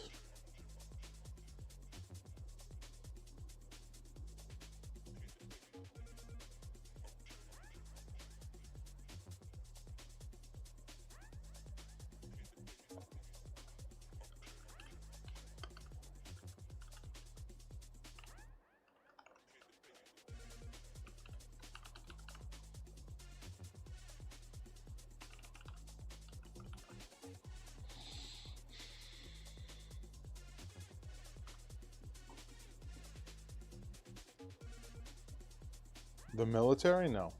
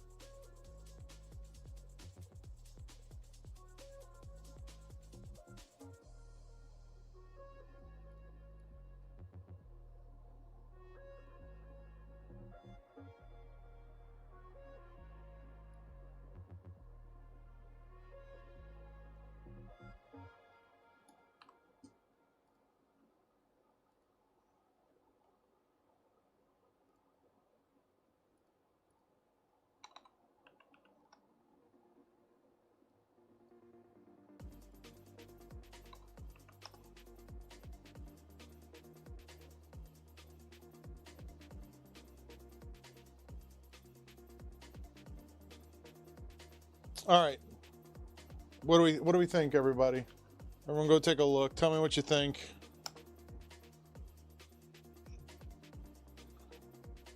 All the information in it right now is wrong,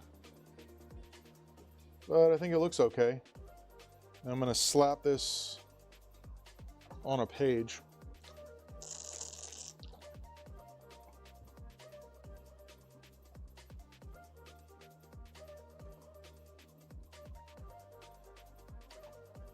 It'll be a heck of a lot easier to update.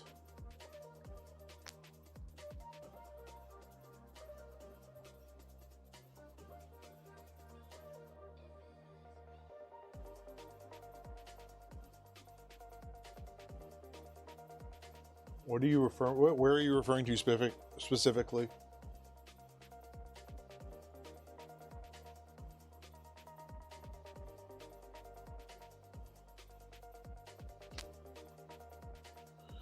If you loaded this page before clear cache, Shift F5.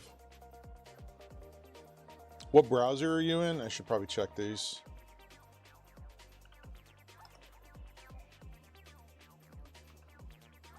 Yeah, there's something funky going on with Edge.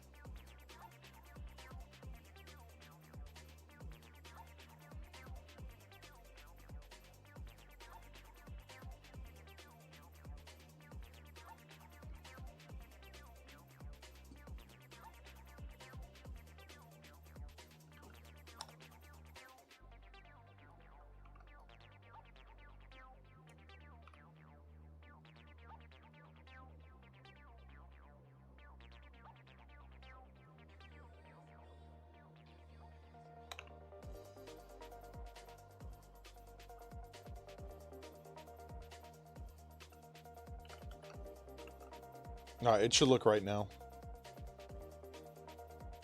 Check it again.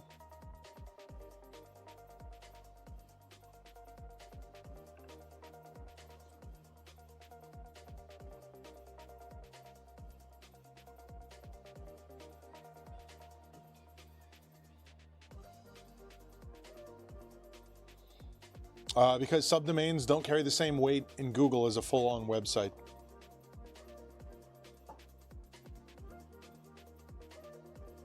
And generally, subdomains will not be indexed by Google. So if you do a search for gaming computers near me,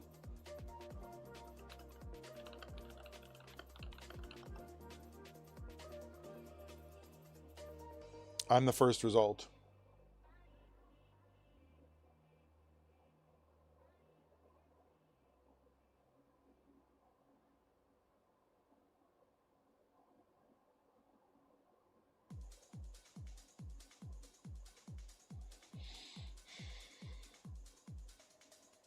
So, and I got to keep pumping up photos.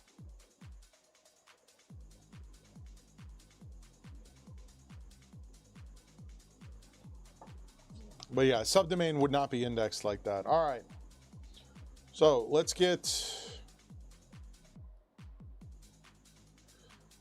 text build in here, and I'm curious. Where'd my file manager go?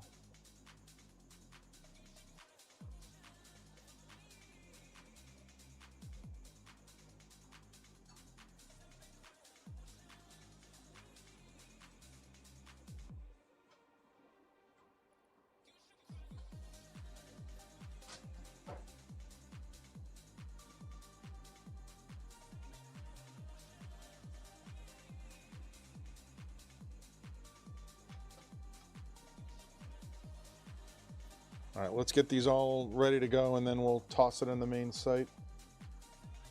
All right, so start off with, is my affiliate link?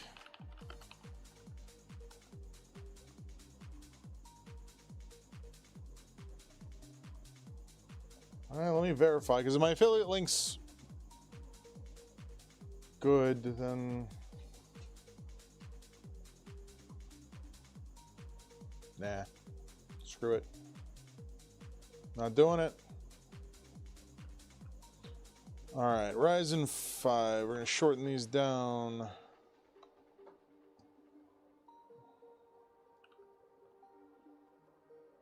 That is a stock cooler, right?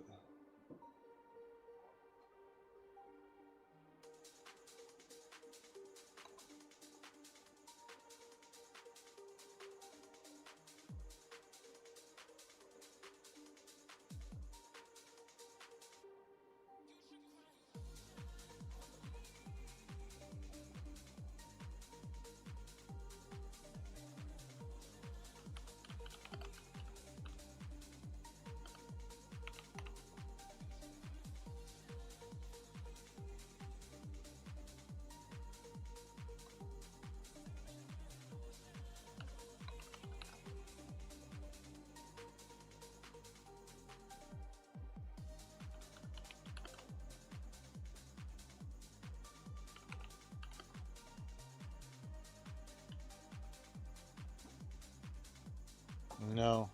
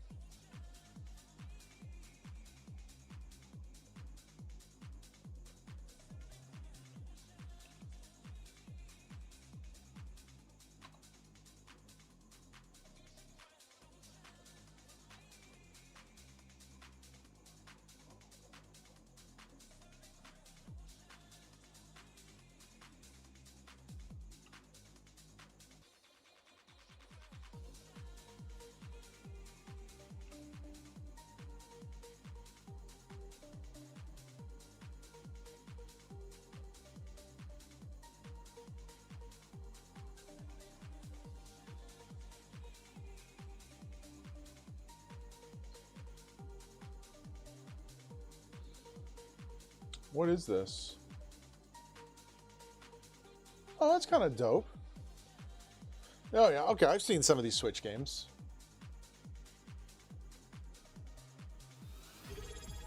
Hey, Joe. Thank you. Thank you so much.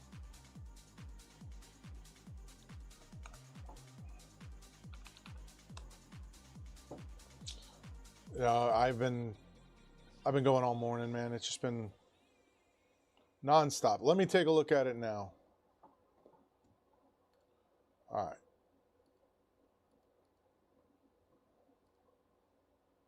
Stop. Stop.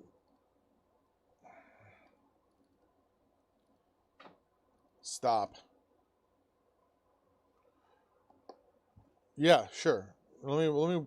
This video is long. In this room, I'm installing a phone everywhere. Why? I'm going old school. Actually, it's to solve a problem, because no one stinking answers their phone anymore. I call my wife, nothing. I call my kids, nothing. I gave them phones. I gave them Apple Watches. They either don't have them or they're always on silent. So I bought a bunch of phones. All kinds of phones. Too many phones. For some reason, I love phones, and I'm going to use them to install a phone system. Why a phone system? Well, it's fun. That's the main reason. Yeah, it's gonna solve my problem from earlier, but I'm a nerd. If you've never geeked out on a phone system, get your coffee ready. Oh, and I just realized I can do this. I can call and talk to my AI. I can talk to Terry on sure. the phone, and he talks back. Because I still need to get into Emily this month. Good. Thanks for asking. And then it can control my home automation and all kinds of stuff. This is what I signed up for. This is why I do this. Oh, and also business stuff. Like I should probably have a phone number for my business, which we don't have. So we'll get one of those. I'll install a phone system for my business so we can actually function as a legit business. Now I'm doing all of this with the 3CX phone system. They are the sponsor of this video, and I've used them before. All right, I need to figure out audio settings. Every time I do this, it's different. Actually, I don't know if I have an audio thing. Because it, like the headphones, the mic in these headphones doesn't work. Does this work? Hello? I don't think that does.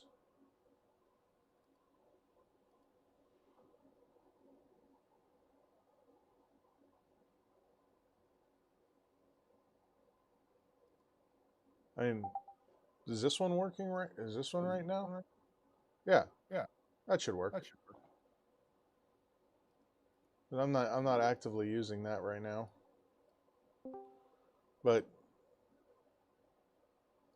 you should be able to hear me.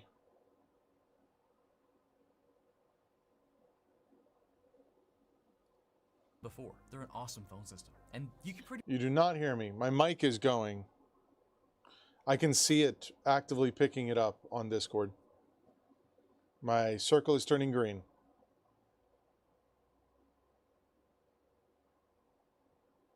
On Discord.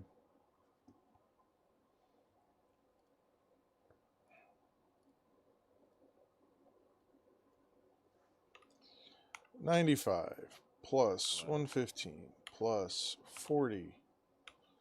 195 plus 75 plus 80 plus 90. Okay, can you hear me now? I can hear you. Can you hear me? You still can't hear me. Let me mute the stream and make sure I'm not hearing you through the stream. Okay, I can hear you through the stream, but it doesn't look like I hear you in Discord. Well, I don't know why, like, I'm not muted. And Discord is actively picking me Let up. me make sure sounds are working on the rest of my system. Yeah, that's probably a good idea. Yes. So I can Discord actively can hear it, and I can hear myself when I test. But I just don't hear you.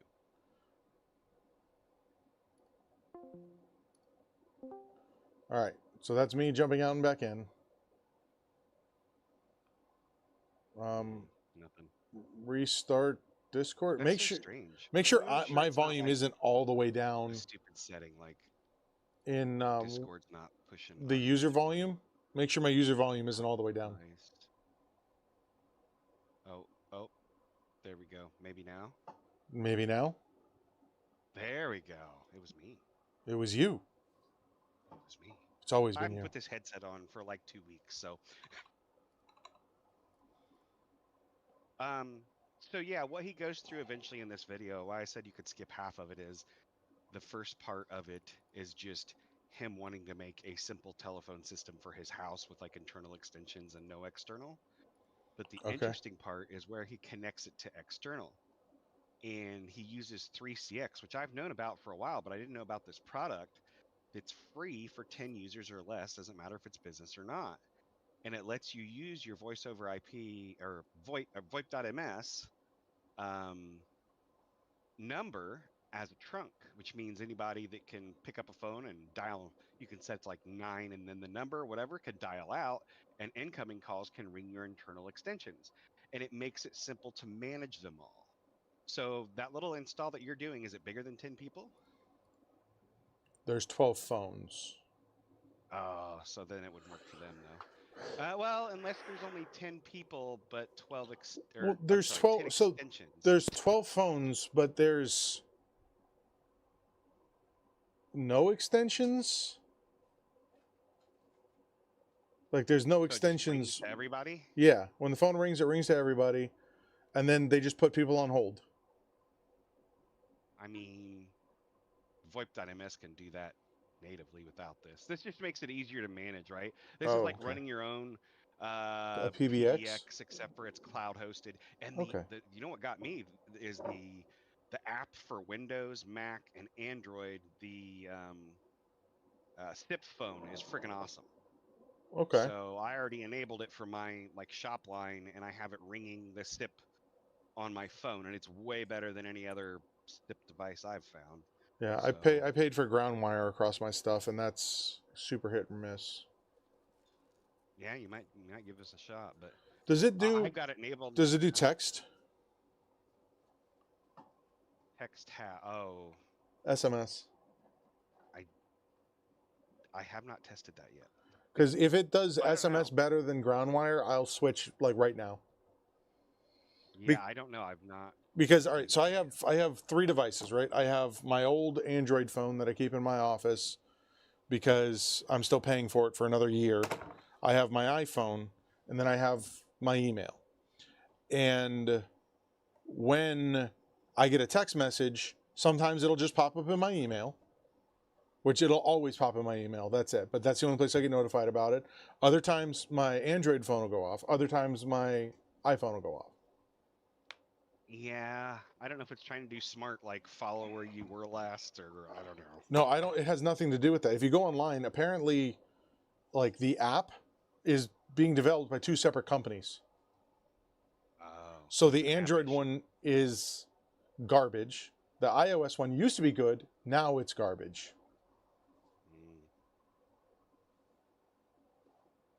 Yeah, it's Trying to real think of what else. great. So the reason I started to look into this is because phone I system. want to run No. custom code when a caller calls on the server side. Now, 3CX can do that, but I found out it's only the professional and enterprise edition, not the free one that can do it. So that's a bummer, but I'll figure that out. But it is way easier to manage, and you can do IVRs over there too, just like you can with VoIP MS.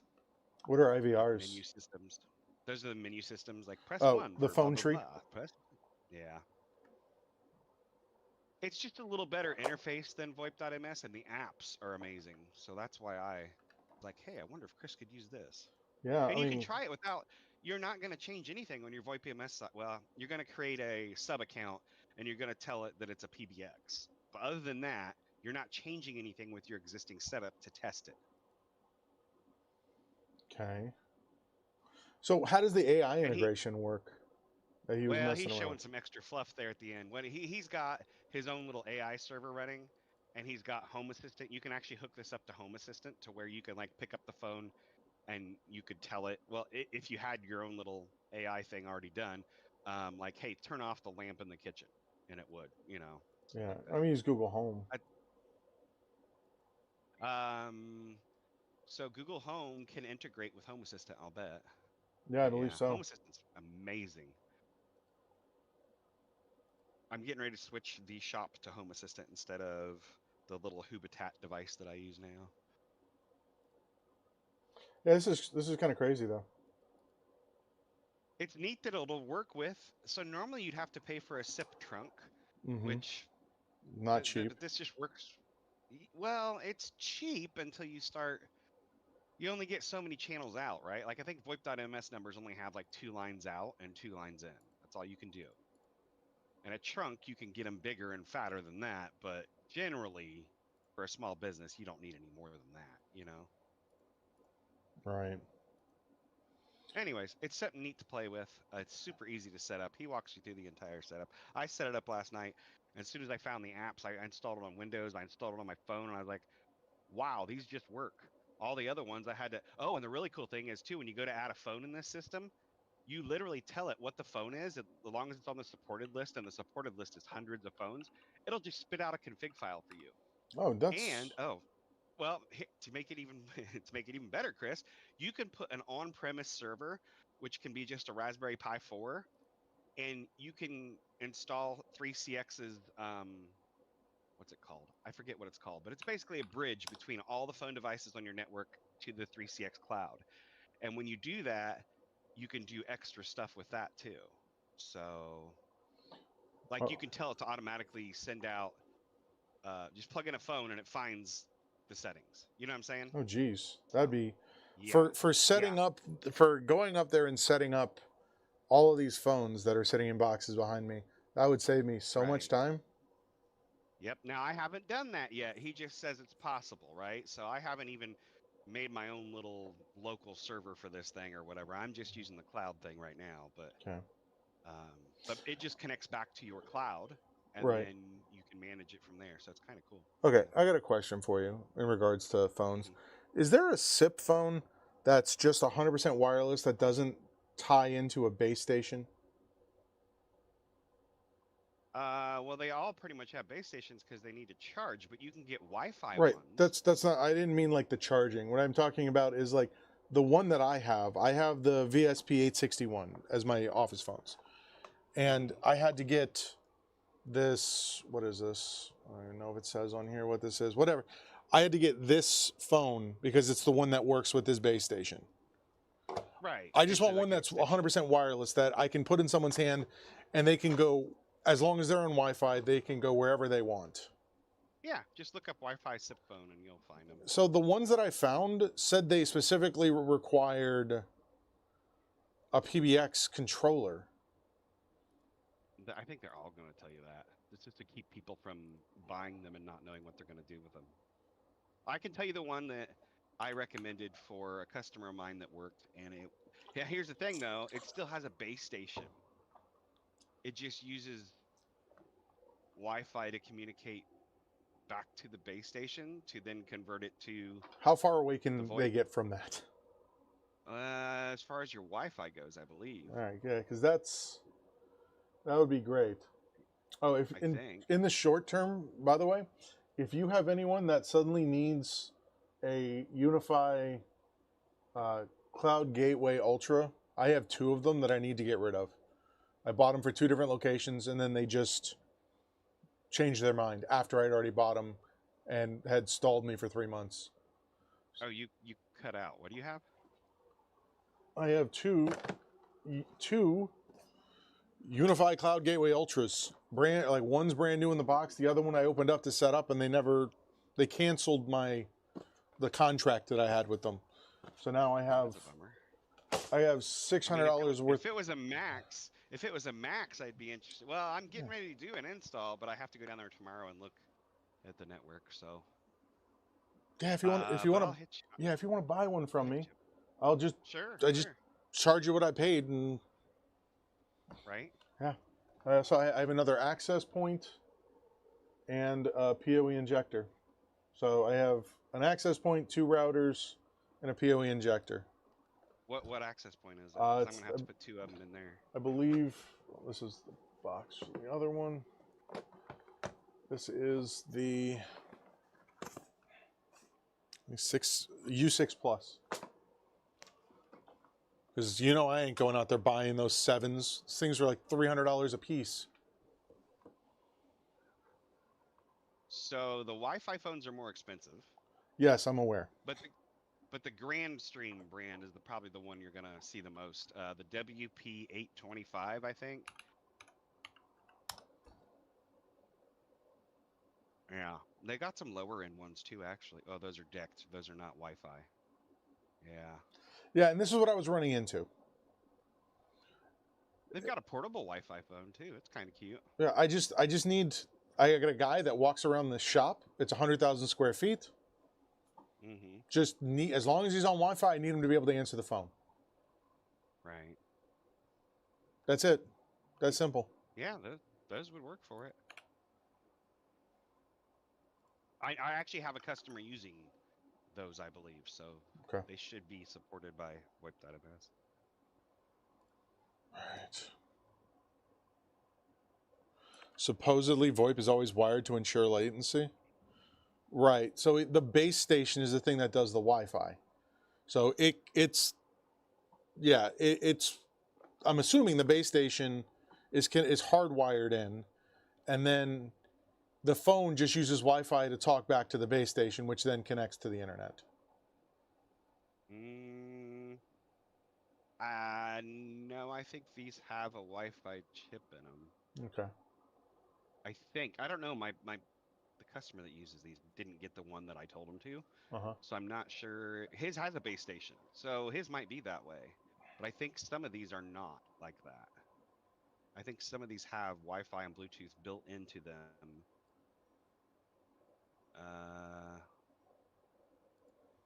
I'd almost have to go to Grandstream's site and kind of look at the product. Hey, no worries, man.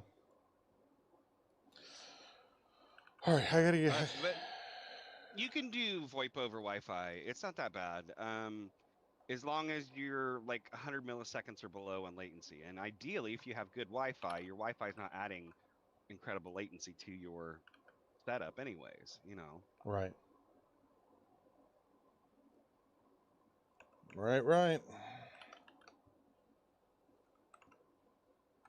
But no, 3CX has this program called Call Flow Designer, and you can literally, when somebody calls in, like while it's ringing, you can grab their phone number, the caller ID number, you can query like a MySQL database, pull down information, and do something with it.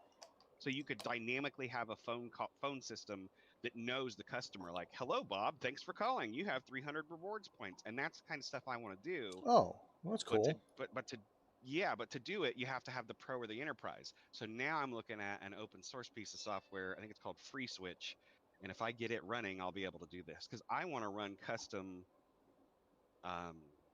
PHP code. Basically, when somebody calls in, query a database, see if they have any devices in my shop that are not checked out and are currently being worked on, and just tell them, "Hey, we're currently working on your device." You know what I mean? Yeah, it'll be pretty cool. And then I'll be able to do stuff for other customers once I learn how to do that too. So. Yeah, that's like awesome, the movie man. theater. Yeah. If somebody calls in and they got a loyalty card, it's associated with their cell phone number. If we detect who they are, we can say, "Hey, you're eligible for a free popcorn. Get them in the door. Sell them some more stuff." Yeah, for sure. Tech life. Mm-hmm. Yeah, he makes fun of me all day too. Trying to think, there was something else I want to tell you, but I don't remember what it was now. But yeah, you could easily do the 3CX. You have to sign up for an account, but once you say it's like 1 to 10 users, it'll be a free account. And without changing anything on your existing setup, you could at least like make an extension on it and then have it ring you on that extension and like install the Android and the iPhone app and just see how you like it, Yeah. So Yeah, I'll give it a shot. I like stuff like that. It makes my life easier. the only thing that the downside I see is it's another cloud service. So what's to say they don't start charging? What's to say that it goes away? I doubt it. 3CX is pretty big. Yeah, that's what it looks like.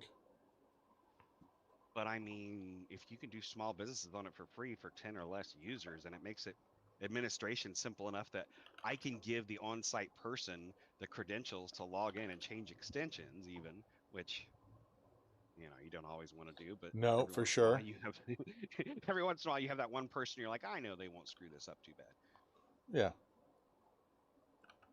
Yeah. Which access points did you say that was? Because I may UE actually. 6 Plus. Oh, it's a 6 Plus. Yeah.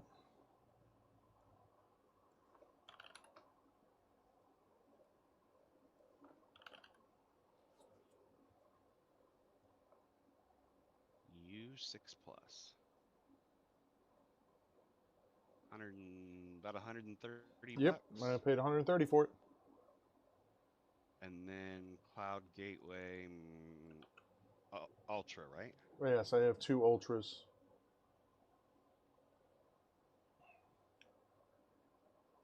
And those are about what, 132, right? Mm-hmm. I do believe. I don't think I paid more than that.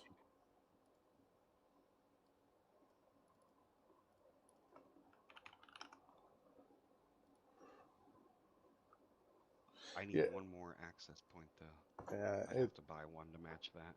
Yeah, my whole thing is I was just super aggravated with them. I'm like, you had me buy this stuff for you, and you told me this was your problem. I get out there, and that's not the problem at all.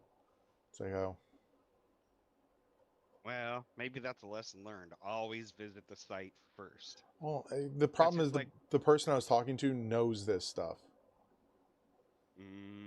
Well, So yeah, don't trust anybody, Chris. Yeah. That's just like I got off the phone with that restaurant today, and I was like, okay, I think I know about what you need, and I'm quoting it up in my head, and I'm telling them, here's my guesstimate. I was like, you know what, though? Let me come out tomorrow and make sure, and also give me the phone number for your point of sale people, because I need to talk to them too to make sure we're not stepping on toes here. Do they have their own Wi-Fi access points, or do they want me to segregate the network? All that.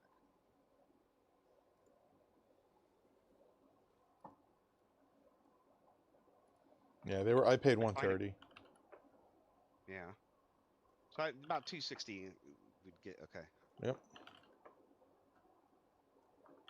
And I think they reopen in a month, maybe something like that. I have to go over there tomorrow to see if I have to run wires. I know there's already place for one access point, but I don't know if I want to put 2 in because it's a big old brick building with a brick wall in the middle. Yeah, that makes sense. Actually, I want to put 3 in. I want to put an outside one because they have a patio out back too. But I told her, I said, maybe that's not even an issue. Let's just see how. Let's see if in the summertime when people are sitting out there, if that becomes an issue, and we can address it then. Mm-hmm. Oh, yeah. Of course, there's seats. But if I get this call flow stuff working, my whole USB 56K modem thing that broadcasts who's calling, to all the computers in my shop, will be kind of a moot point. Yeah, kind of. Because I'll be able to do whatever I want. Like, yeah, I won't have to use a little analog phone line listening for caller ID. Yeah.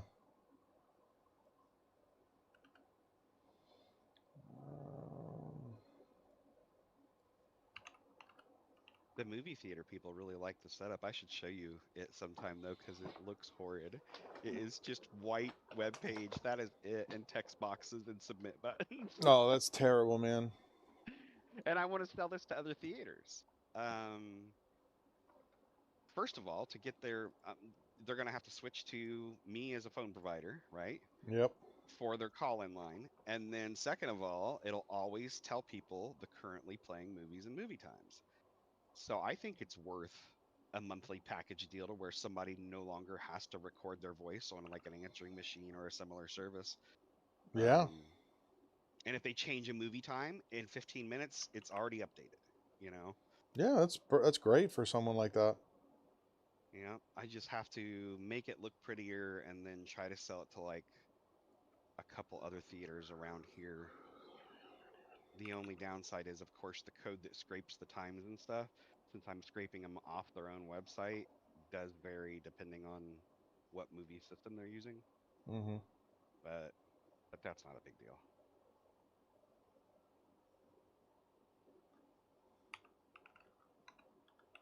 Did you figure out your VS Code server thing? Yeah, I deleted it. Okay. Yeah, they couldn't even tell me where it came from. Maybe it was like, so you use VS Code now. Maybe it was some tutorial you followed that like automatically uploaded it via SSH. No, You know like what I I've mean? never had No? SSH access to my server. Oh. Like I do, like, let me rephrase that. I do have SSH access on my server. I do have that, but I have never set up uploading files via SSH. Gotcha. So I don't know. I still got to figure out. It still says I have 45 gigs of used storage space on my server, and I don't know where that's coming from. What? Yeah, they can't explain it to me because I have to pay for them to generate a report. You can just use SSH to. Oh, find out. I went through and I spent several hours doing that yesterday, but the problem is it can't tell me a folder that is that size. So that means it's like spread out into a bunch of different folders. I just have to wait for them to like clear the trash on the server at the end of the week. Like, because they are after 30 days, whatever, they hold on to all deleted files for 30 days and then it'll update. Right. I mean, I'm not paying for it. I just don't know Right. what it is. And it bothers me not knowing what it is. Yeah. Yeah, that would definitely bother me too. I will have to demo sometime though. I'll make a video of my USB. You know what? And I'll even open source the code for other people to use my USB modem post notification thing. If they have like a small business and they want like in the corner of their computers for it to pop up with custom information from your own database based on the incoming caller. Yeah, that'd be pretty cool. Yeah, it would. I'm using multicast though to broadcast it across the network. Not the most efficient, but it works. Yeah, we tried doing that. He's too busy. It would be interesting to do a podcast, but I don't know if you'd always have enough stuff to fill it with. There's always stuff going on out there. Yeah, that's true. Always. Like, look at Battle Mage. Like, Battle Mage is impressive, man. Mm-hmm. For the amount of money you're getting or you're paying. Yeah. I don't know if you've looked at that at all today. Yeah, it looks like most of the bugs are worked out. Most, not all, but yeah.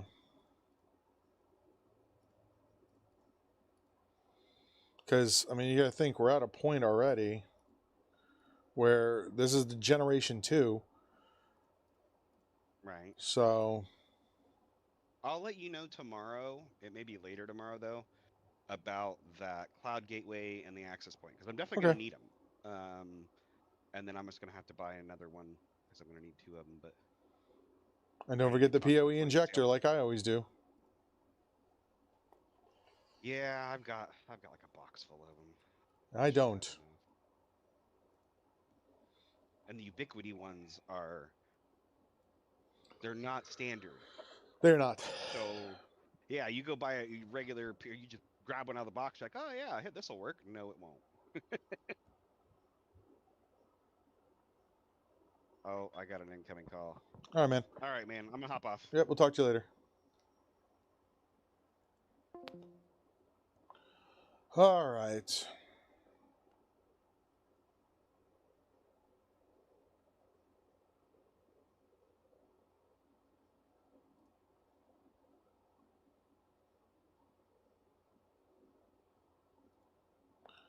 Gotta make some changes to these builds because these builds are quite expensive.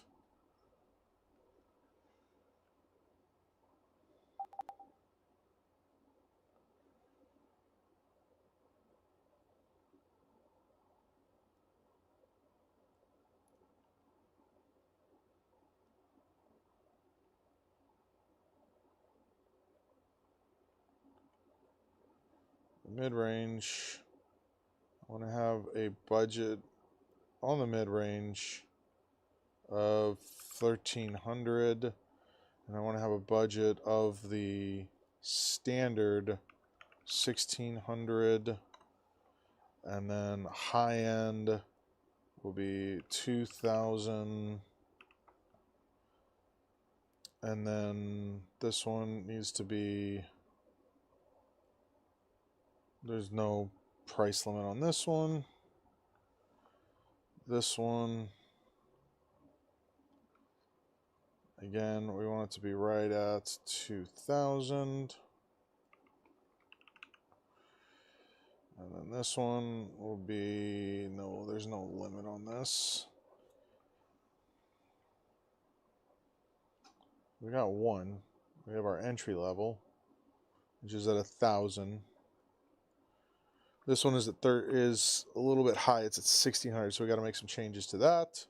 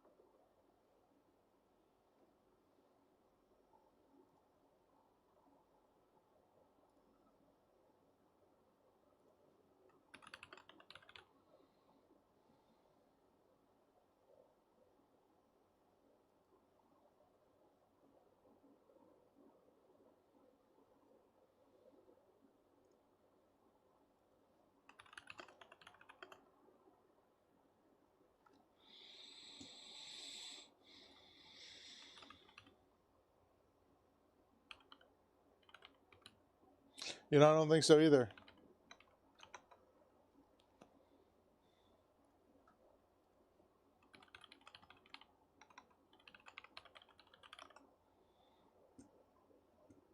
That's funny.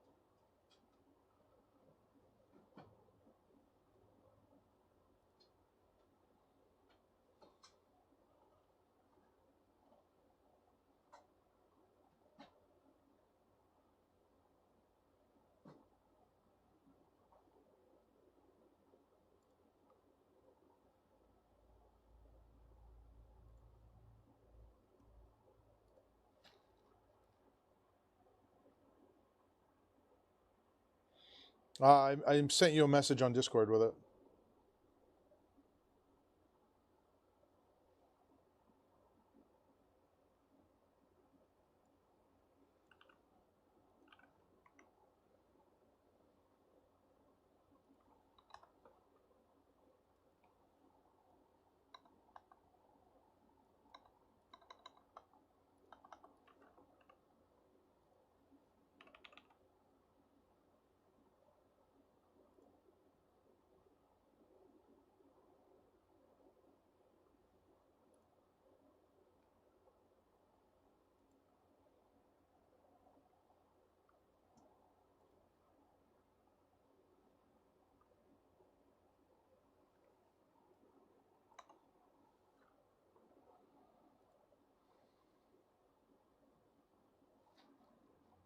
Okay, Emma, what'd you have for dinner?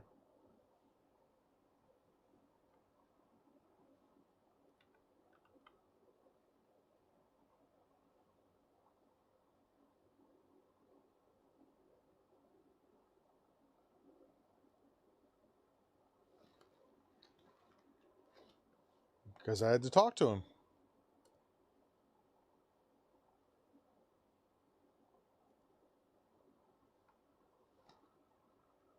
Hello, Mr. Nate Geek.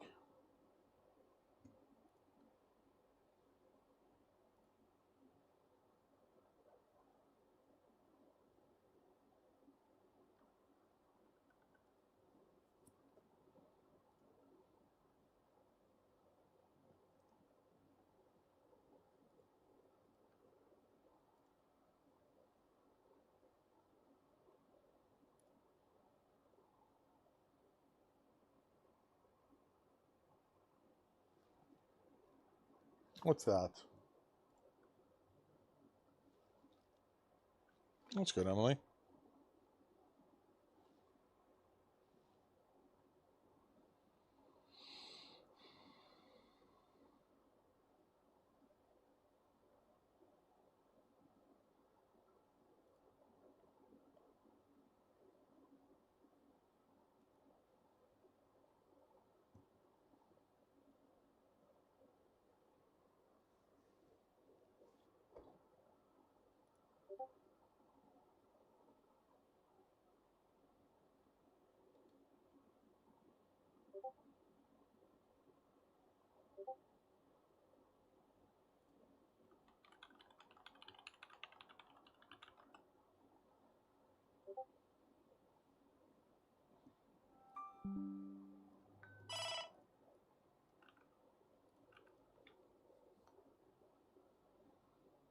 Oh, jeez.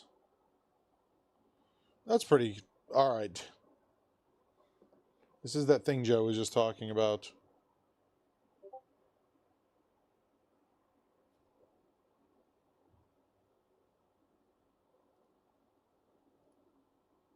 Hello and thank you for calling Mary Mac's Cinemas in Logansport. Please listen as the menu options may have changed. Looking for the perfect stocking stuffer? Give the gift of entertainment this holiday season. Mary Mac's gift cards are available in $5 increments. And they're good for tickets and concessions, because popcorn makes every movie better. Stop by today to grab yours and make someone's Christmas a blockbuster. Happy holidays from Mary Mac's Cinemas.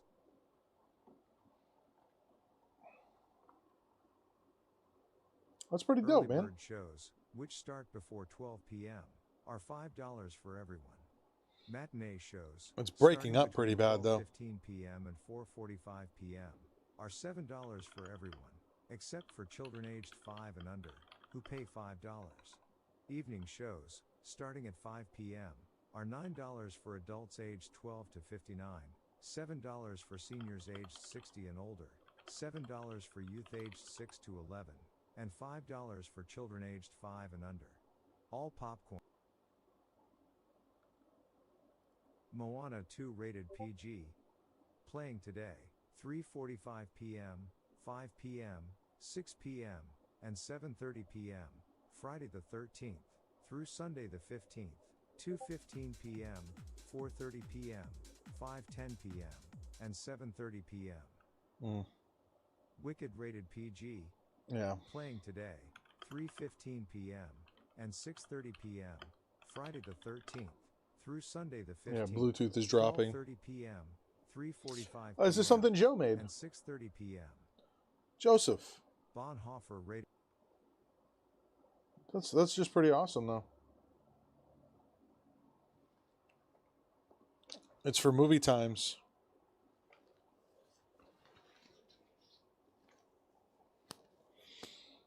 Yeah, I would say so. I have seen text like that before, yes.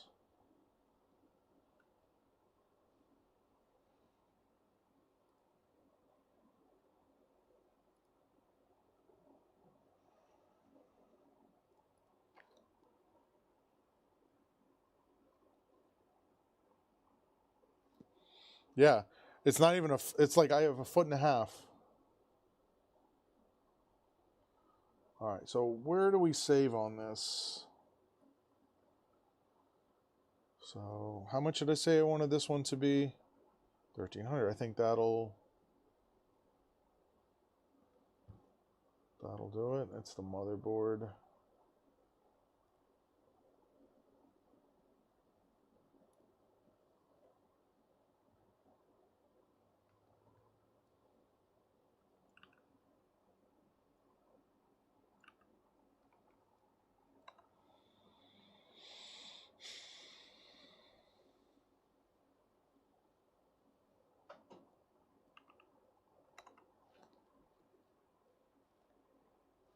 Yeah, for sure.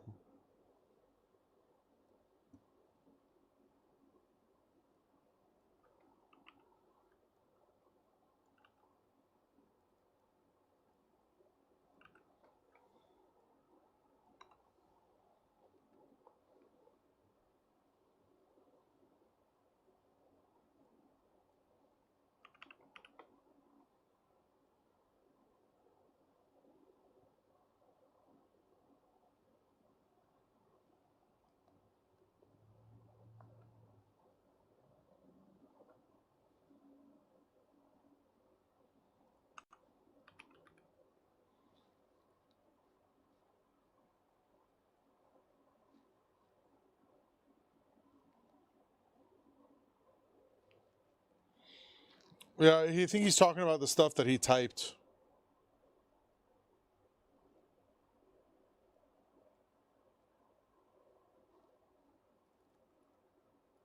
Not what was playing.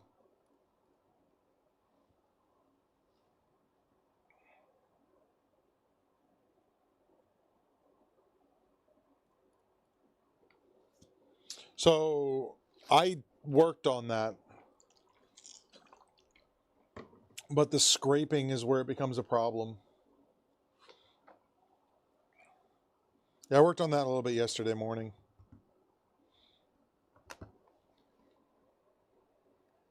Oh, is there? I didn't even look into the API.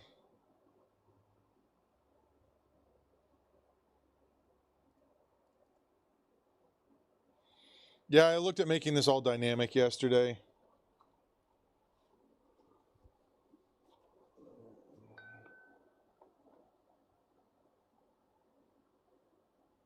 Yeah, maybe I'll look into this because this is what that was originally what I wanted to do.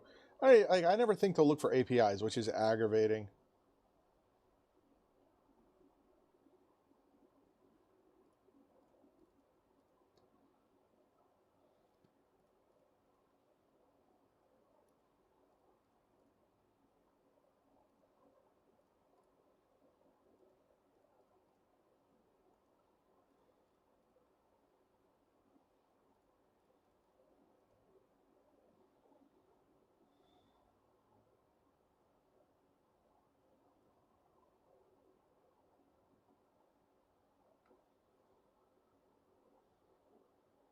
It's 1,200.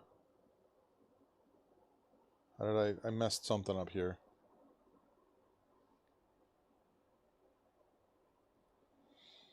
Yeah, especially for this many components.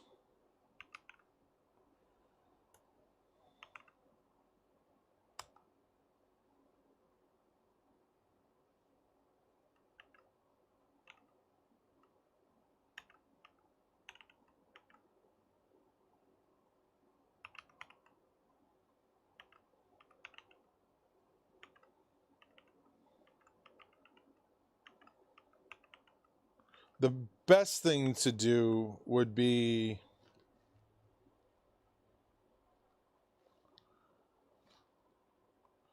the best thing to do would actually be scrape all the information once, store that information in a database, and then once it's in the database, just check to see if the price has changed instead of every time the page is loaded.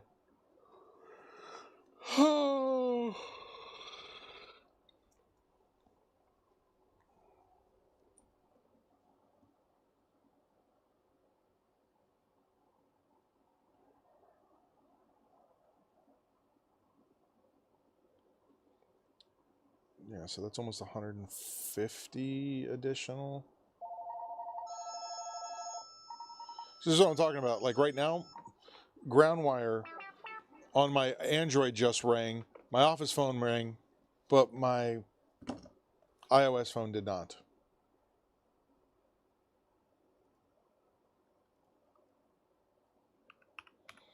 I gotta find something else.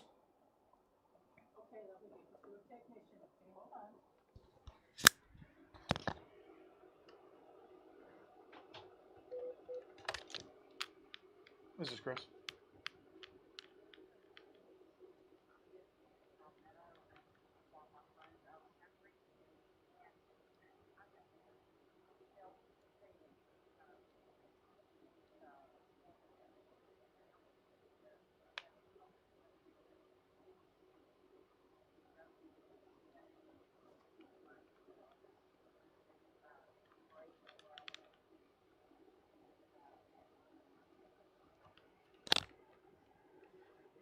Well, yeah, I mean, how old is the computer?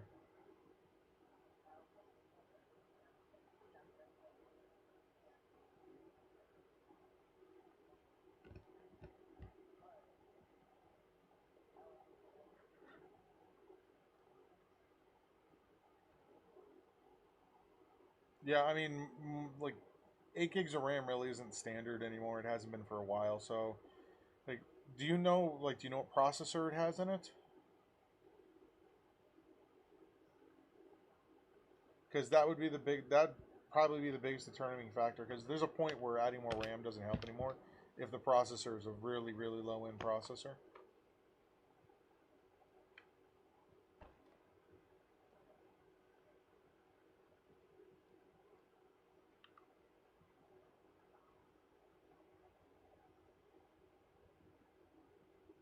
Yeah, that could also be internet, depending on what they have there.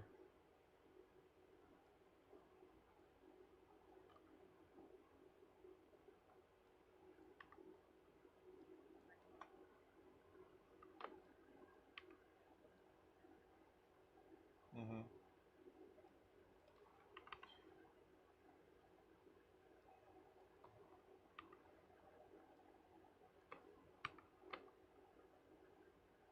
I mean, possibly if you like, you can bring it in and take a look. Diagnostic is 35.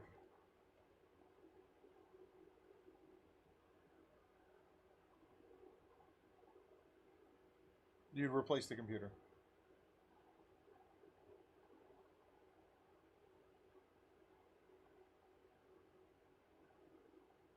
Mm-hmm.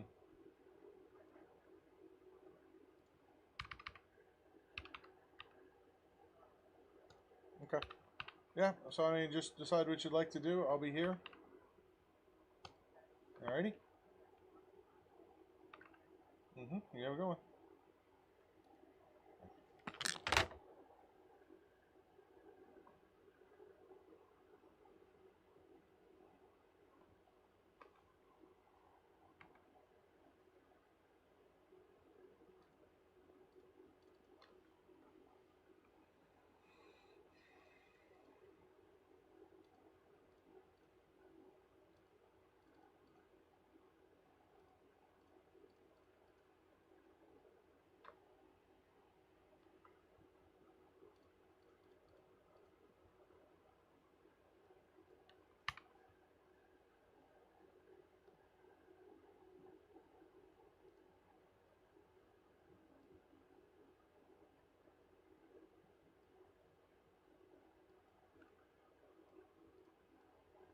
Can't even order this monitor anymore.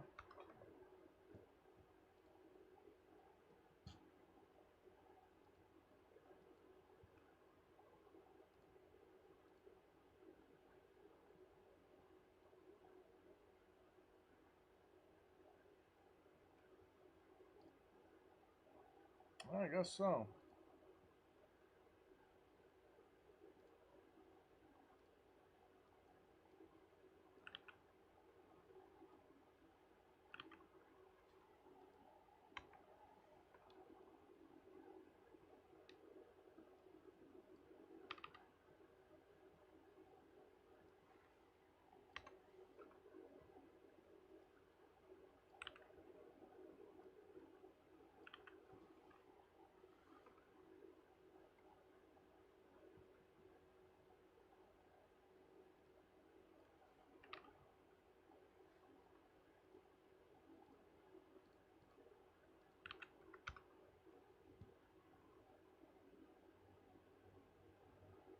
Well, I guess that's still a thing.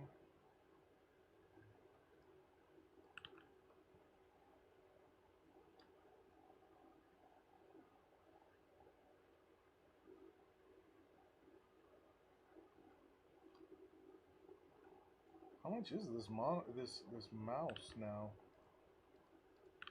They really dropped the price that much? Yeah, they're 20 bucks.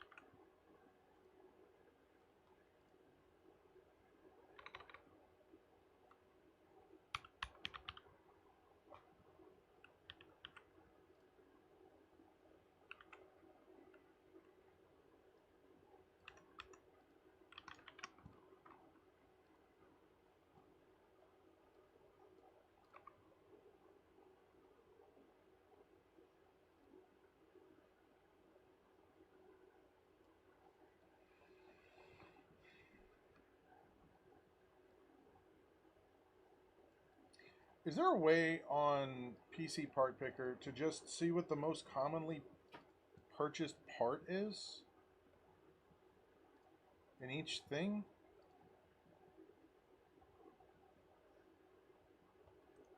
Like, I don't care about price trends.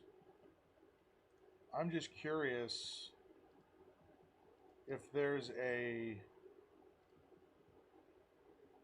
button that's like most common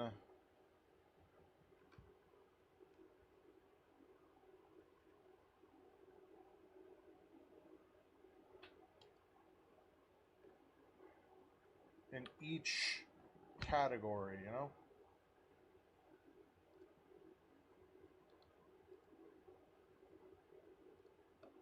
Work on that again.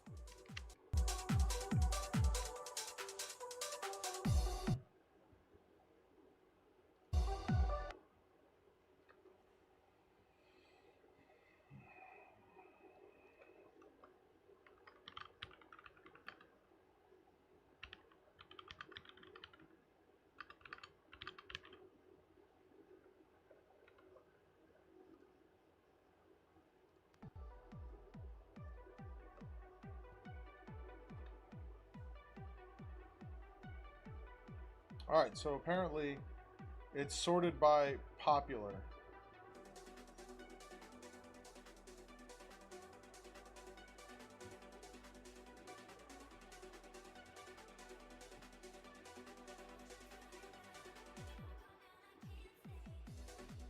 By default, I did not.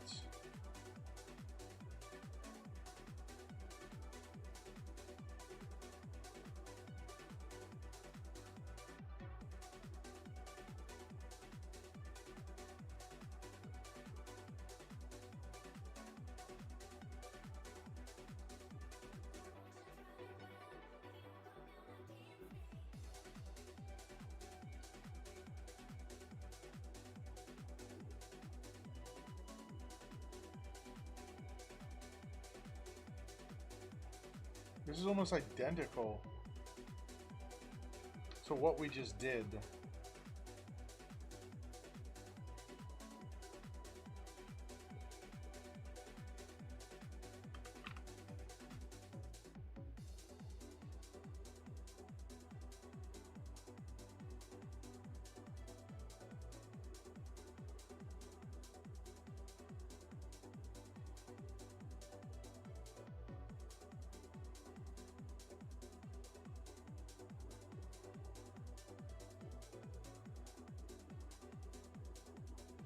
Oh, why is the 7700 XT in this?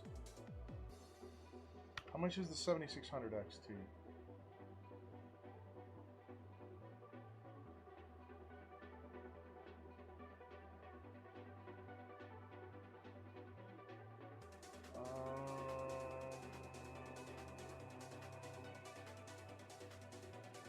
Okay.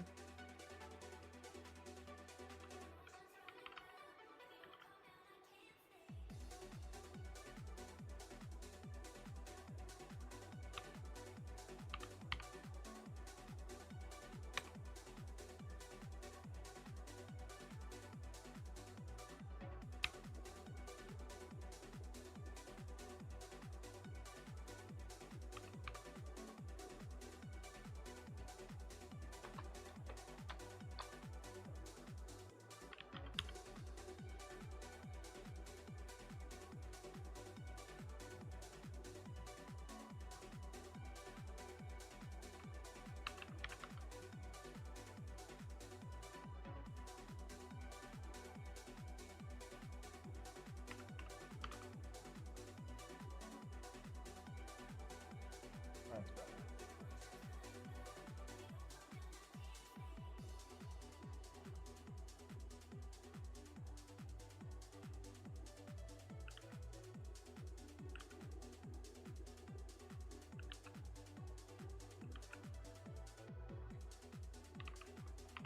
So that's the 120. And the 120 is...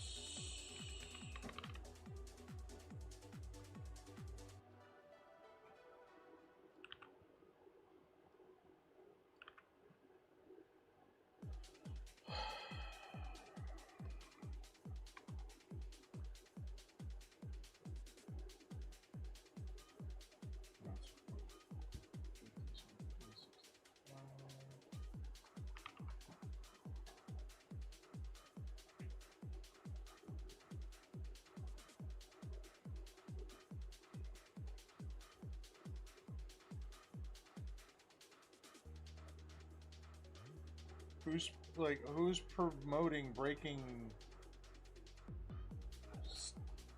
Twitch's terms of service?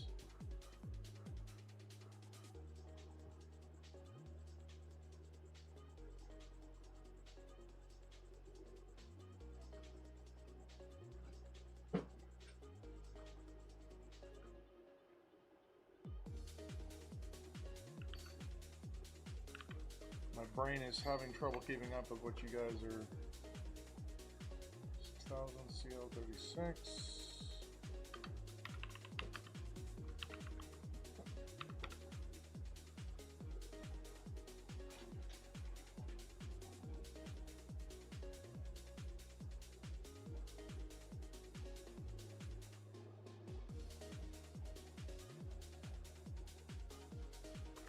messing stuff up here.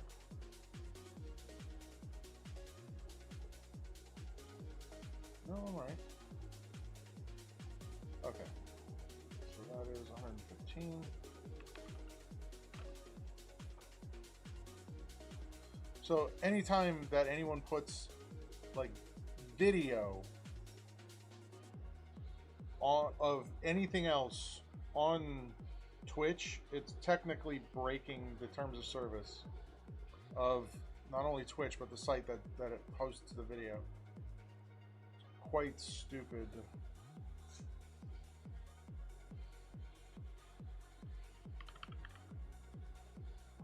Because Twitch has a specific thing where like rebroadcasting is like not promoted. They just don't do anything about it. They don't want you rebroadcasting stuff from other platforms onto here.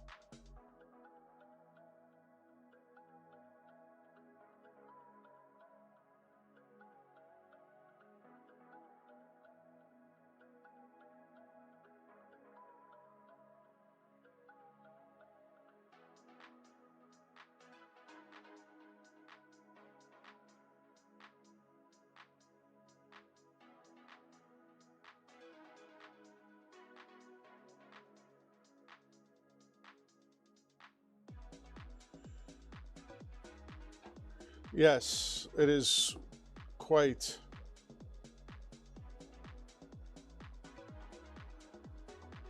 It is quite aggravating, but once it's done, it's done.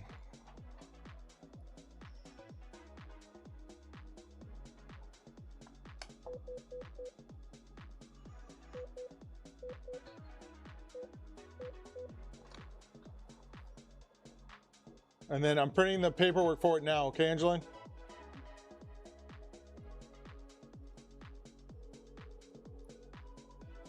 Hey, this is Chris over at the computer shop. Your computer's ready.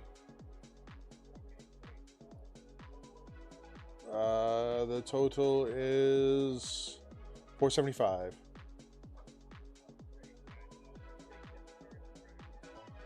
Either. Yeah, either. Doesn't matter. Yeah, I get here between 9 and 9:30. It just depends on traffic coming over the bridge. Yep, have a good one.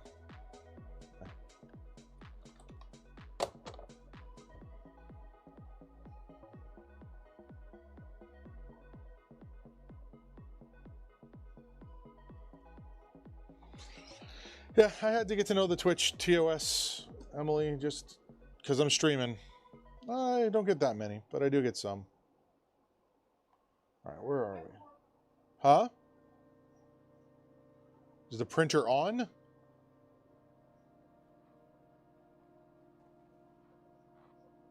Guess not.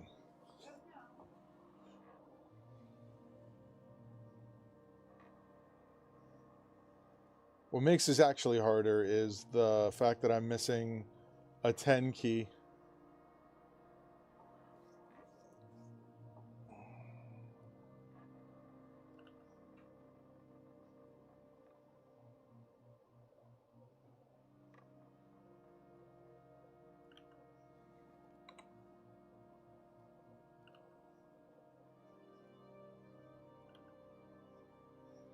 That's what makes this actually painful. 4060 Ti.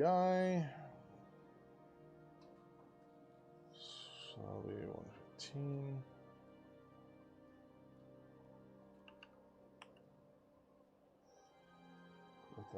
base. Stayed. That's right there. All right.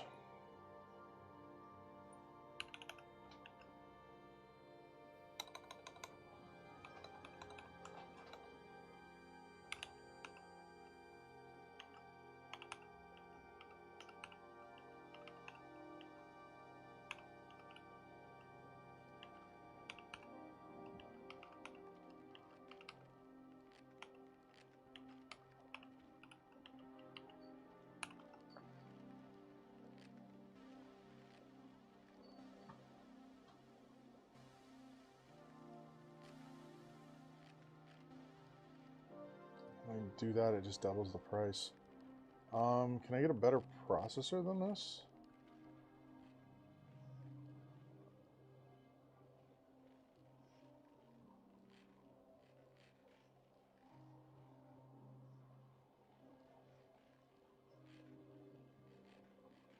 Yeah, there we go. That feels better.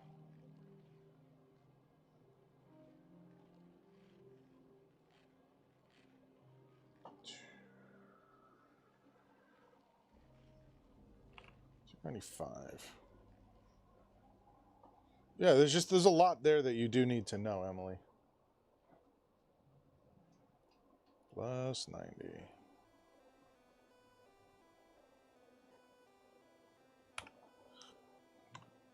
$1640.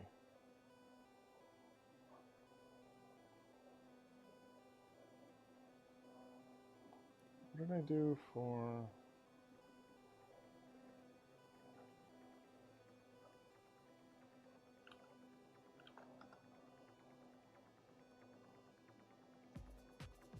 There you go.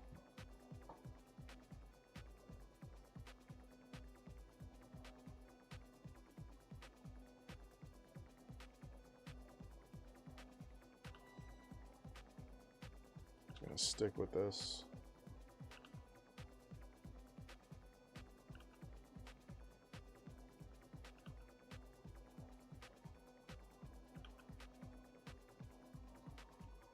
like what you're like terms of service are what you're allowed to do and what you're not allowed to do while using their website. That's all that is, Emily. Like for a while there, you weren't allowed to broadcast on both Twitch and YouTube simultaneously.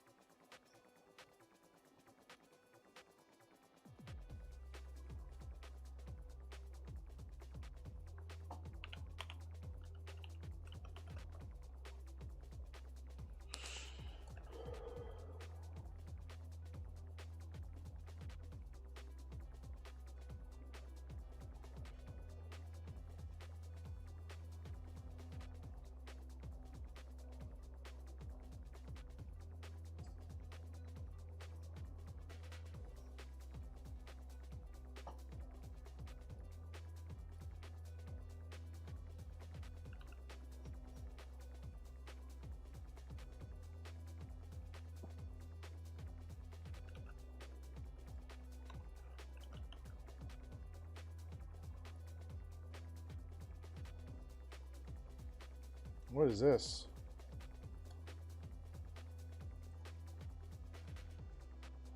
Oh, really?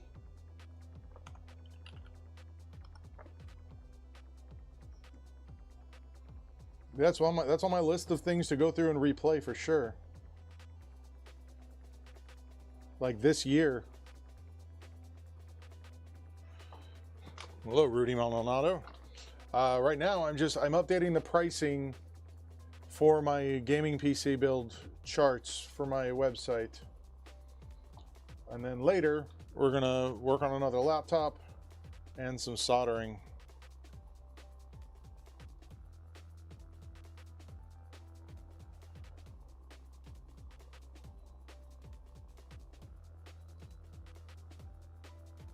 Why is this?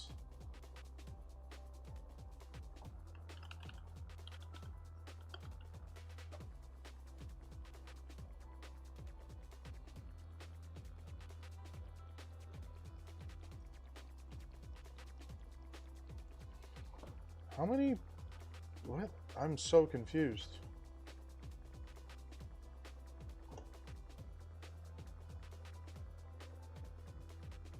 I didn't know they sold stuff like that. Yeah, I will be doing that a little bit here in a little bit.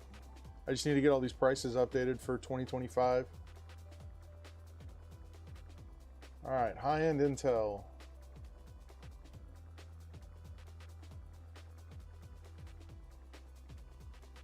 Shooting for $2,000.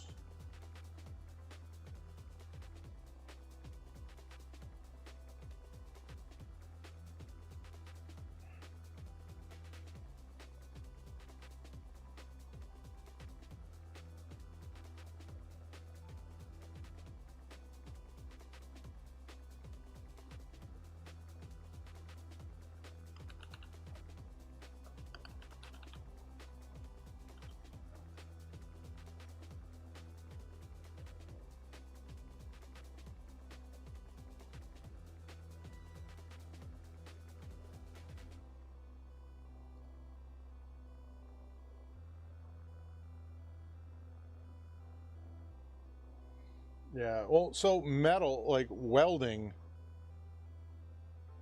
is not... Okay, in the purest definition of what welding is actually taking two separate metals and making them one. Two separate things and making them one. Soldering, you're adding an intermediate thing between there. In welding, the reason that you use a stick is the stick is used to melt the two pieces of metal together. It's not additive. Soldering is additive welding, like technically. Like welding would be like if you have two copper pipes and you weld them together, they are now structurally and atomically one piece of metal. Whereas with soldering, the solder is the thing that binds them together. So slightly different.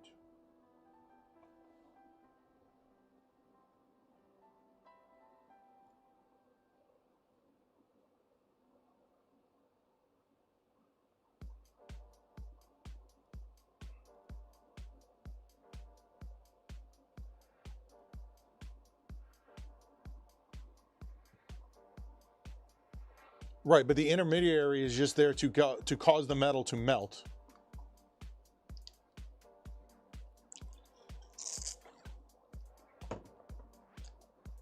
Like I'm not a welder, so don't quote me on that. Copper pipes are brazed, yes, but you can also solder them together. You can weld them together. It's just because of the low melting point, it causes the metal around the weld to be weaker.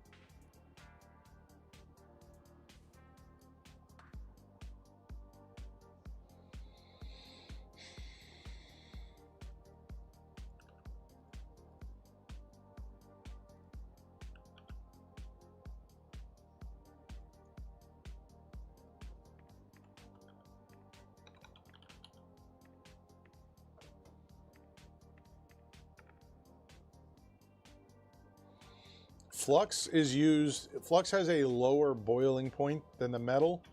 So you use flux as an intermediary temperature-wise to cause the solder to start to melt.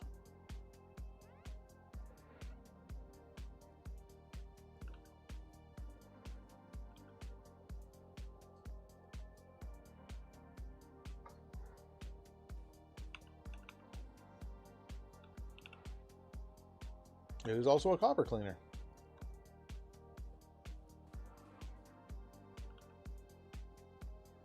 Man, you opened up a can of worms, my dude.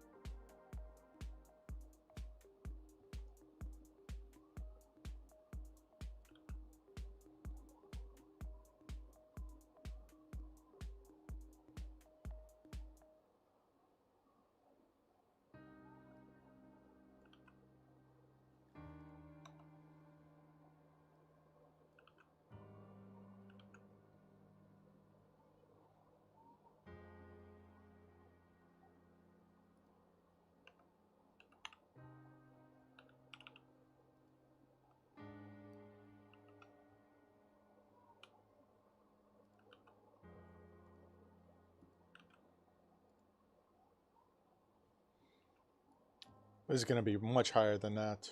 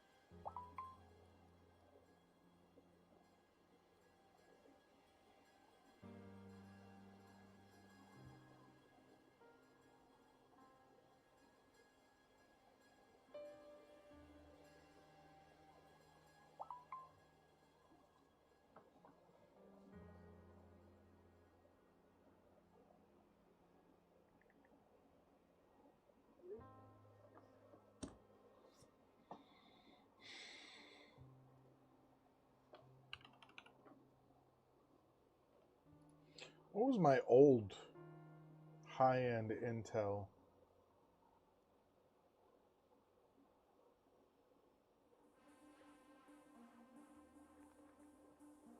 That didn't make much sense.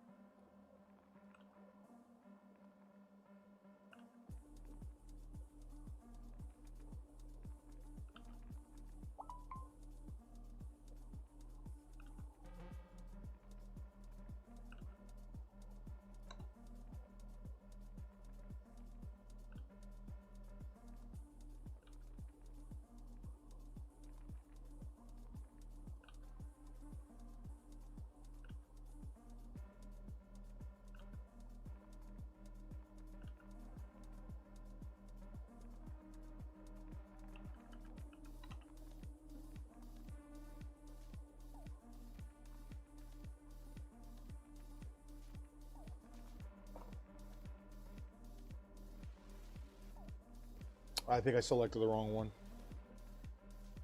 No, there's a step above this that I'm doing.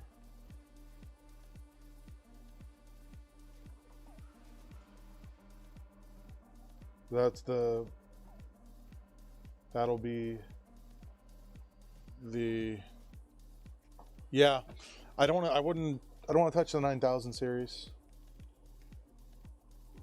13900, 14900.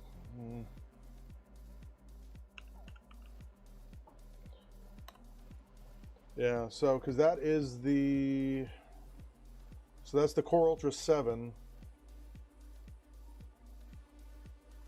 and to choose 265. Yeah, so that's it. So then the other one's going to be the Core Ultra 9.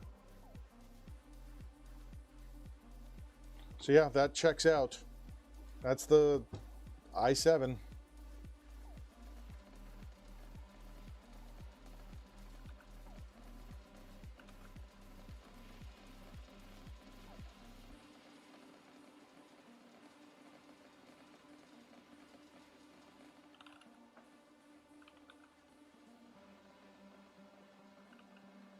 Because I feel like even now there's still that like little chance that it's not going to be better.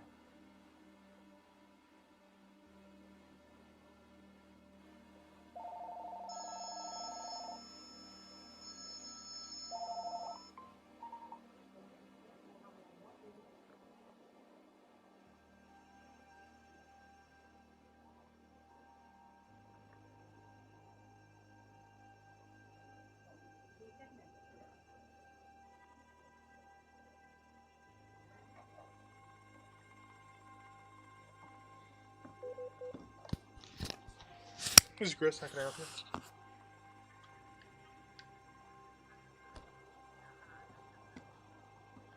It's $50 plus the cost of the battery. I don't know. You would just have to bring it in and let me look it up. Okay. Like I said, you just have to bring it in and let me look at it.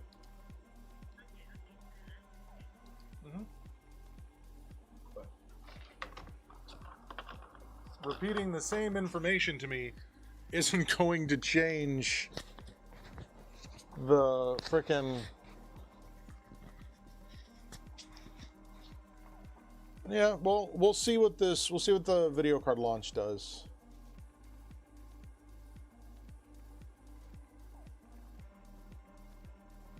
Kind of want to do a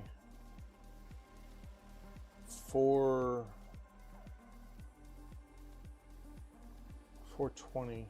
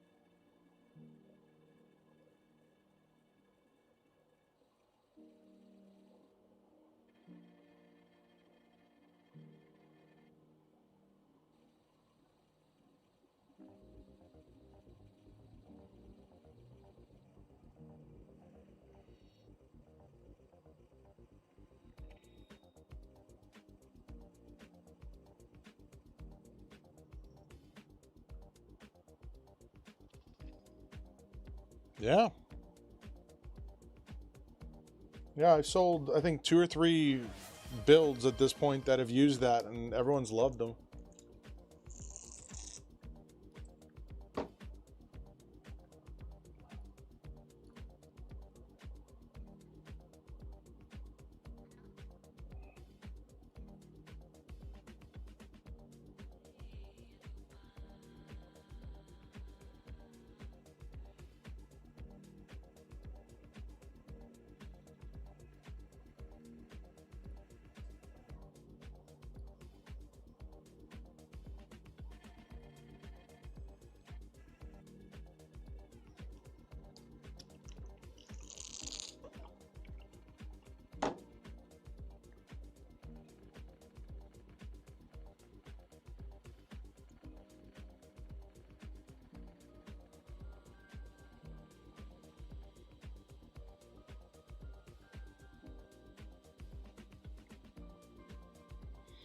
Really? That's awesome. Yeah, I asked her to always redeem it for me because it's not, I have to remember to continually drink water. Otherwise, I just forget.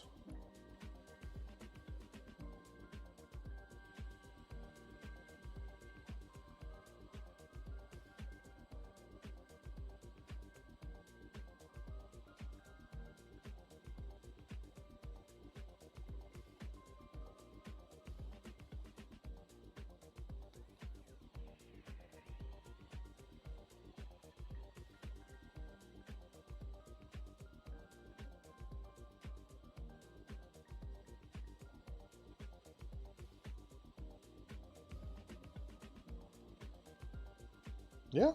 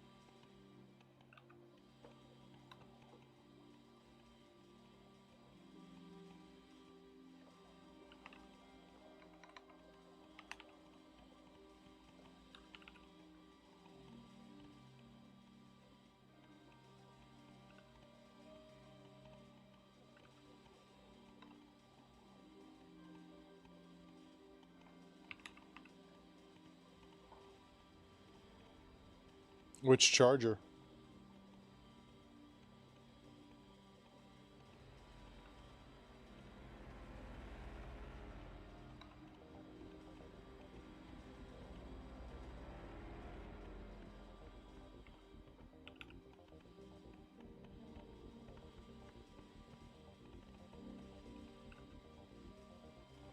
Oh, the one that you linked before, yeah.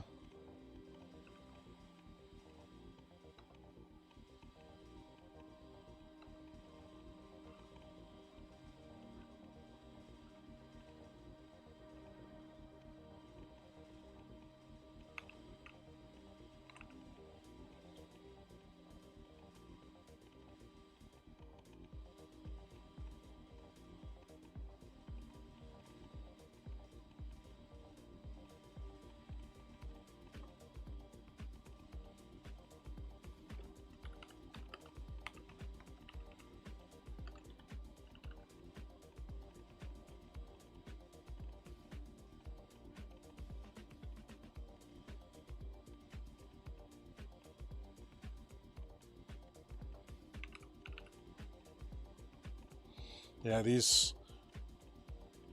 the 40, like these all of the high-end 40 cards are now just stupid.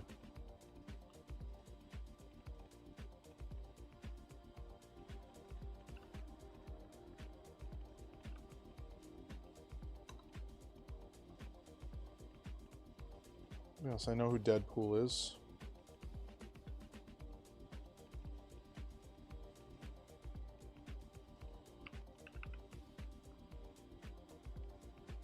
Maybe.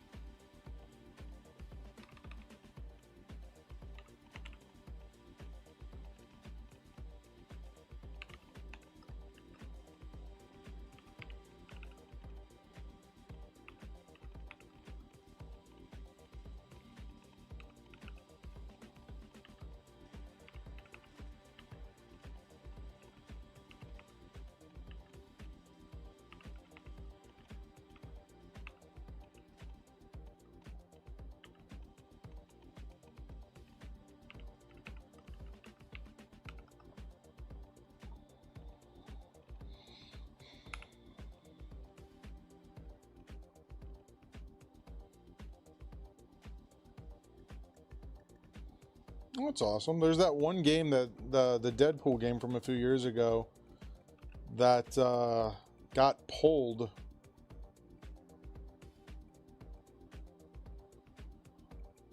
And if you have it, that ends up being worth something.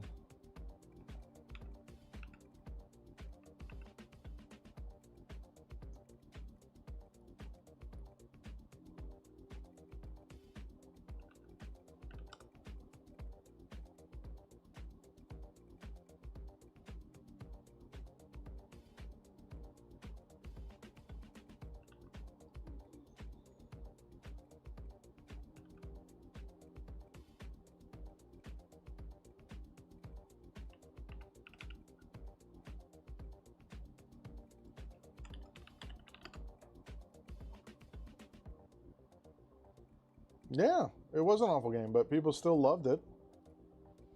People love a lot of awful games.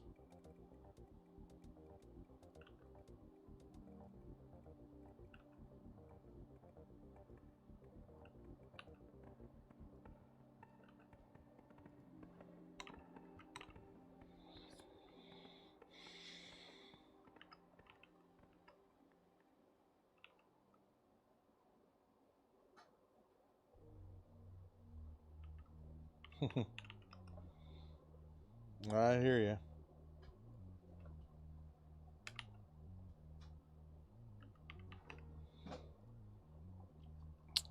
right.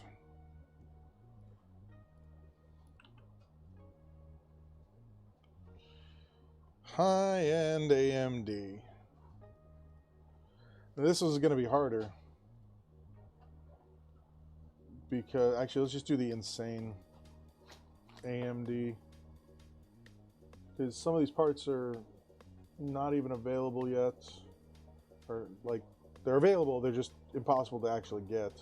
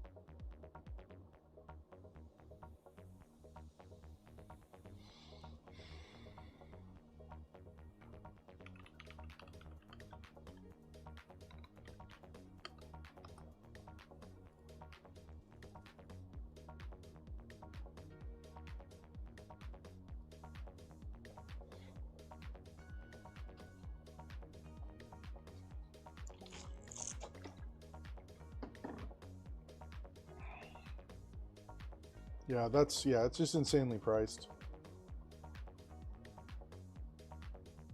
Alright, this one build is going to be basically the same as this. It's just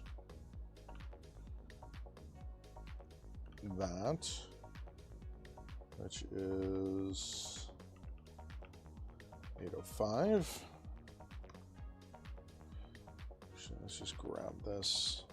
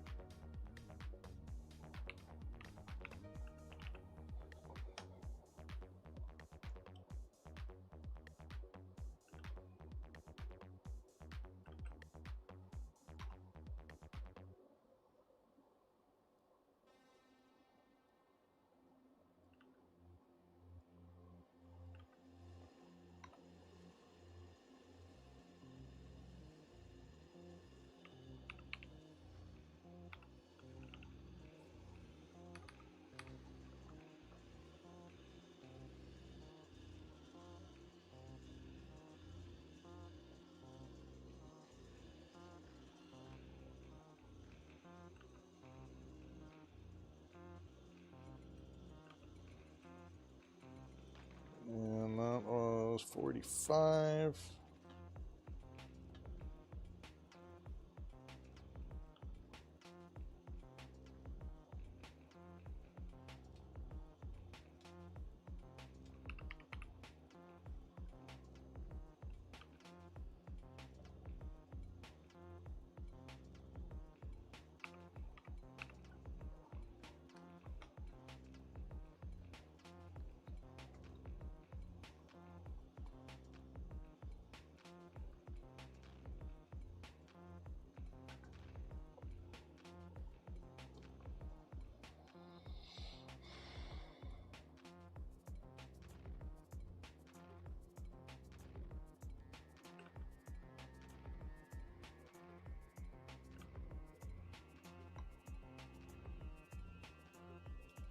$14.90.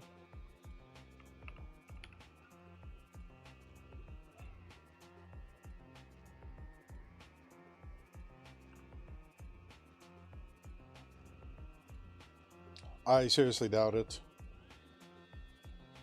Valve doesn't know how to count to 3, man. It's a meme that exists for a reason.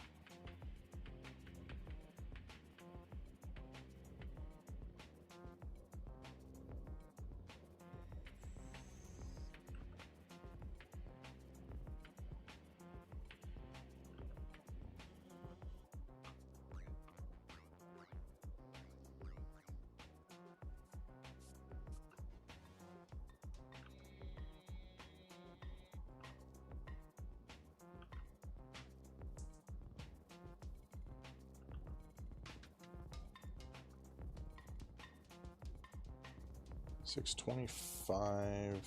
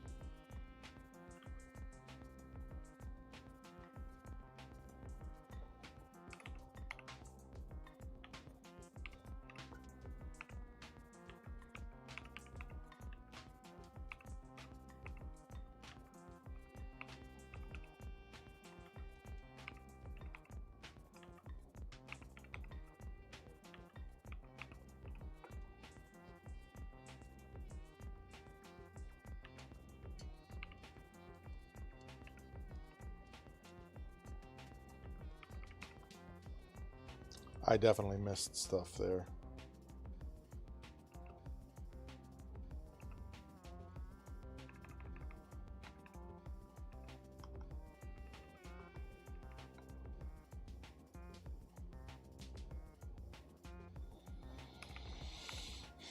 $805, $295 plus $1325, $485 plus 90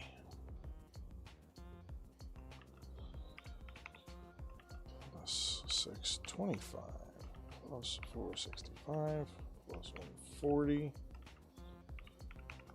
is that's better.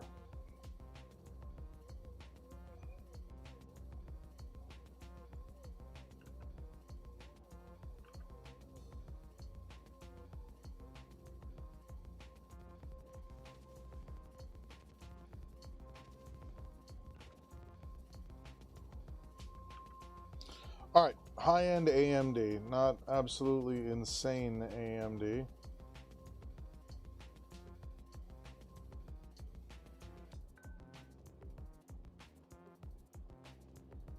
$7800X 3D. This. We can drop that.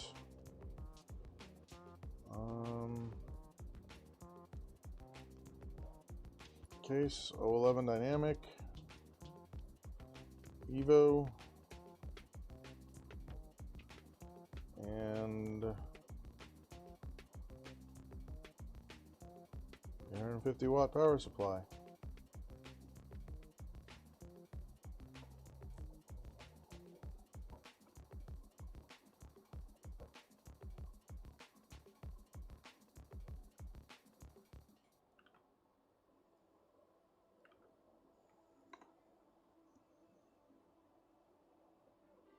Nope, I don't want this one. I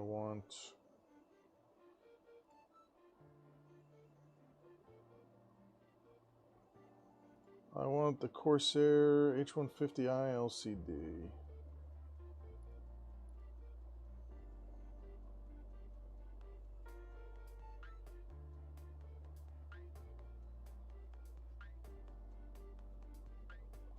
Which one did I put up here? Oh, I guess I did do that one.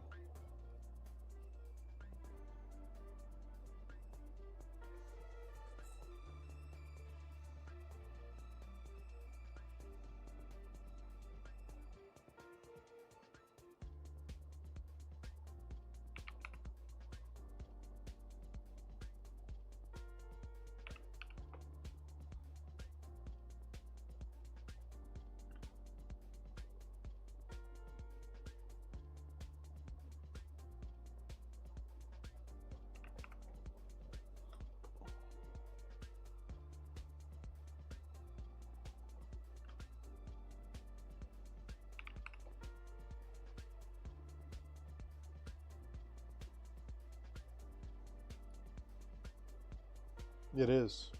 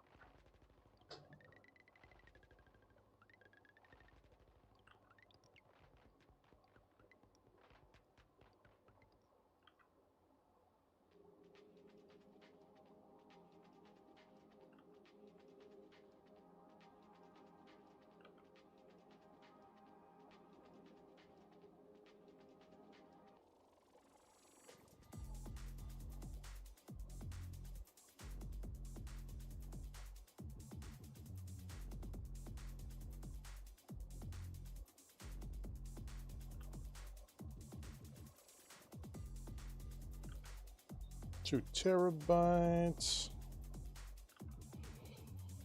2 terabyte.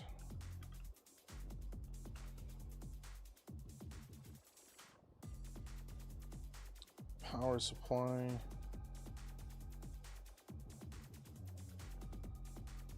$130.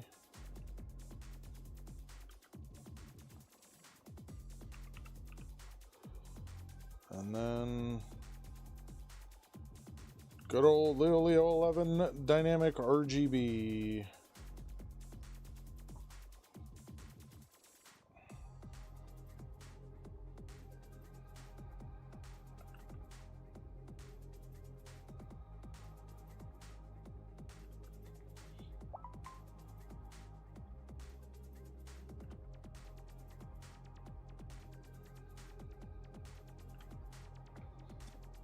All right, last one.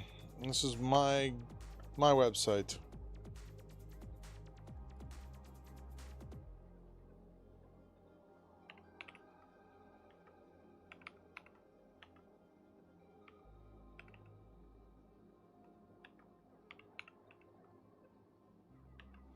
There's no way that price for that is right. It is. That is not right. $490.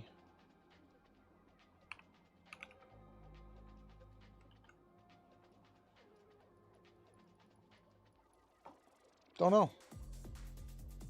This is Gaming Computers Bradenton.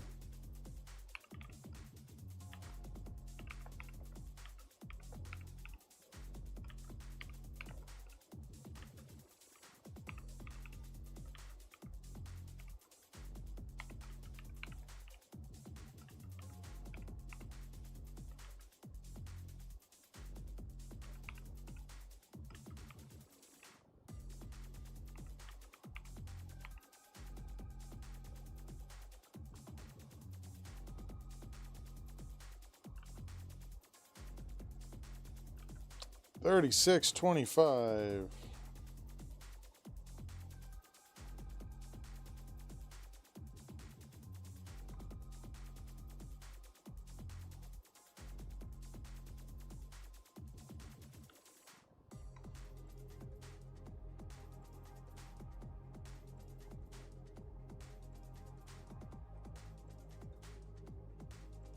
Plus 450 plus 90 plus 90 equals 42.55. All right, done. Now, here's what we got to do. We got to take this,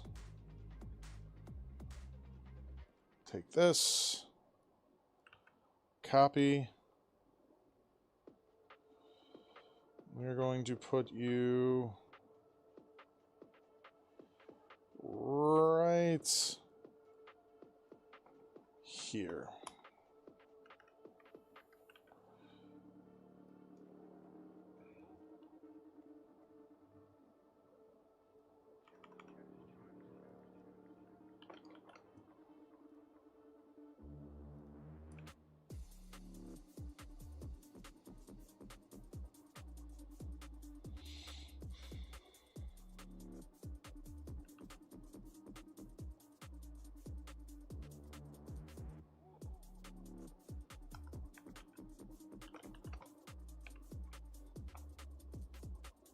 And there we go.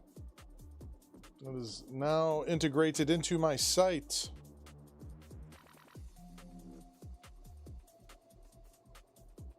So that is now up there.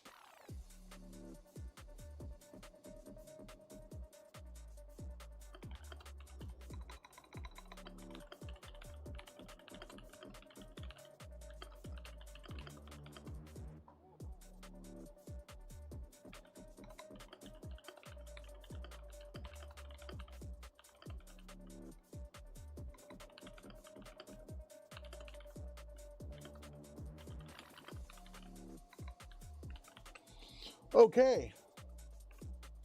Dope.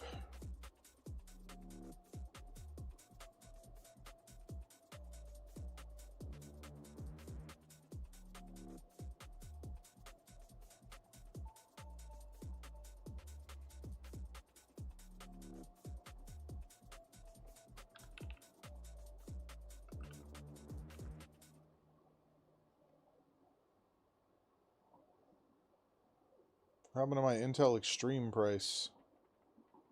Oh.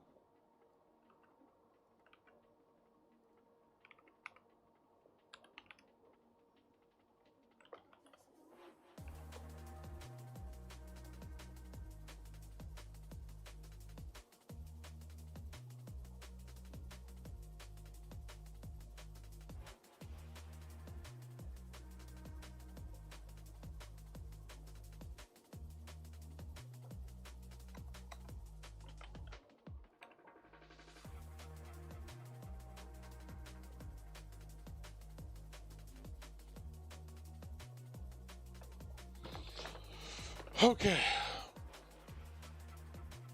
Now, that is off of my list of things to get accomplished. Finally.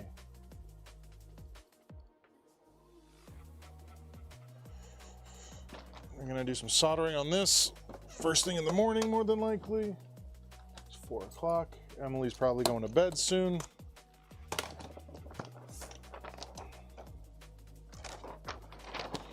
All right, computer's not posting, not detecting hard drive. Let's take a look, see what we got.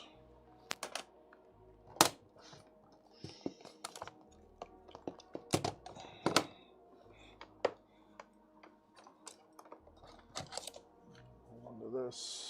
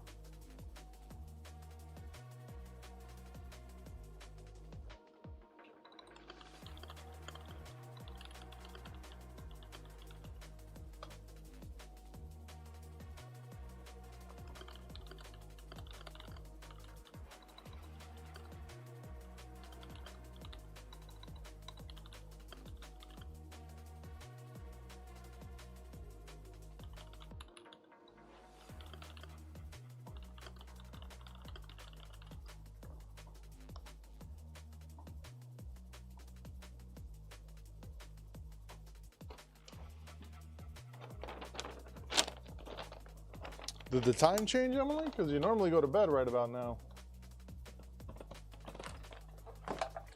All right.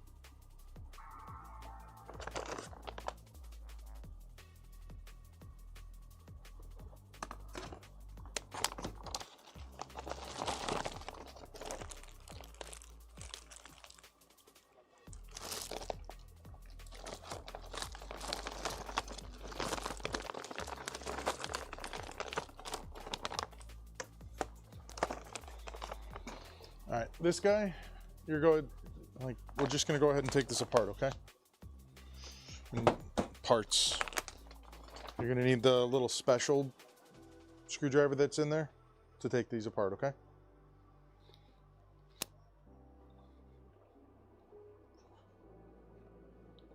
Motherboard should be delivered tomorrow. Yeah, that thing is 10 years old.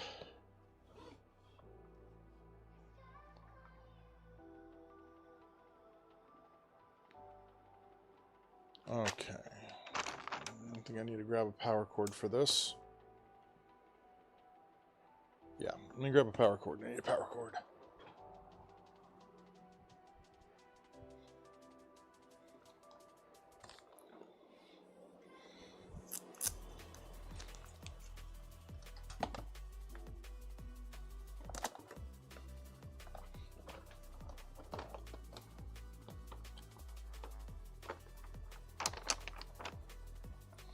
So we tried to turn this on before. We got cap locks flashing 3 times. Or 5 times, and that was it. 1.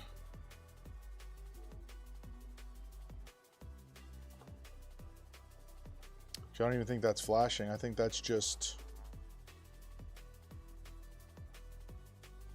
there.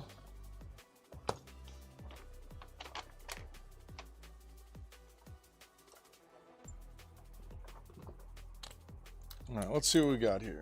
This is, in theory, this should be a little bit easier to work on. This is an HP ProBook 450 G6. Let's get in there and see what we are dealing with. Maybe it's something simple, maybe it's something not simple. That's a captive screw. All right, Emily. That's a captive screw. That is a captive screw. That is a captive screw. Yeah. All right, let's get this open.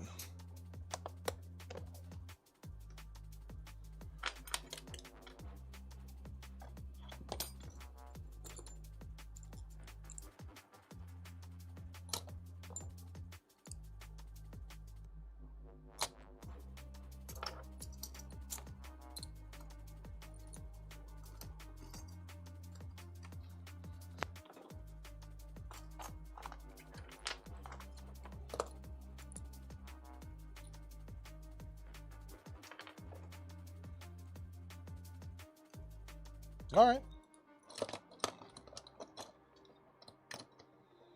Good for you, Emily.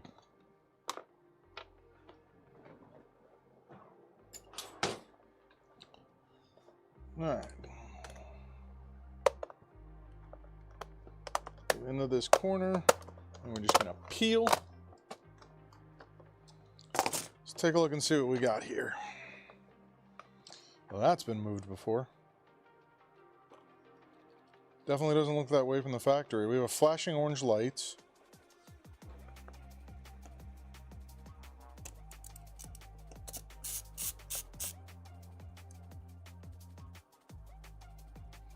Interesting. This battery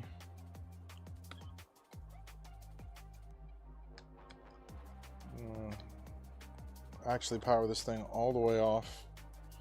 Back on. It uses an interpolation board to go just to move the connector from here to there. So that's fun.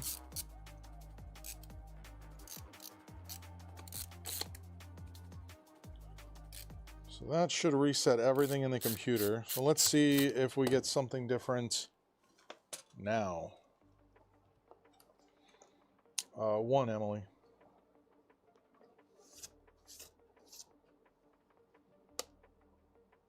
So we have cap locks still blinking.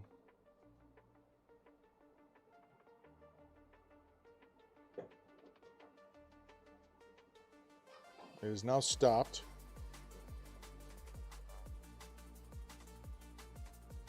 Turned itself off. Let's see if it turns itself back on. It has turned itself back on.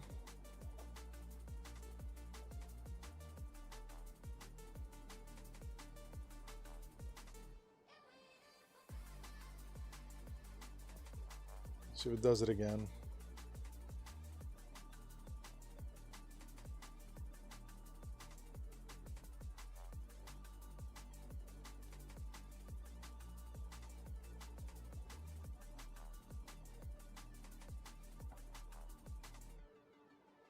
All right, we posted. Now what's going to happen?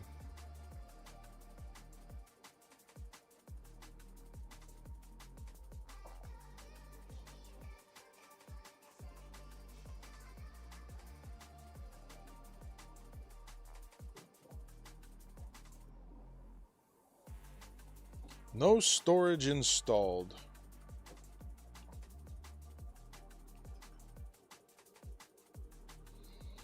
Okay, well that means now that we're boasting again, let's get this screwed back together. We'll get this over to Angeline. She can do a hard drive check and go from there. More than likely, there's a dead drive, if I had to guess.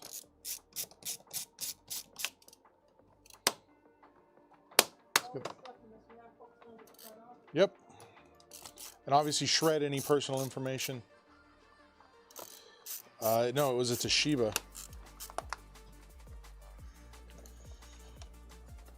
Well, so a little different.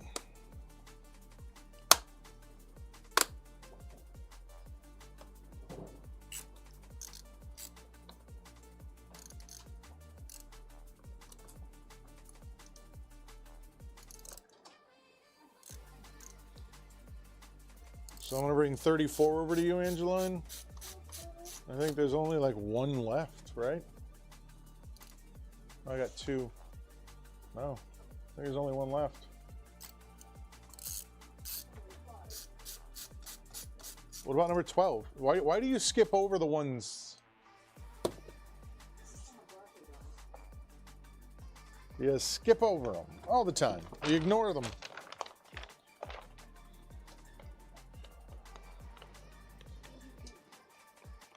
Hmm?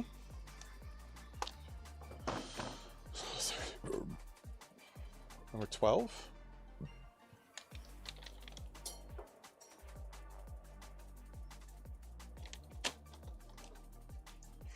Right? Yep, number 12. Yeah. Number 4 is called. Yep. You put it down there. Oh, is that one? Yep. It's on 5. Completed shelf 5, yep. My pickup shelf is quite full. And I'm putting 12 on my desk now. And you have 34.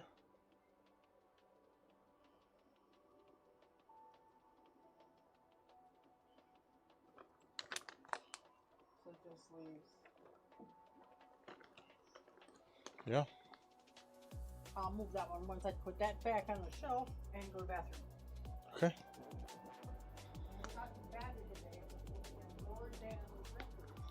Never got to the what?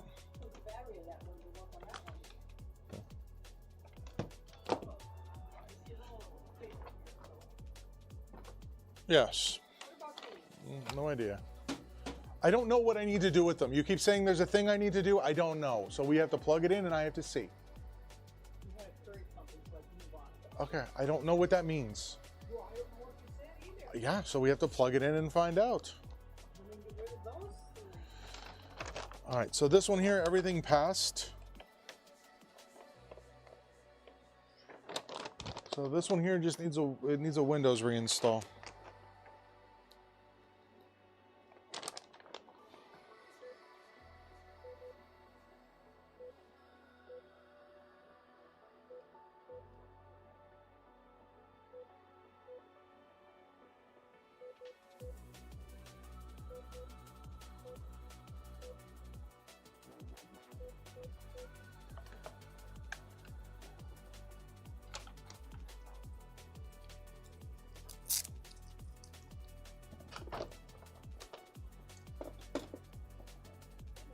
Hey, this is Chris over at the computer shop. All right, so we ran a hardware test. All the hardware checked out fine. So that means the only thing that needs to be done is Windows needs to be reinstalled on this. And then so the Windows reinstall is $100, and as far as backing up any files on there, it would just be an additional $35.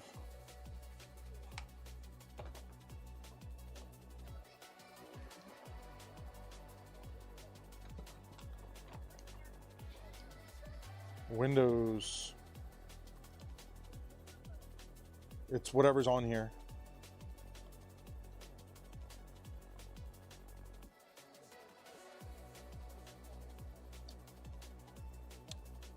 But I'm pretty sure I can put Windows 10 on this.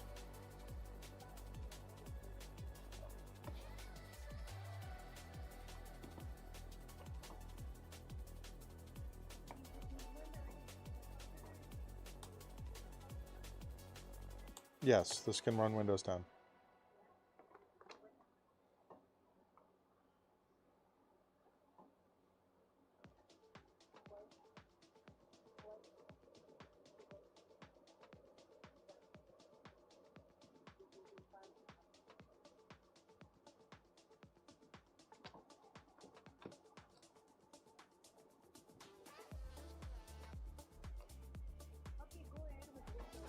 Okay. You don't need the backup?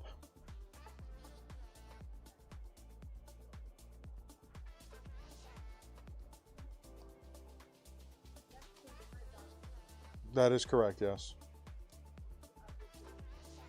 That is correct.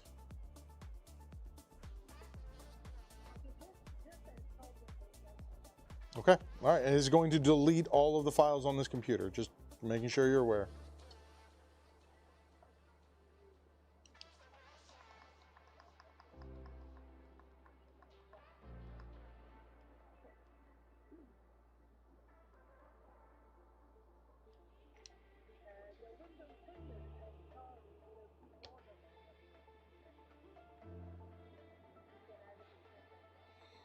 I believe that you can add it in French. I don't know off the top of my head. Because if I can get this, I can get Windows reinstalled, and then I believe I have to download like a specific language pack to get this into French. I can try. I can't guarantee that I'm going to be able to. So no on backing up the files. Okay, all right, I'll get going on this. Yep, have a good one. Okay. All right, so apparently I need to do this en français.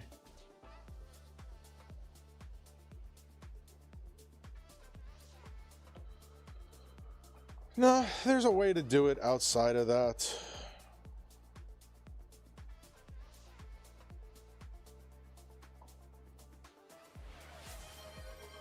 This is entirely in English, though.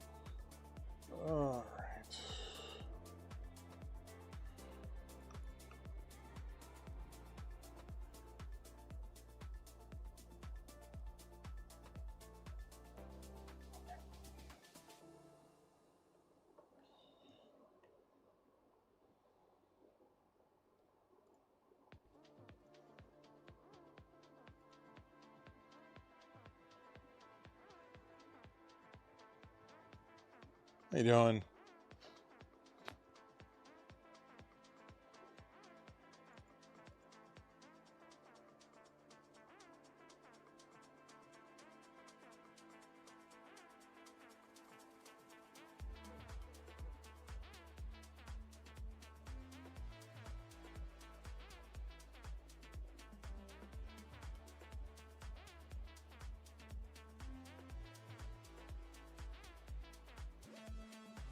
I remember what that is.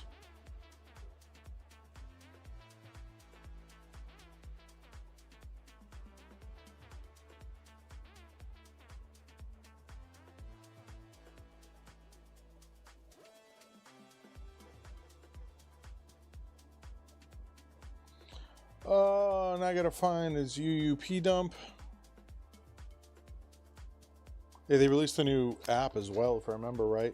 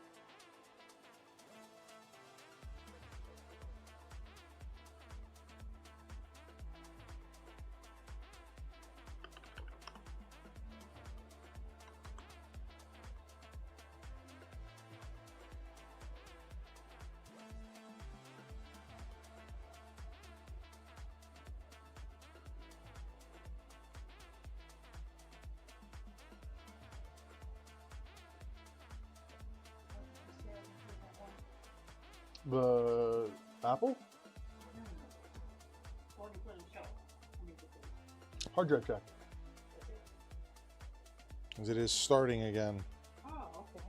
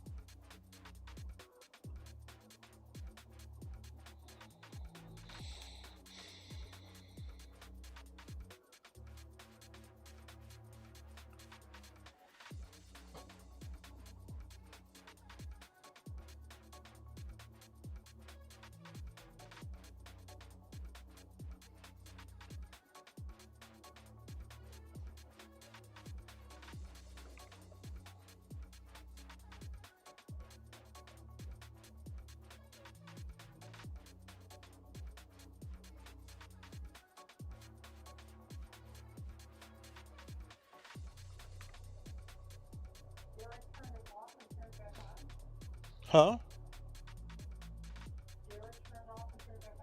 Why? Hey, yeah, just turn it off, turn it back on.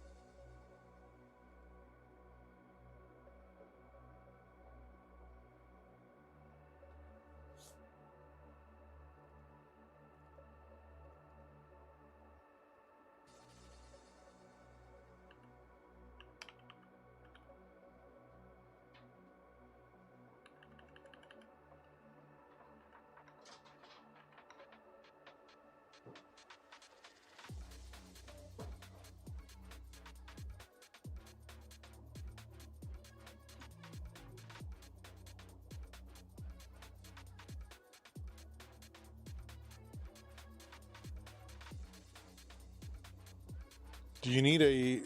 Do I need? Do I need? I have a 6900 GRE and a 3070 Ti. Oh, I see what you're asking now. Yeah, you want to do clean drivers. I think we're following. All right, if anything changes, let me know. Otherwise, we'll see you out there tomorrow morning.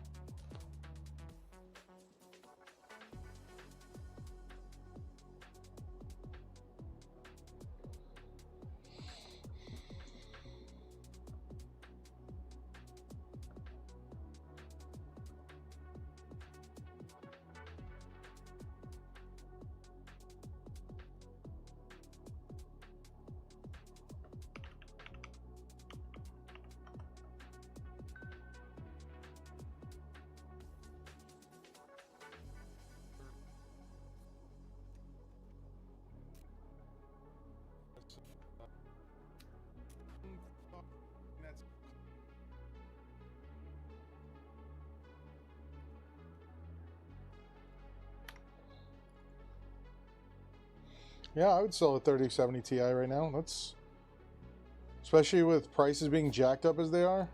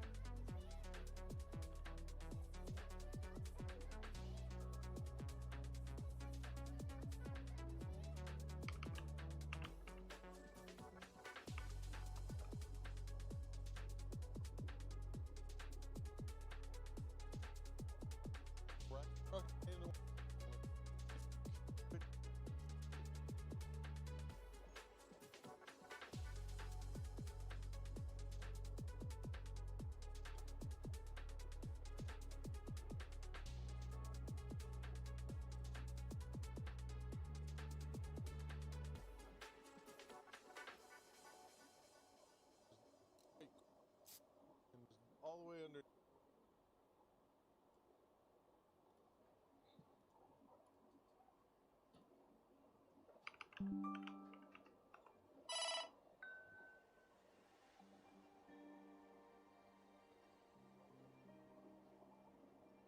Yeah, we don't talk about politics here ever.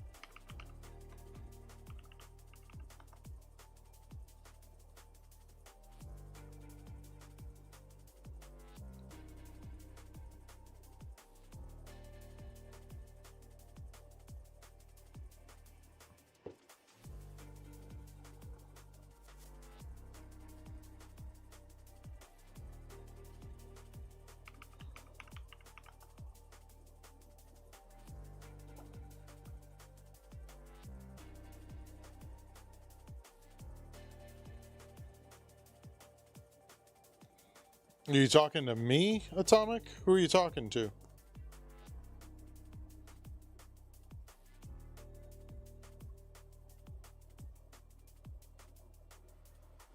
Oh, you know, I have no stockpiles of anything. I buy everything as I need it.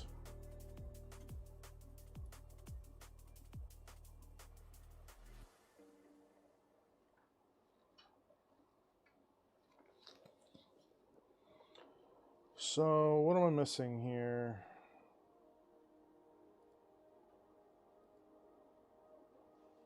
So I don't really have anything sitting around or anything?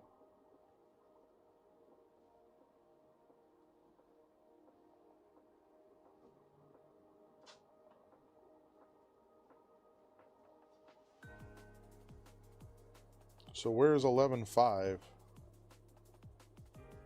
6 hours, 31 minutes.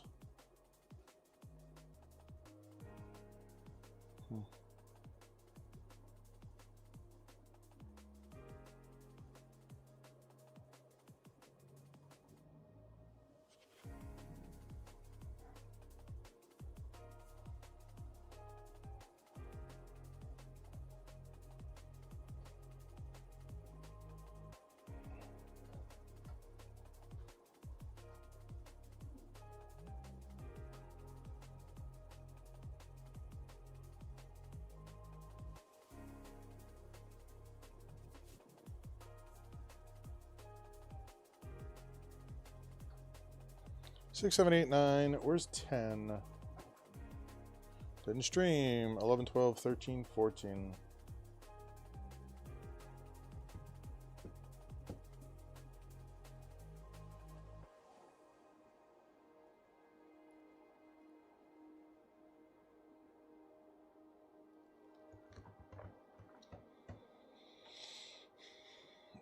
Emily, what are you asking?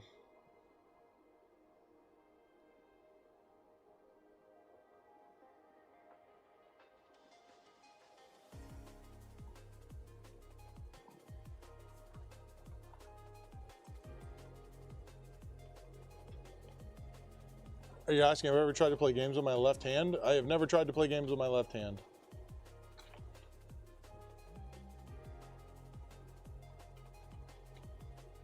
I'm getting this French ISO downloaded.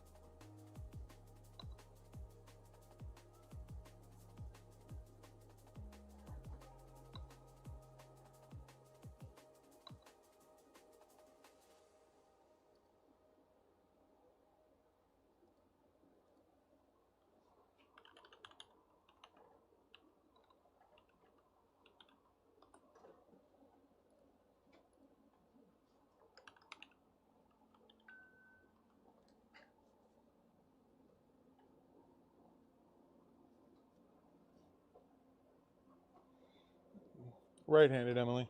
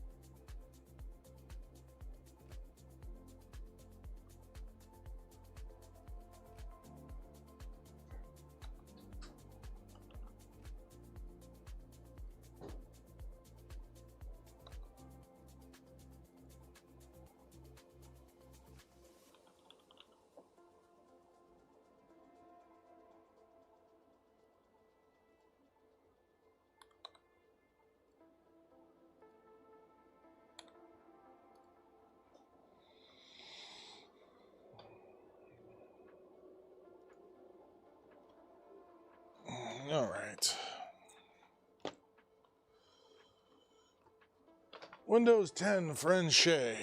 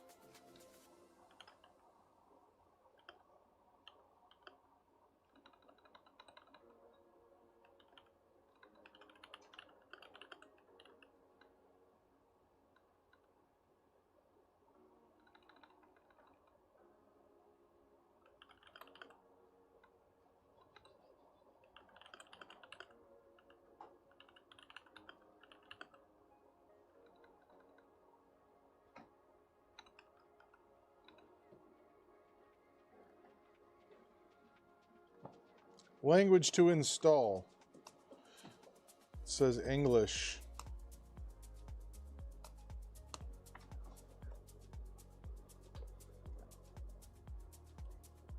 Thanks, Microsoft.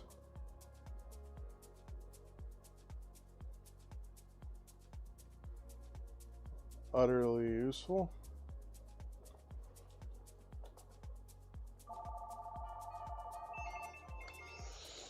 This is Chris. Hey.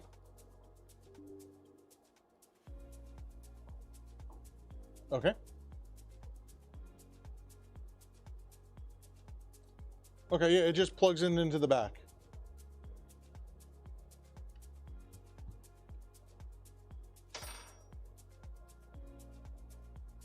When did you send it?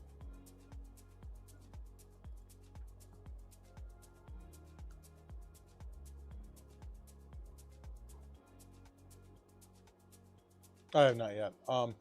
But yeah, it basically anywhere that you can plug it in to fit will be fine.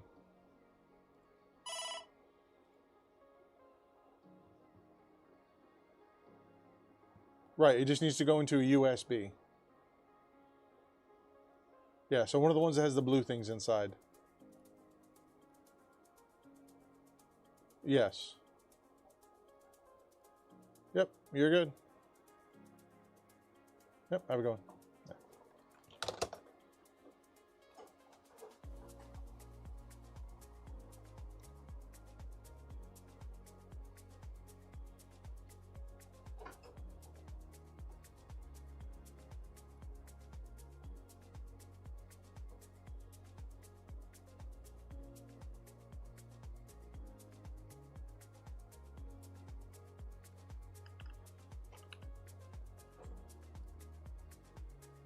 So that didn't work at all.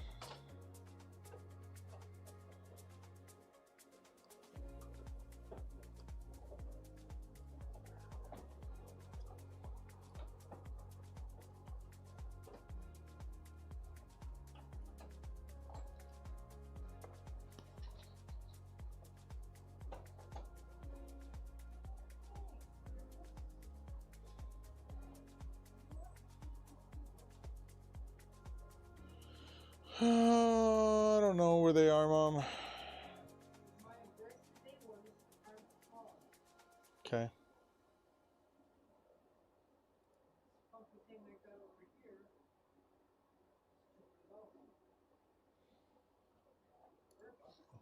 No, I don't think I'm going to do that, Master. Because I can see it now. I won't be able to do anything.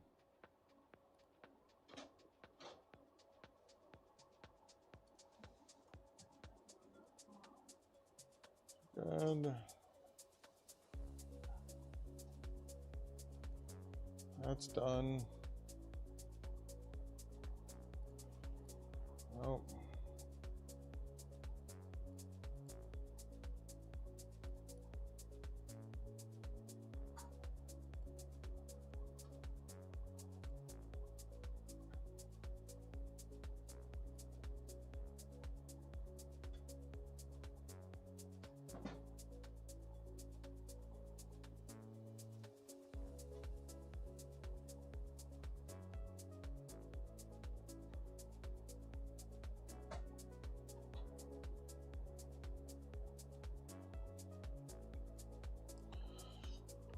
These are done.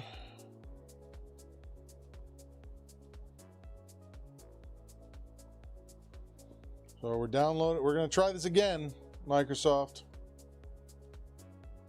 If it gives me English again,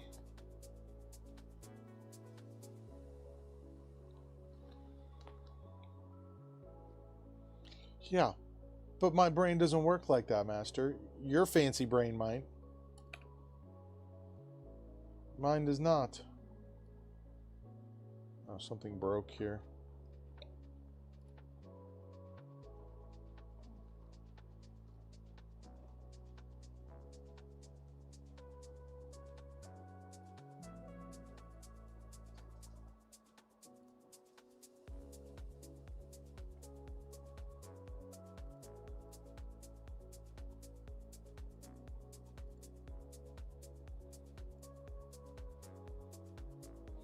All right, Emily, you have a good night.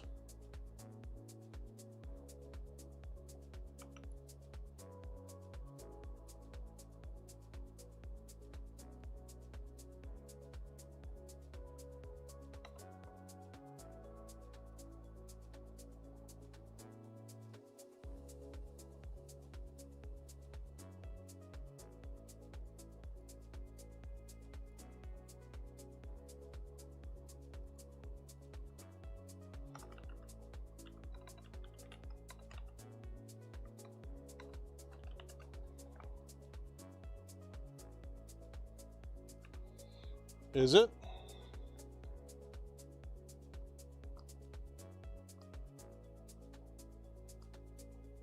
Because it's not there for me. On the menu, it has nothing about English. It's entirely in English. Yeah, Em, I'll be here.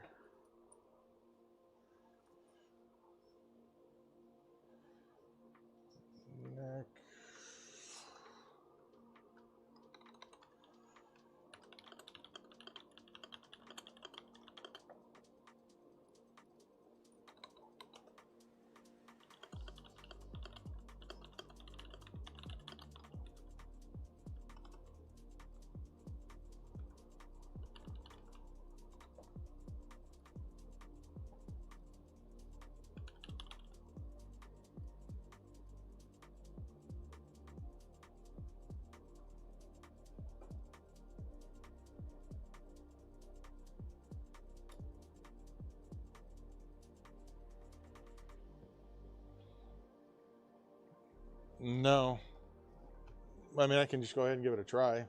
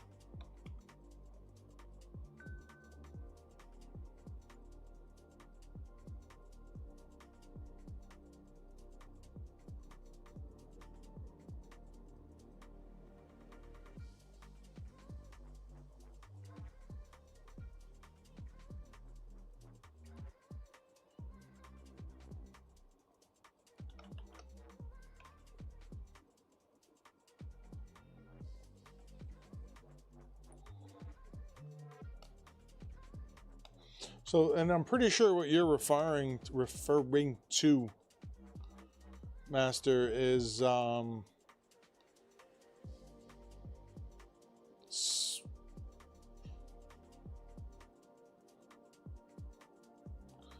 the setting the keyboard language, not the actual like Windows install language.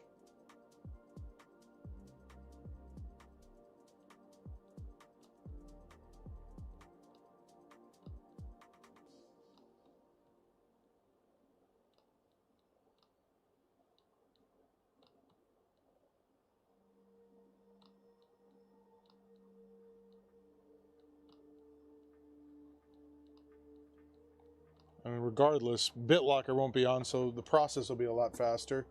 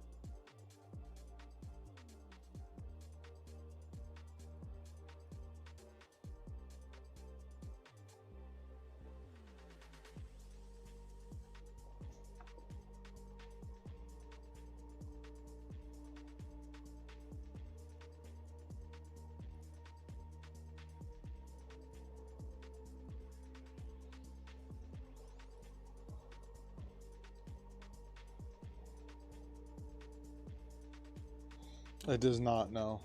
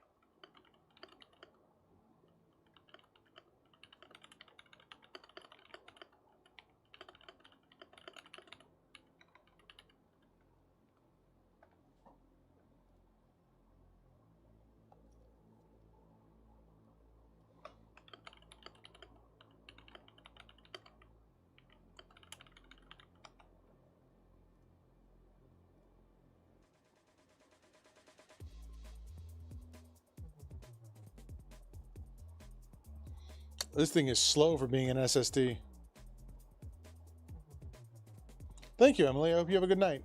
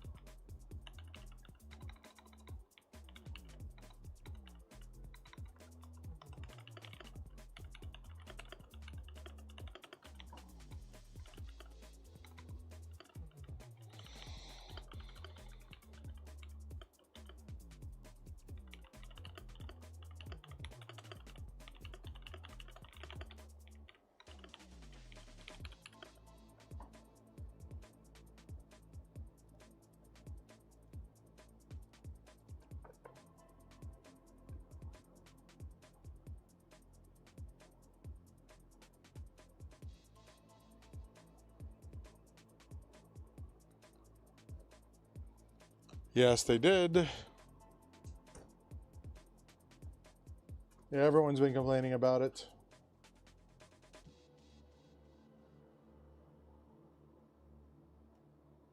Not just you.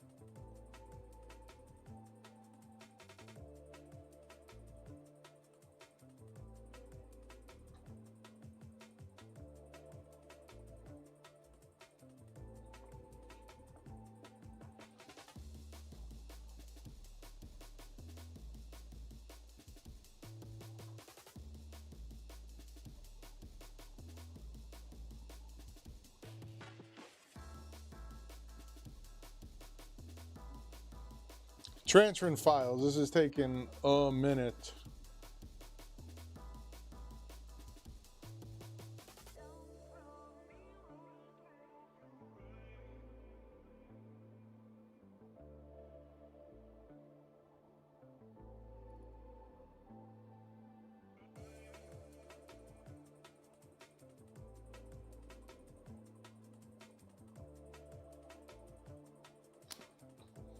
They are French Canadian, yes.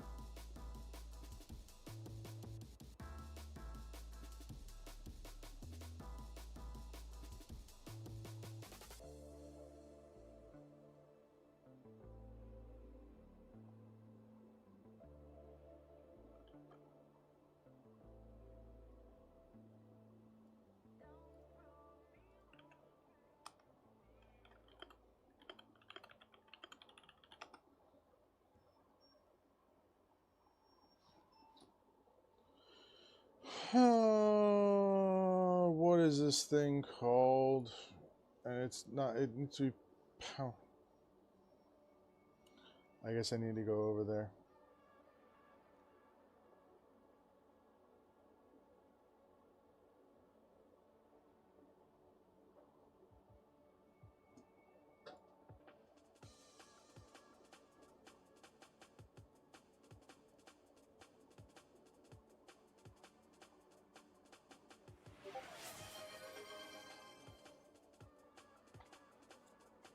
Oh.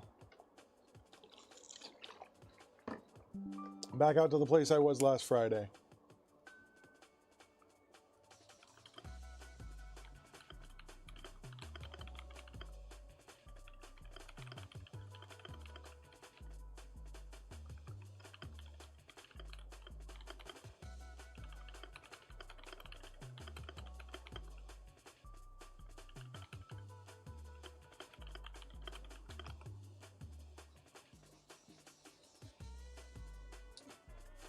Because reasons.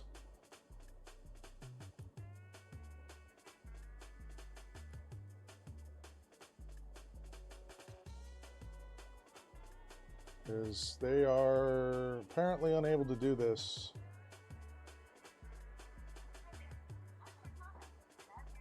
Yes, this is definitely not French.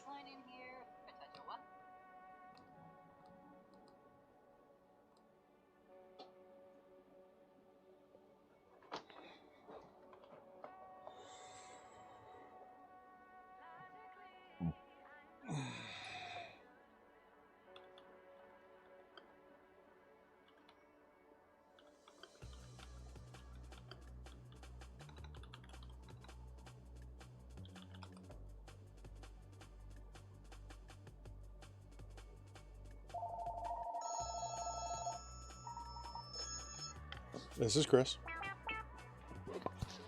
Hi, Berto. The accounting one? Yeah, I logged into it for a second, yeah.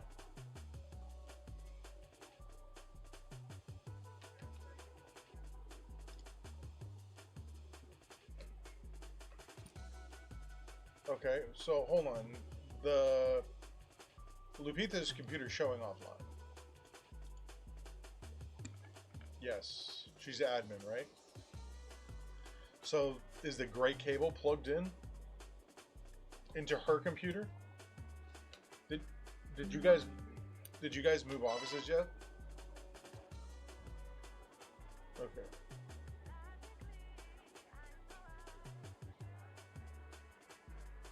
Right. So on Lupita's computer, the gray cable for internet isn't working.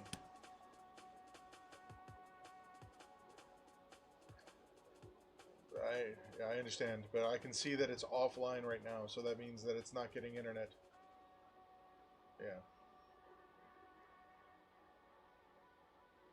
So that cable coming out of the wall is real fragile, just like yours is.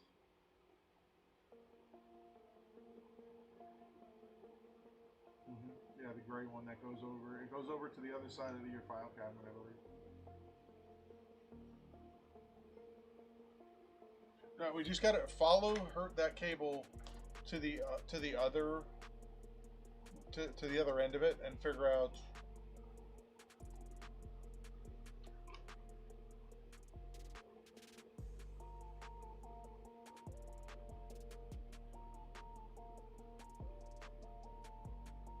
Okay.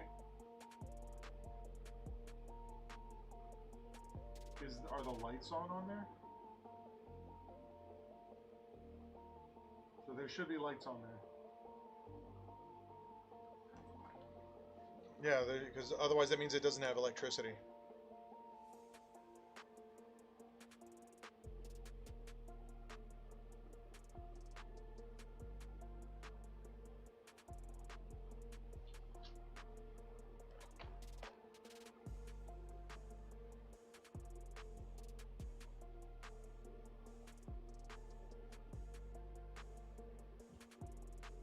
Yeah, so there should be a cable coming out of the wall. Then, yep, it goes into that little box. And then there should be two more cables coming out of that box. One that goes to the accounting computer, and then one that goes to the admin computer. And then there should be a power cord.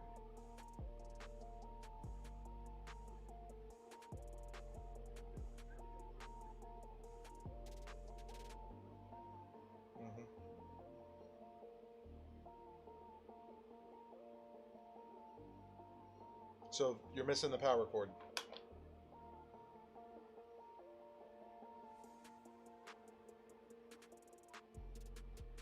Okay. Alrighty. Bye. Yeah, this is all in English. I set the region as France. And it did nothing. This is still entirely in English. So, I don't know. I re-downloaded it again. I'll give it a shot. See if it's any different.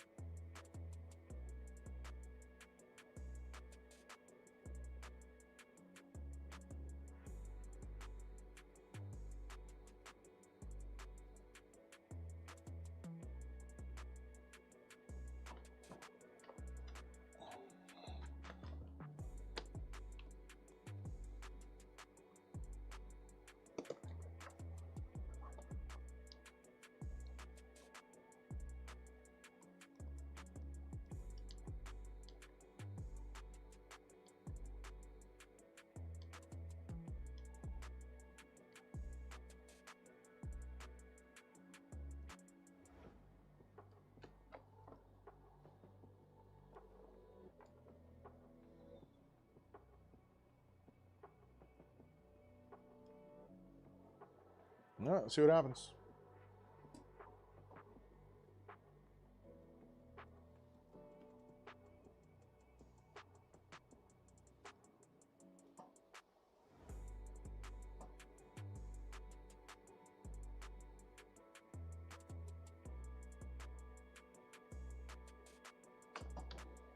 This power cord is in like the power cord. The power button is in just a really weird spot.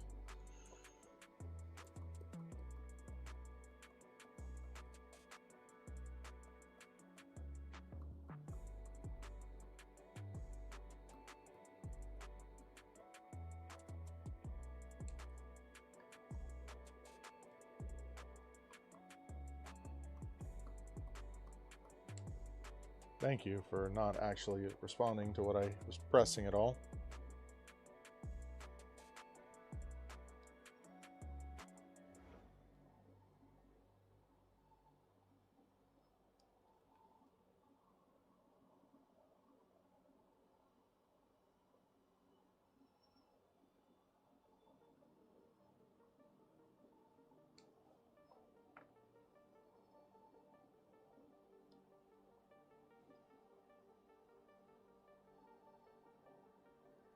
Thank you, Lenovo, for being aggravating.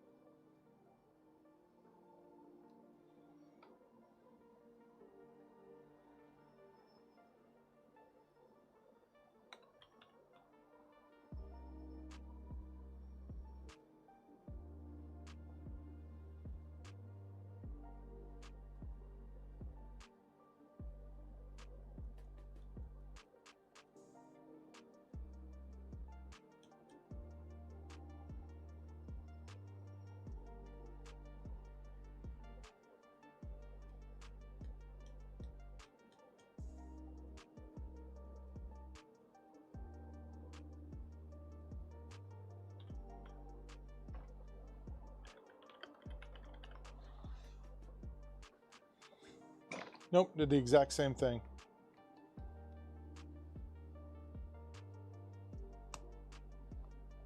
So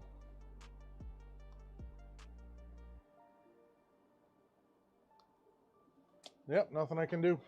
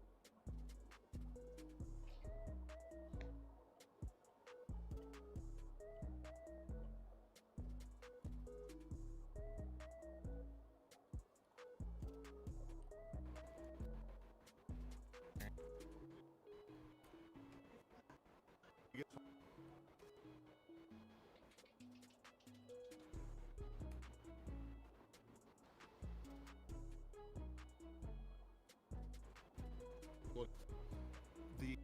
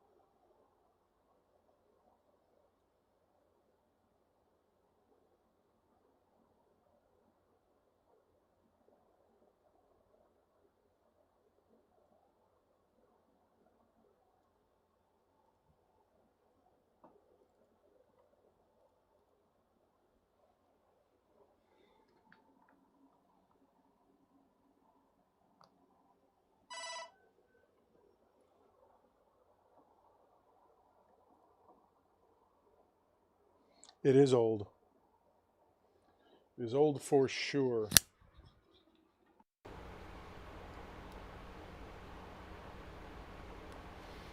This is where we find out if this can detect my microphone.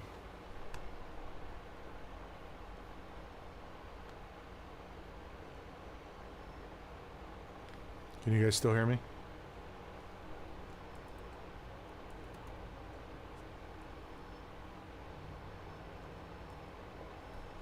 Awesome.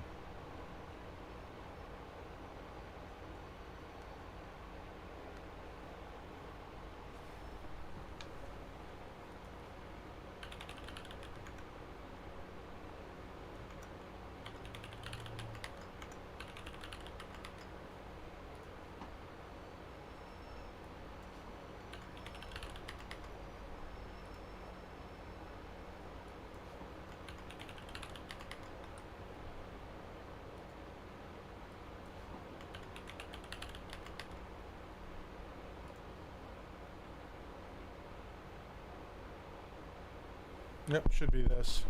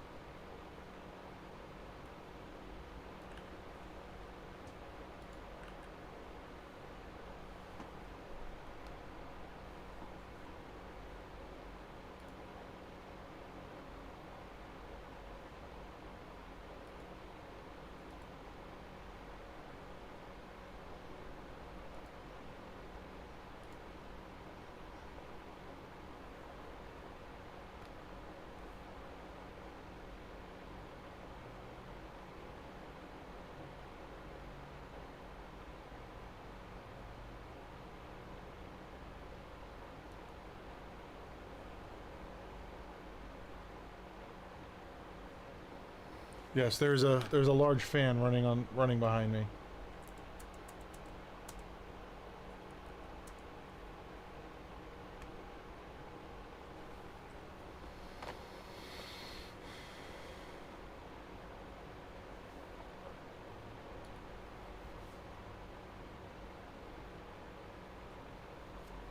Yeah, the ultrasonic was quite aggravating this morning, wasn't it?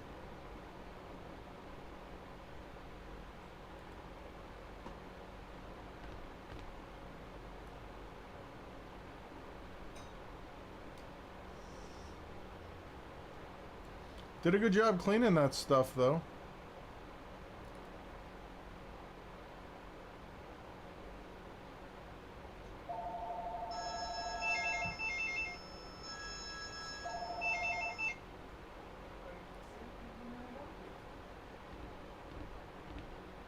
Yeah, apparently.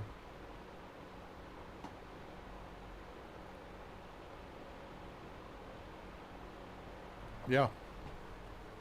I was reading that. It's impressive.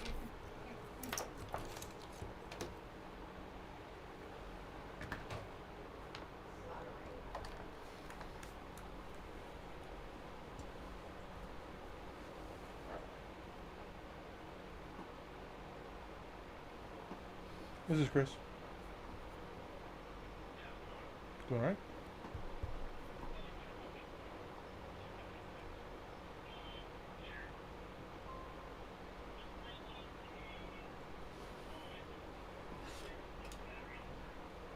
Mm-hmm.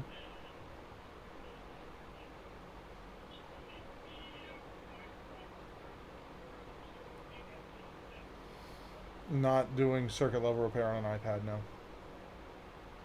No.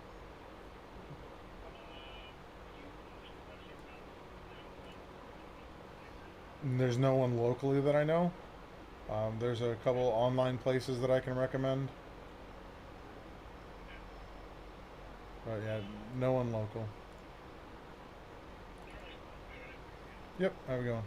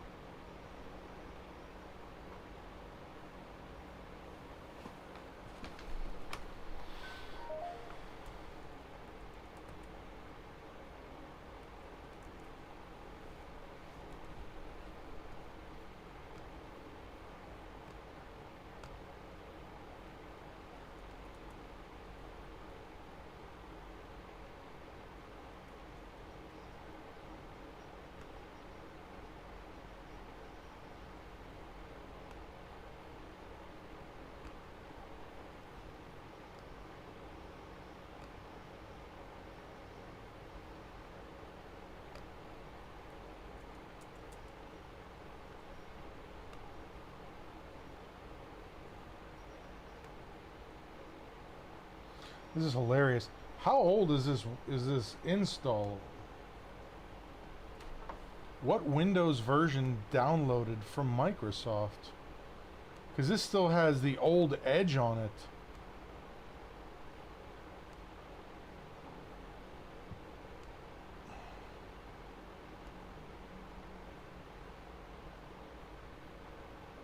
The heck?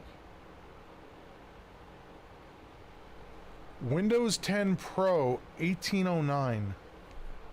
So it looks like Windows...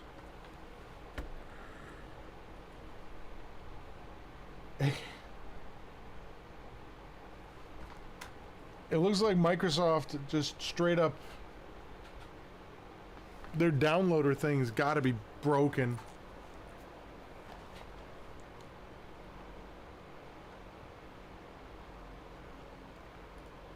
It's gotta be what it is.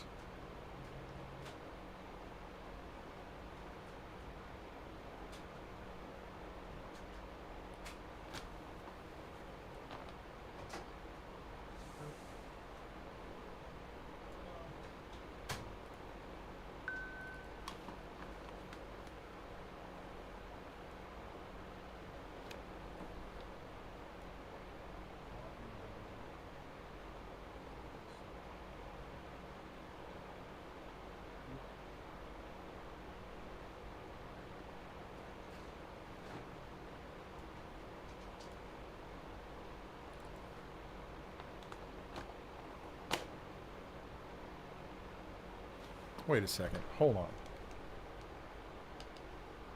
I think I know what happened here.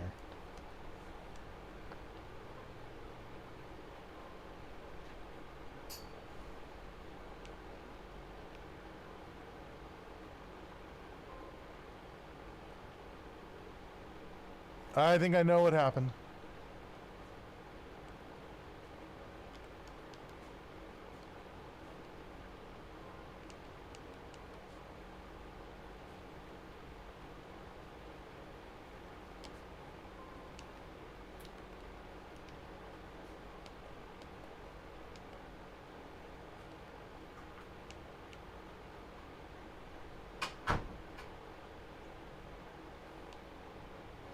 I didn't load the wrong ISO. This computer grabbed the wrong... It grabbed my VHD. That's why this doesn't make sense.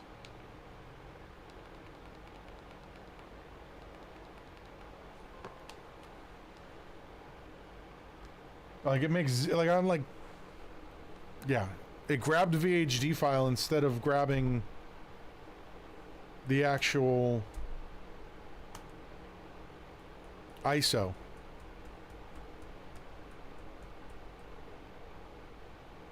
It can, yes. Hey, look at that. Yeah. Completely different, like, things happening now.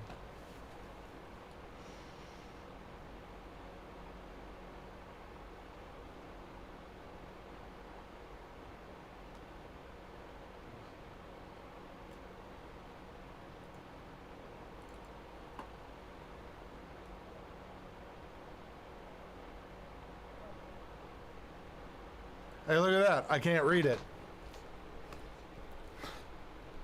That's funny.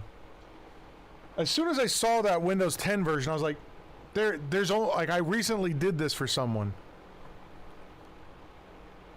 Look at that.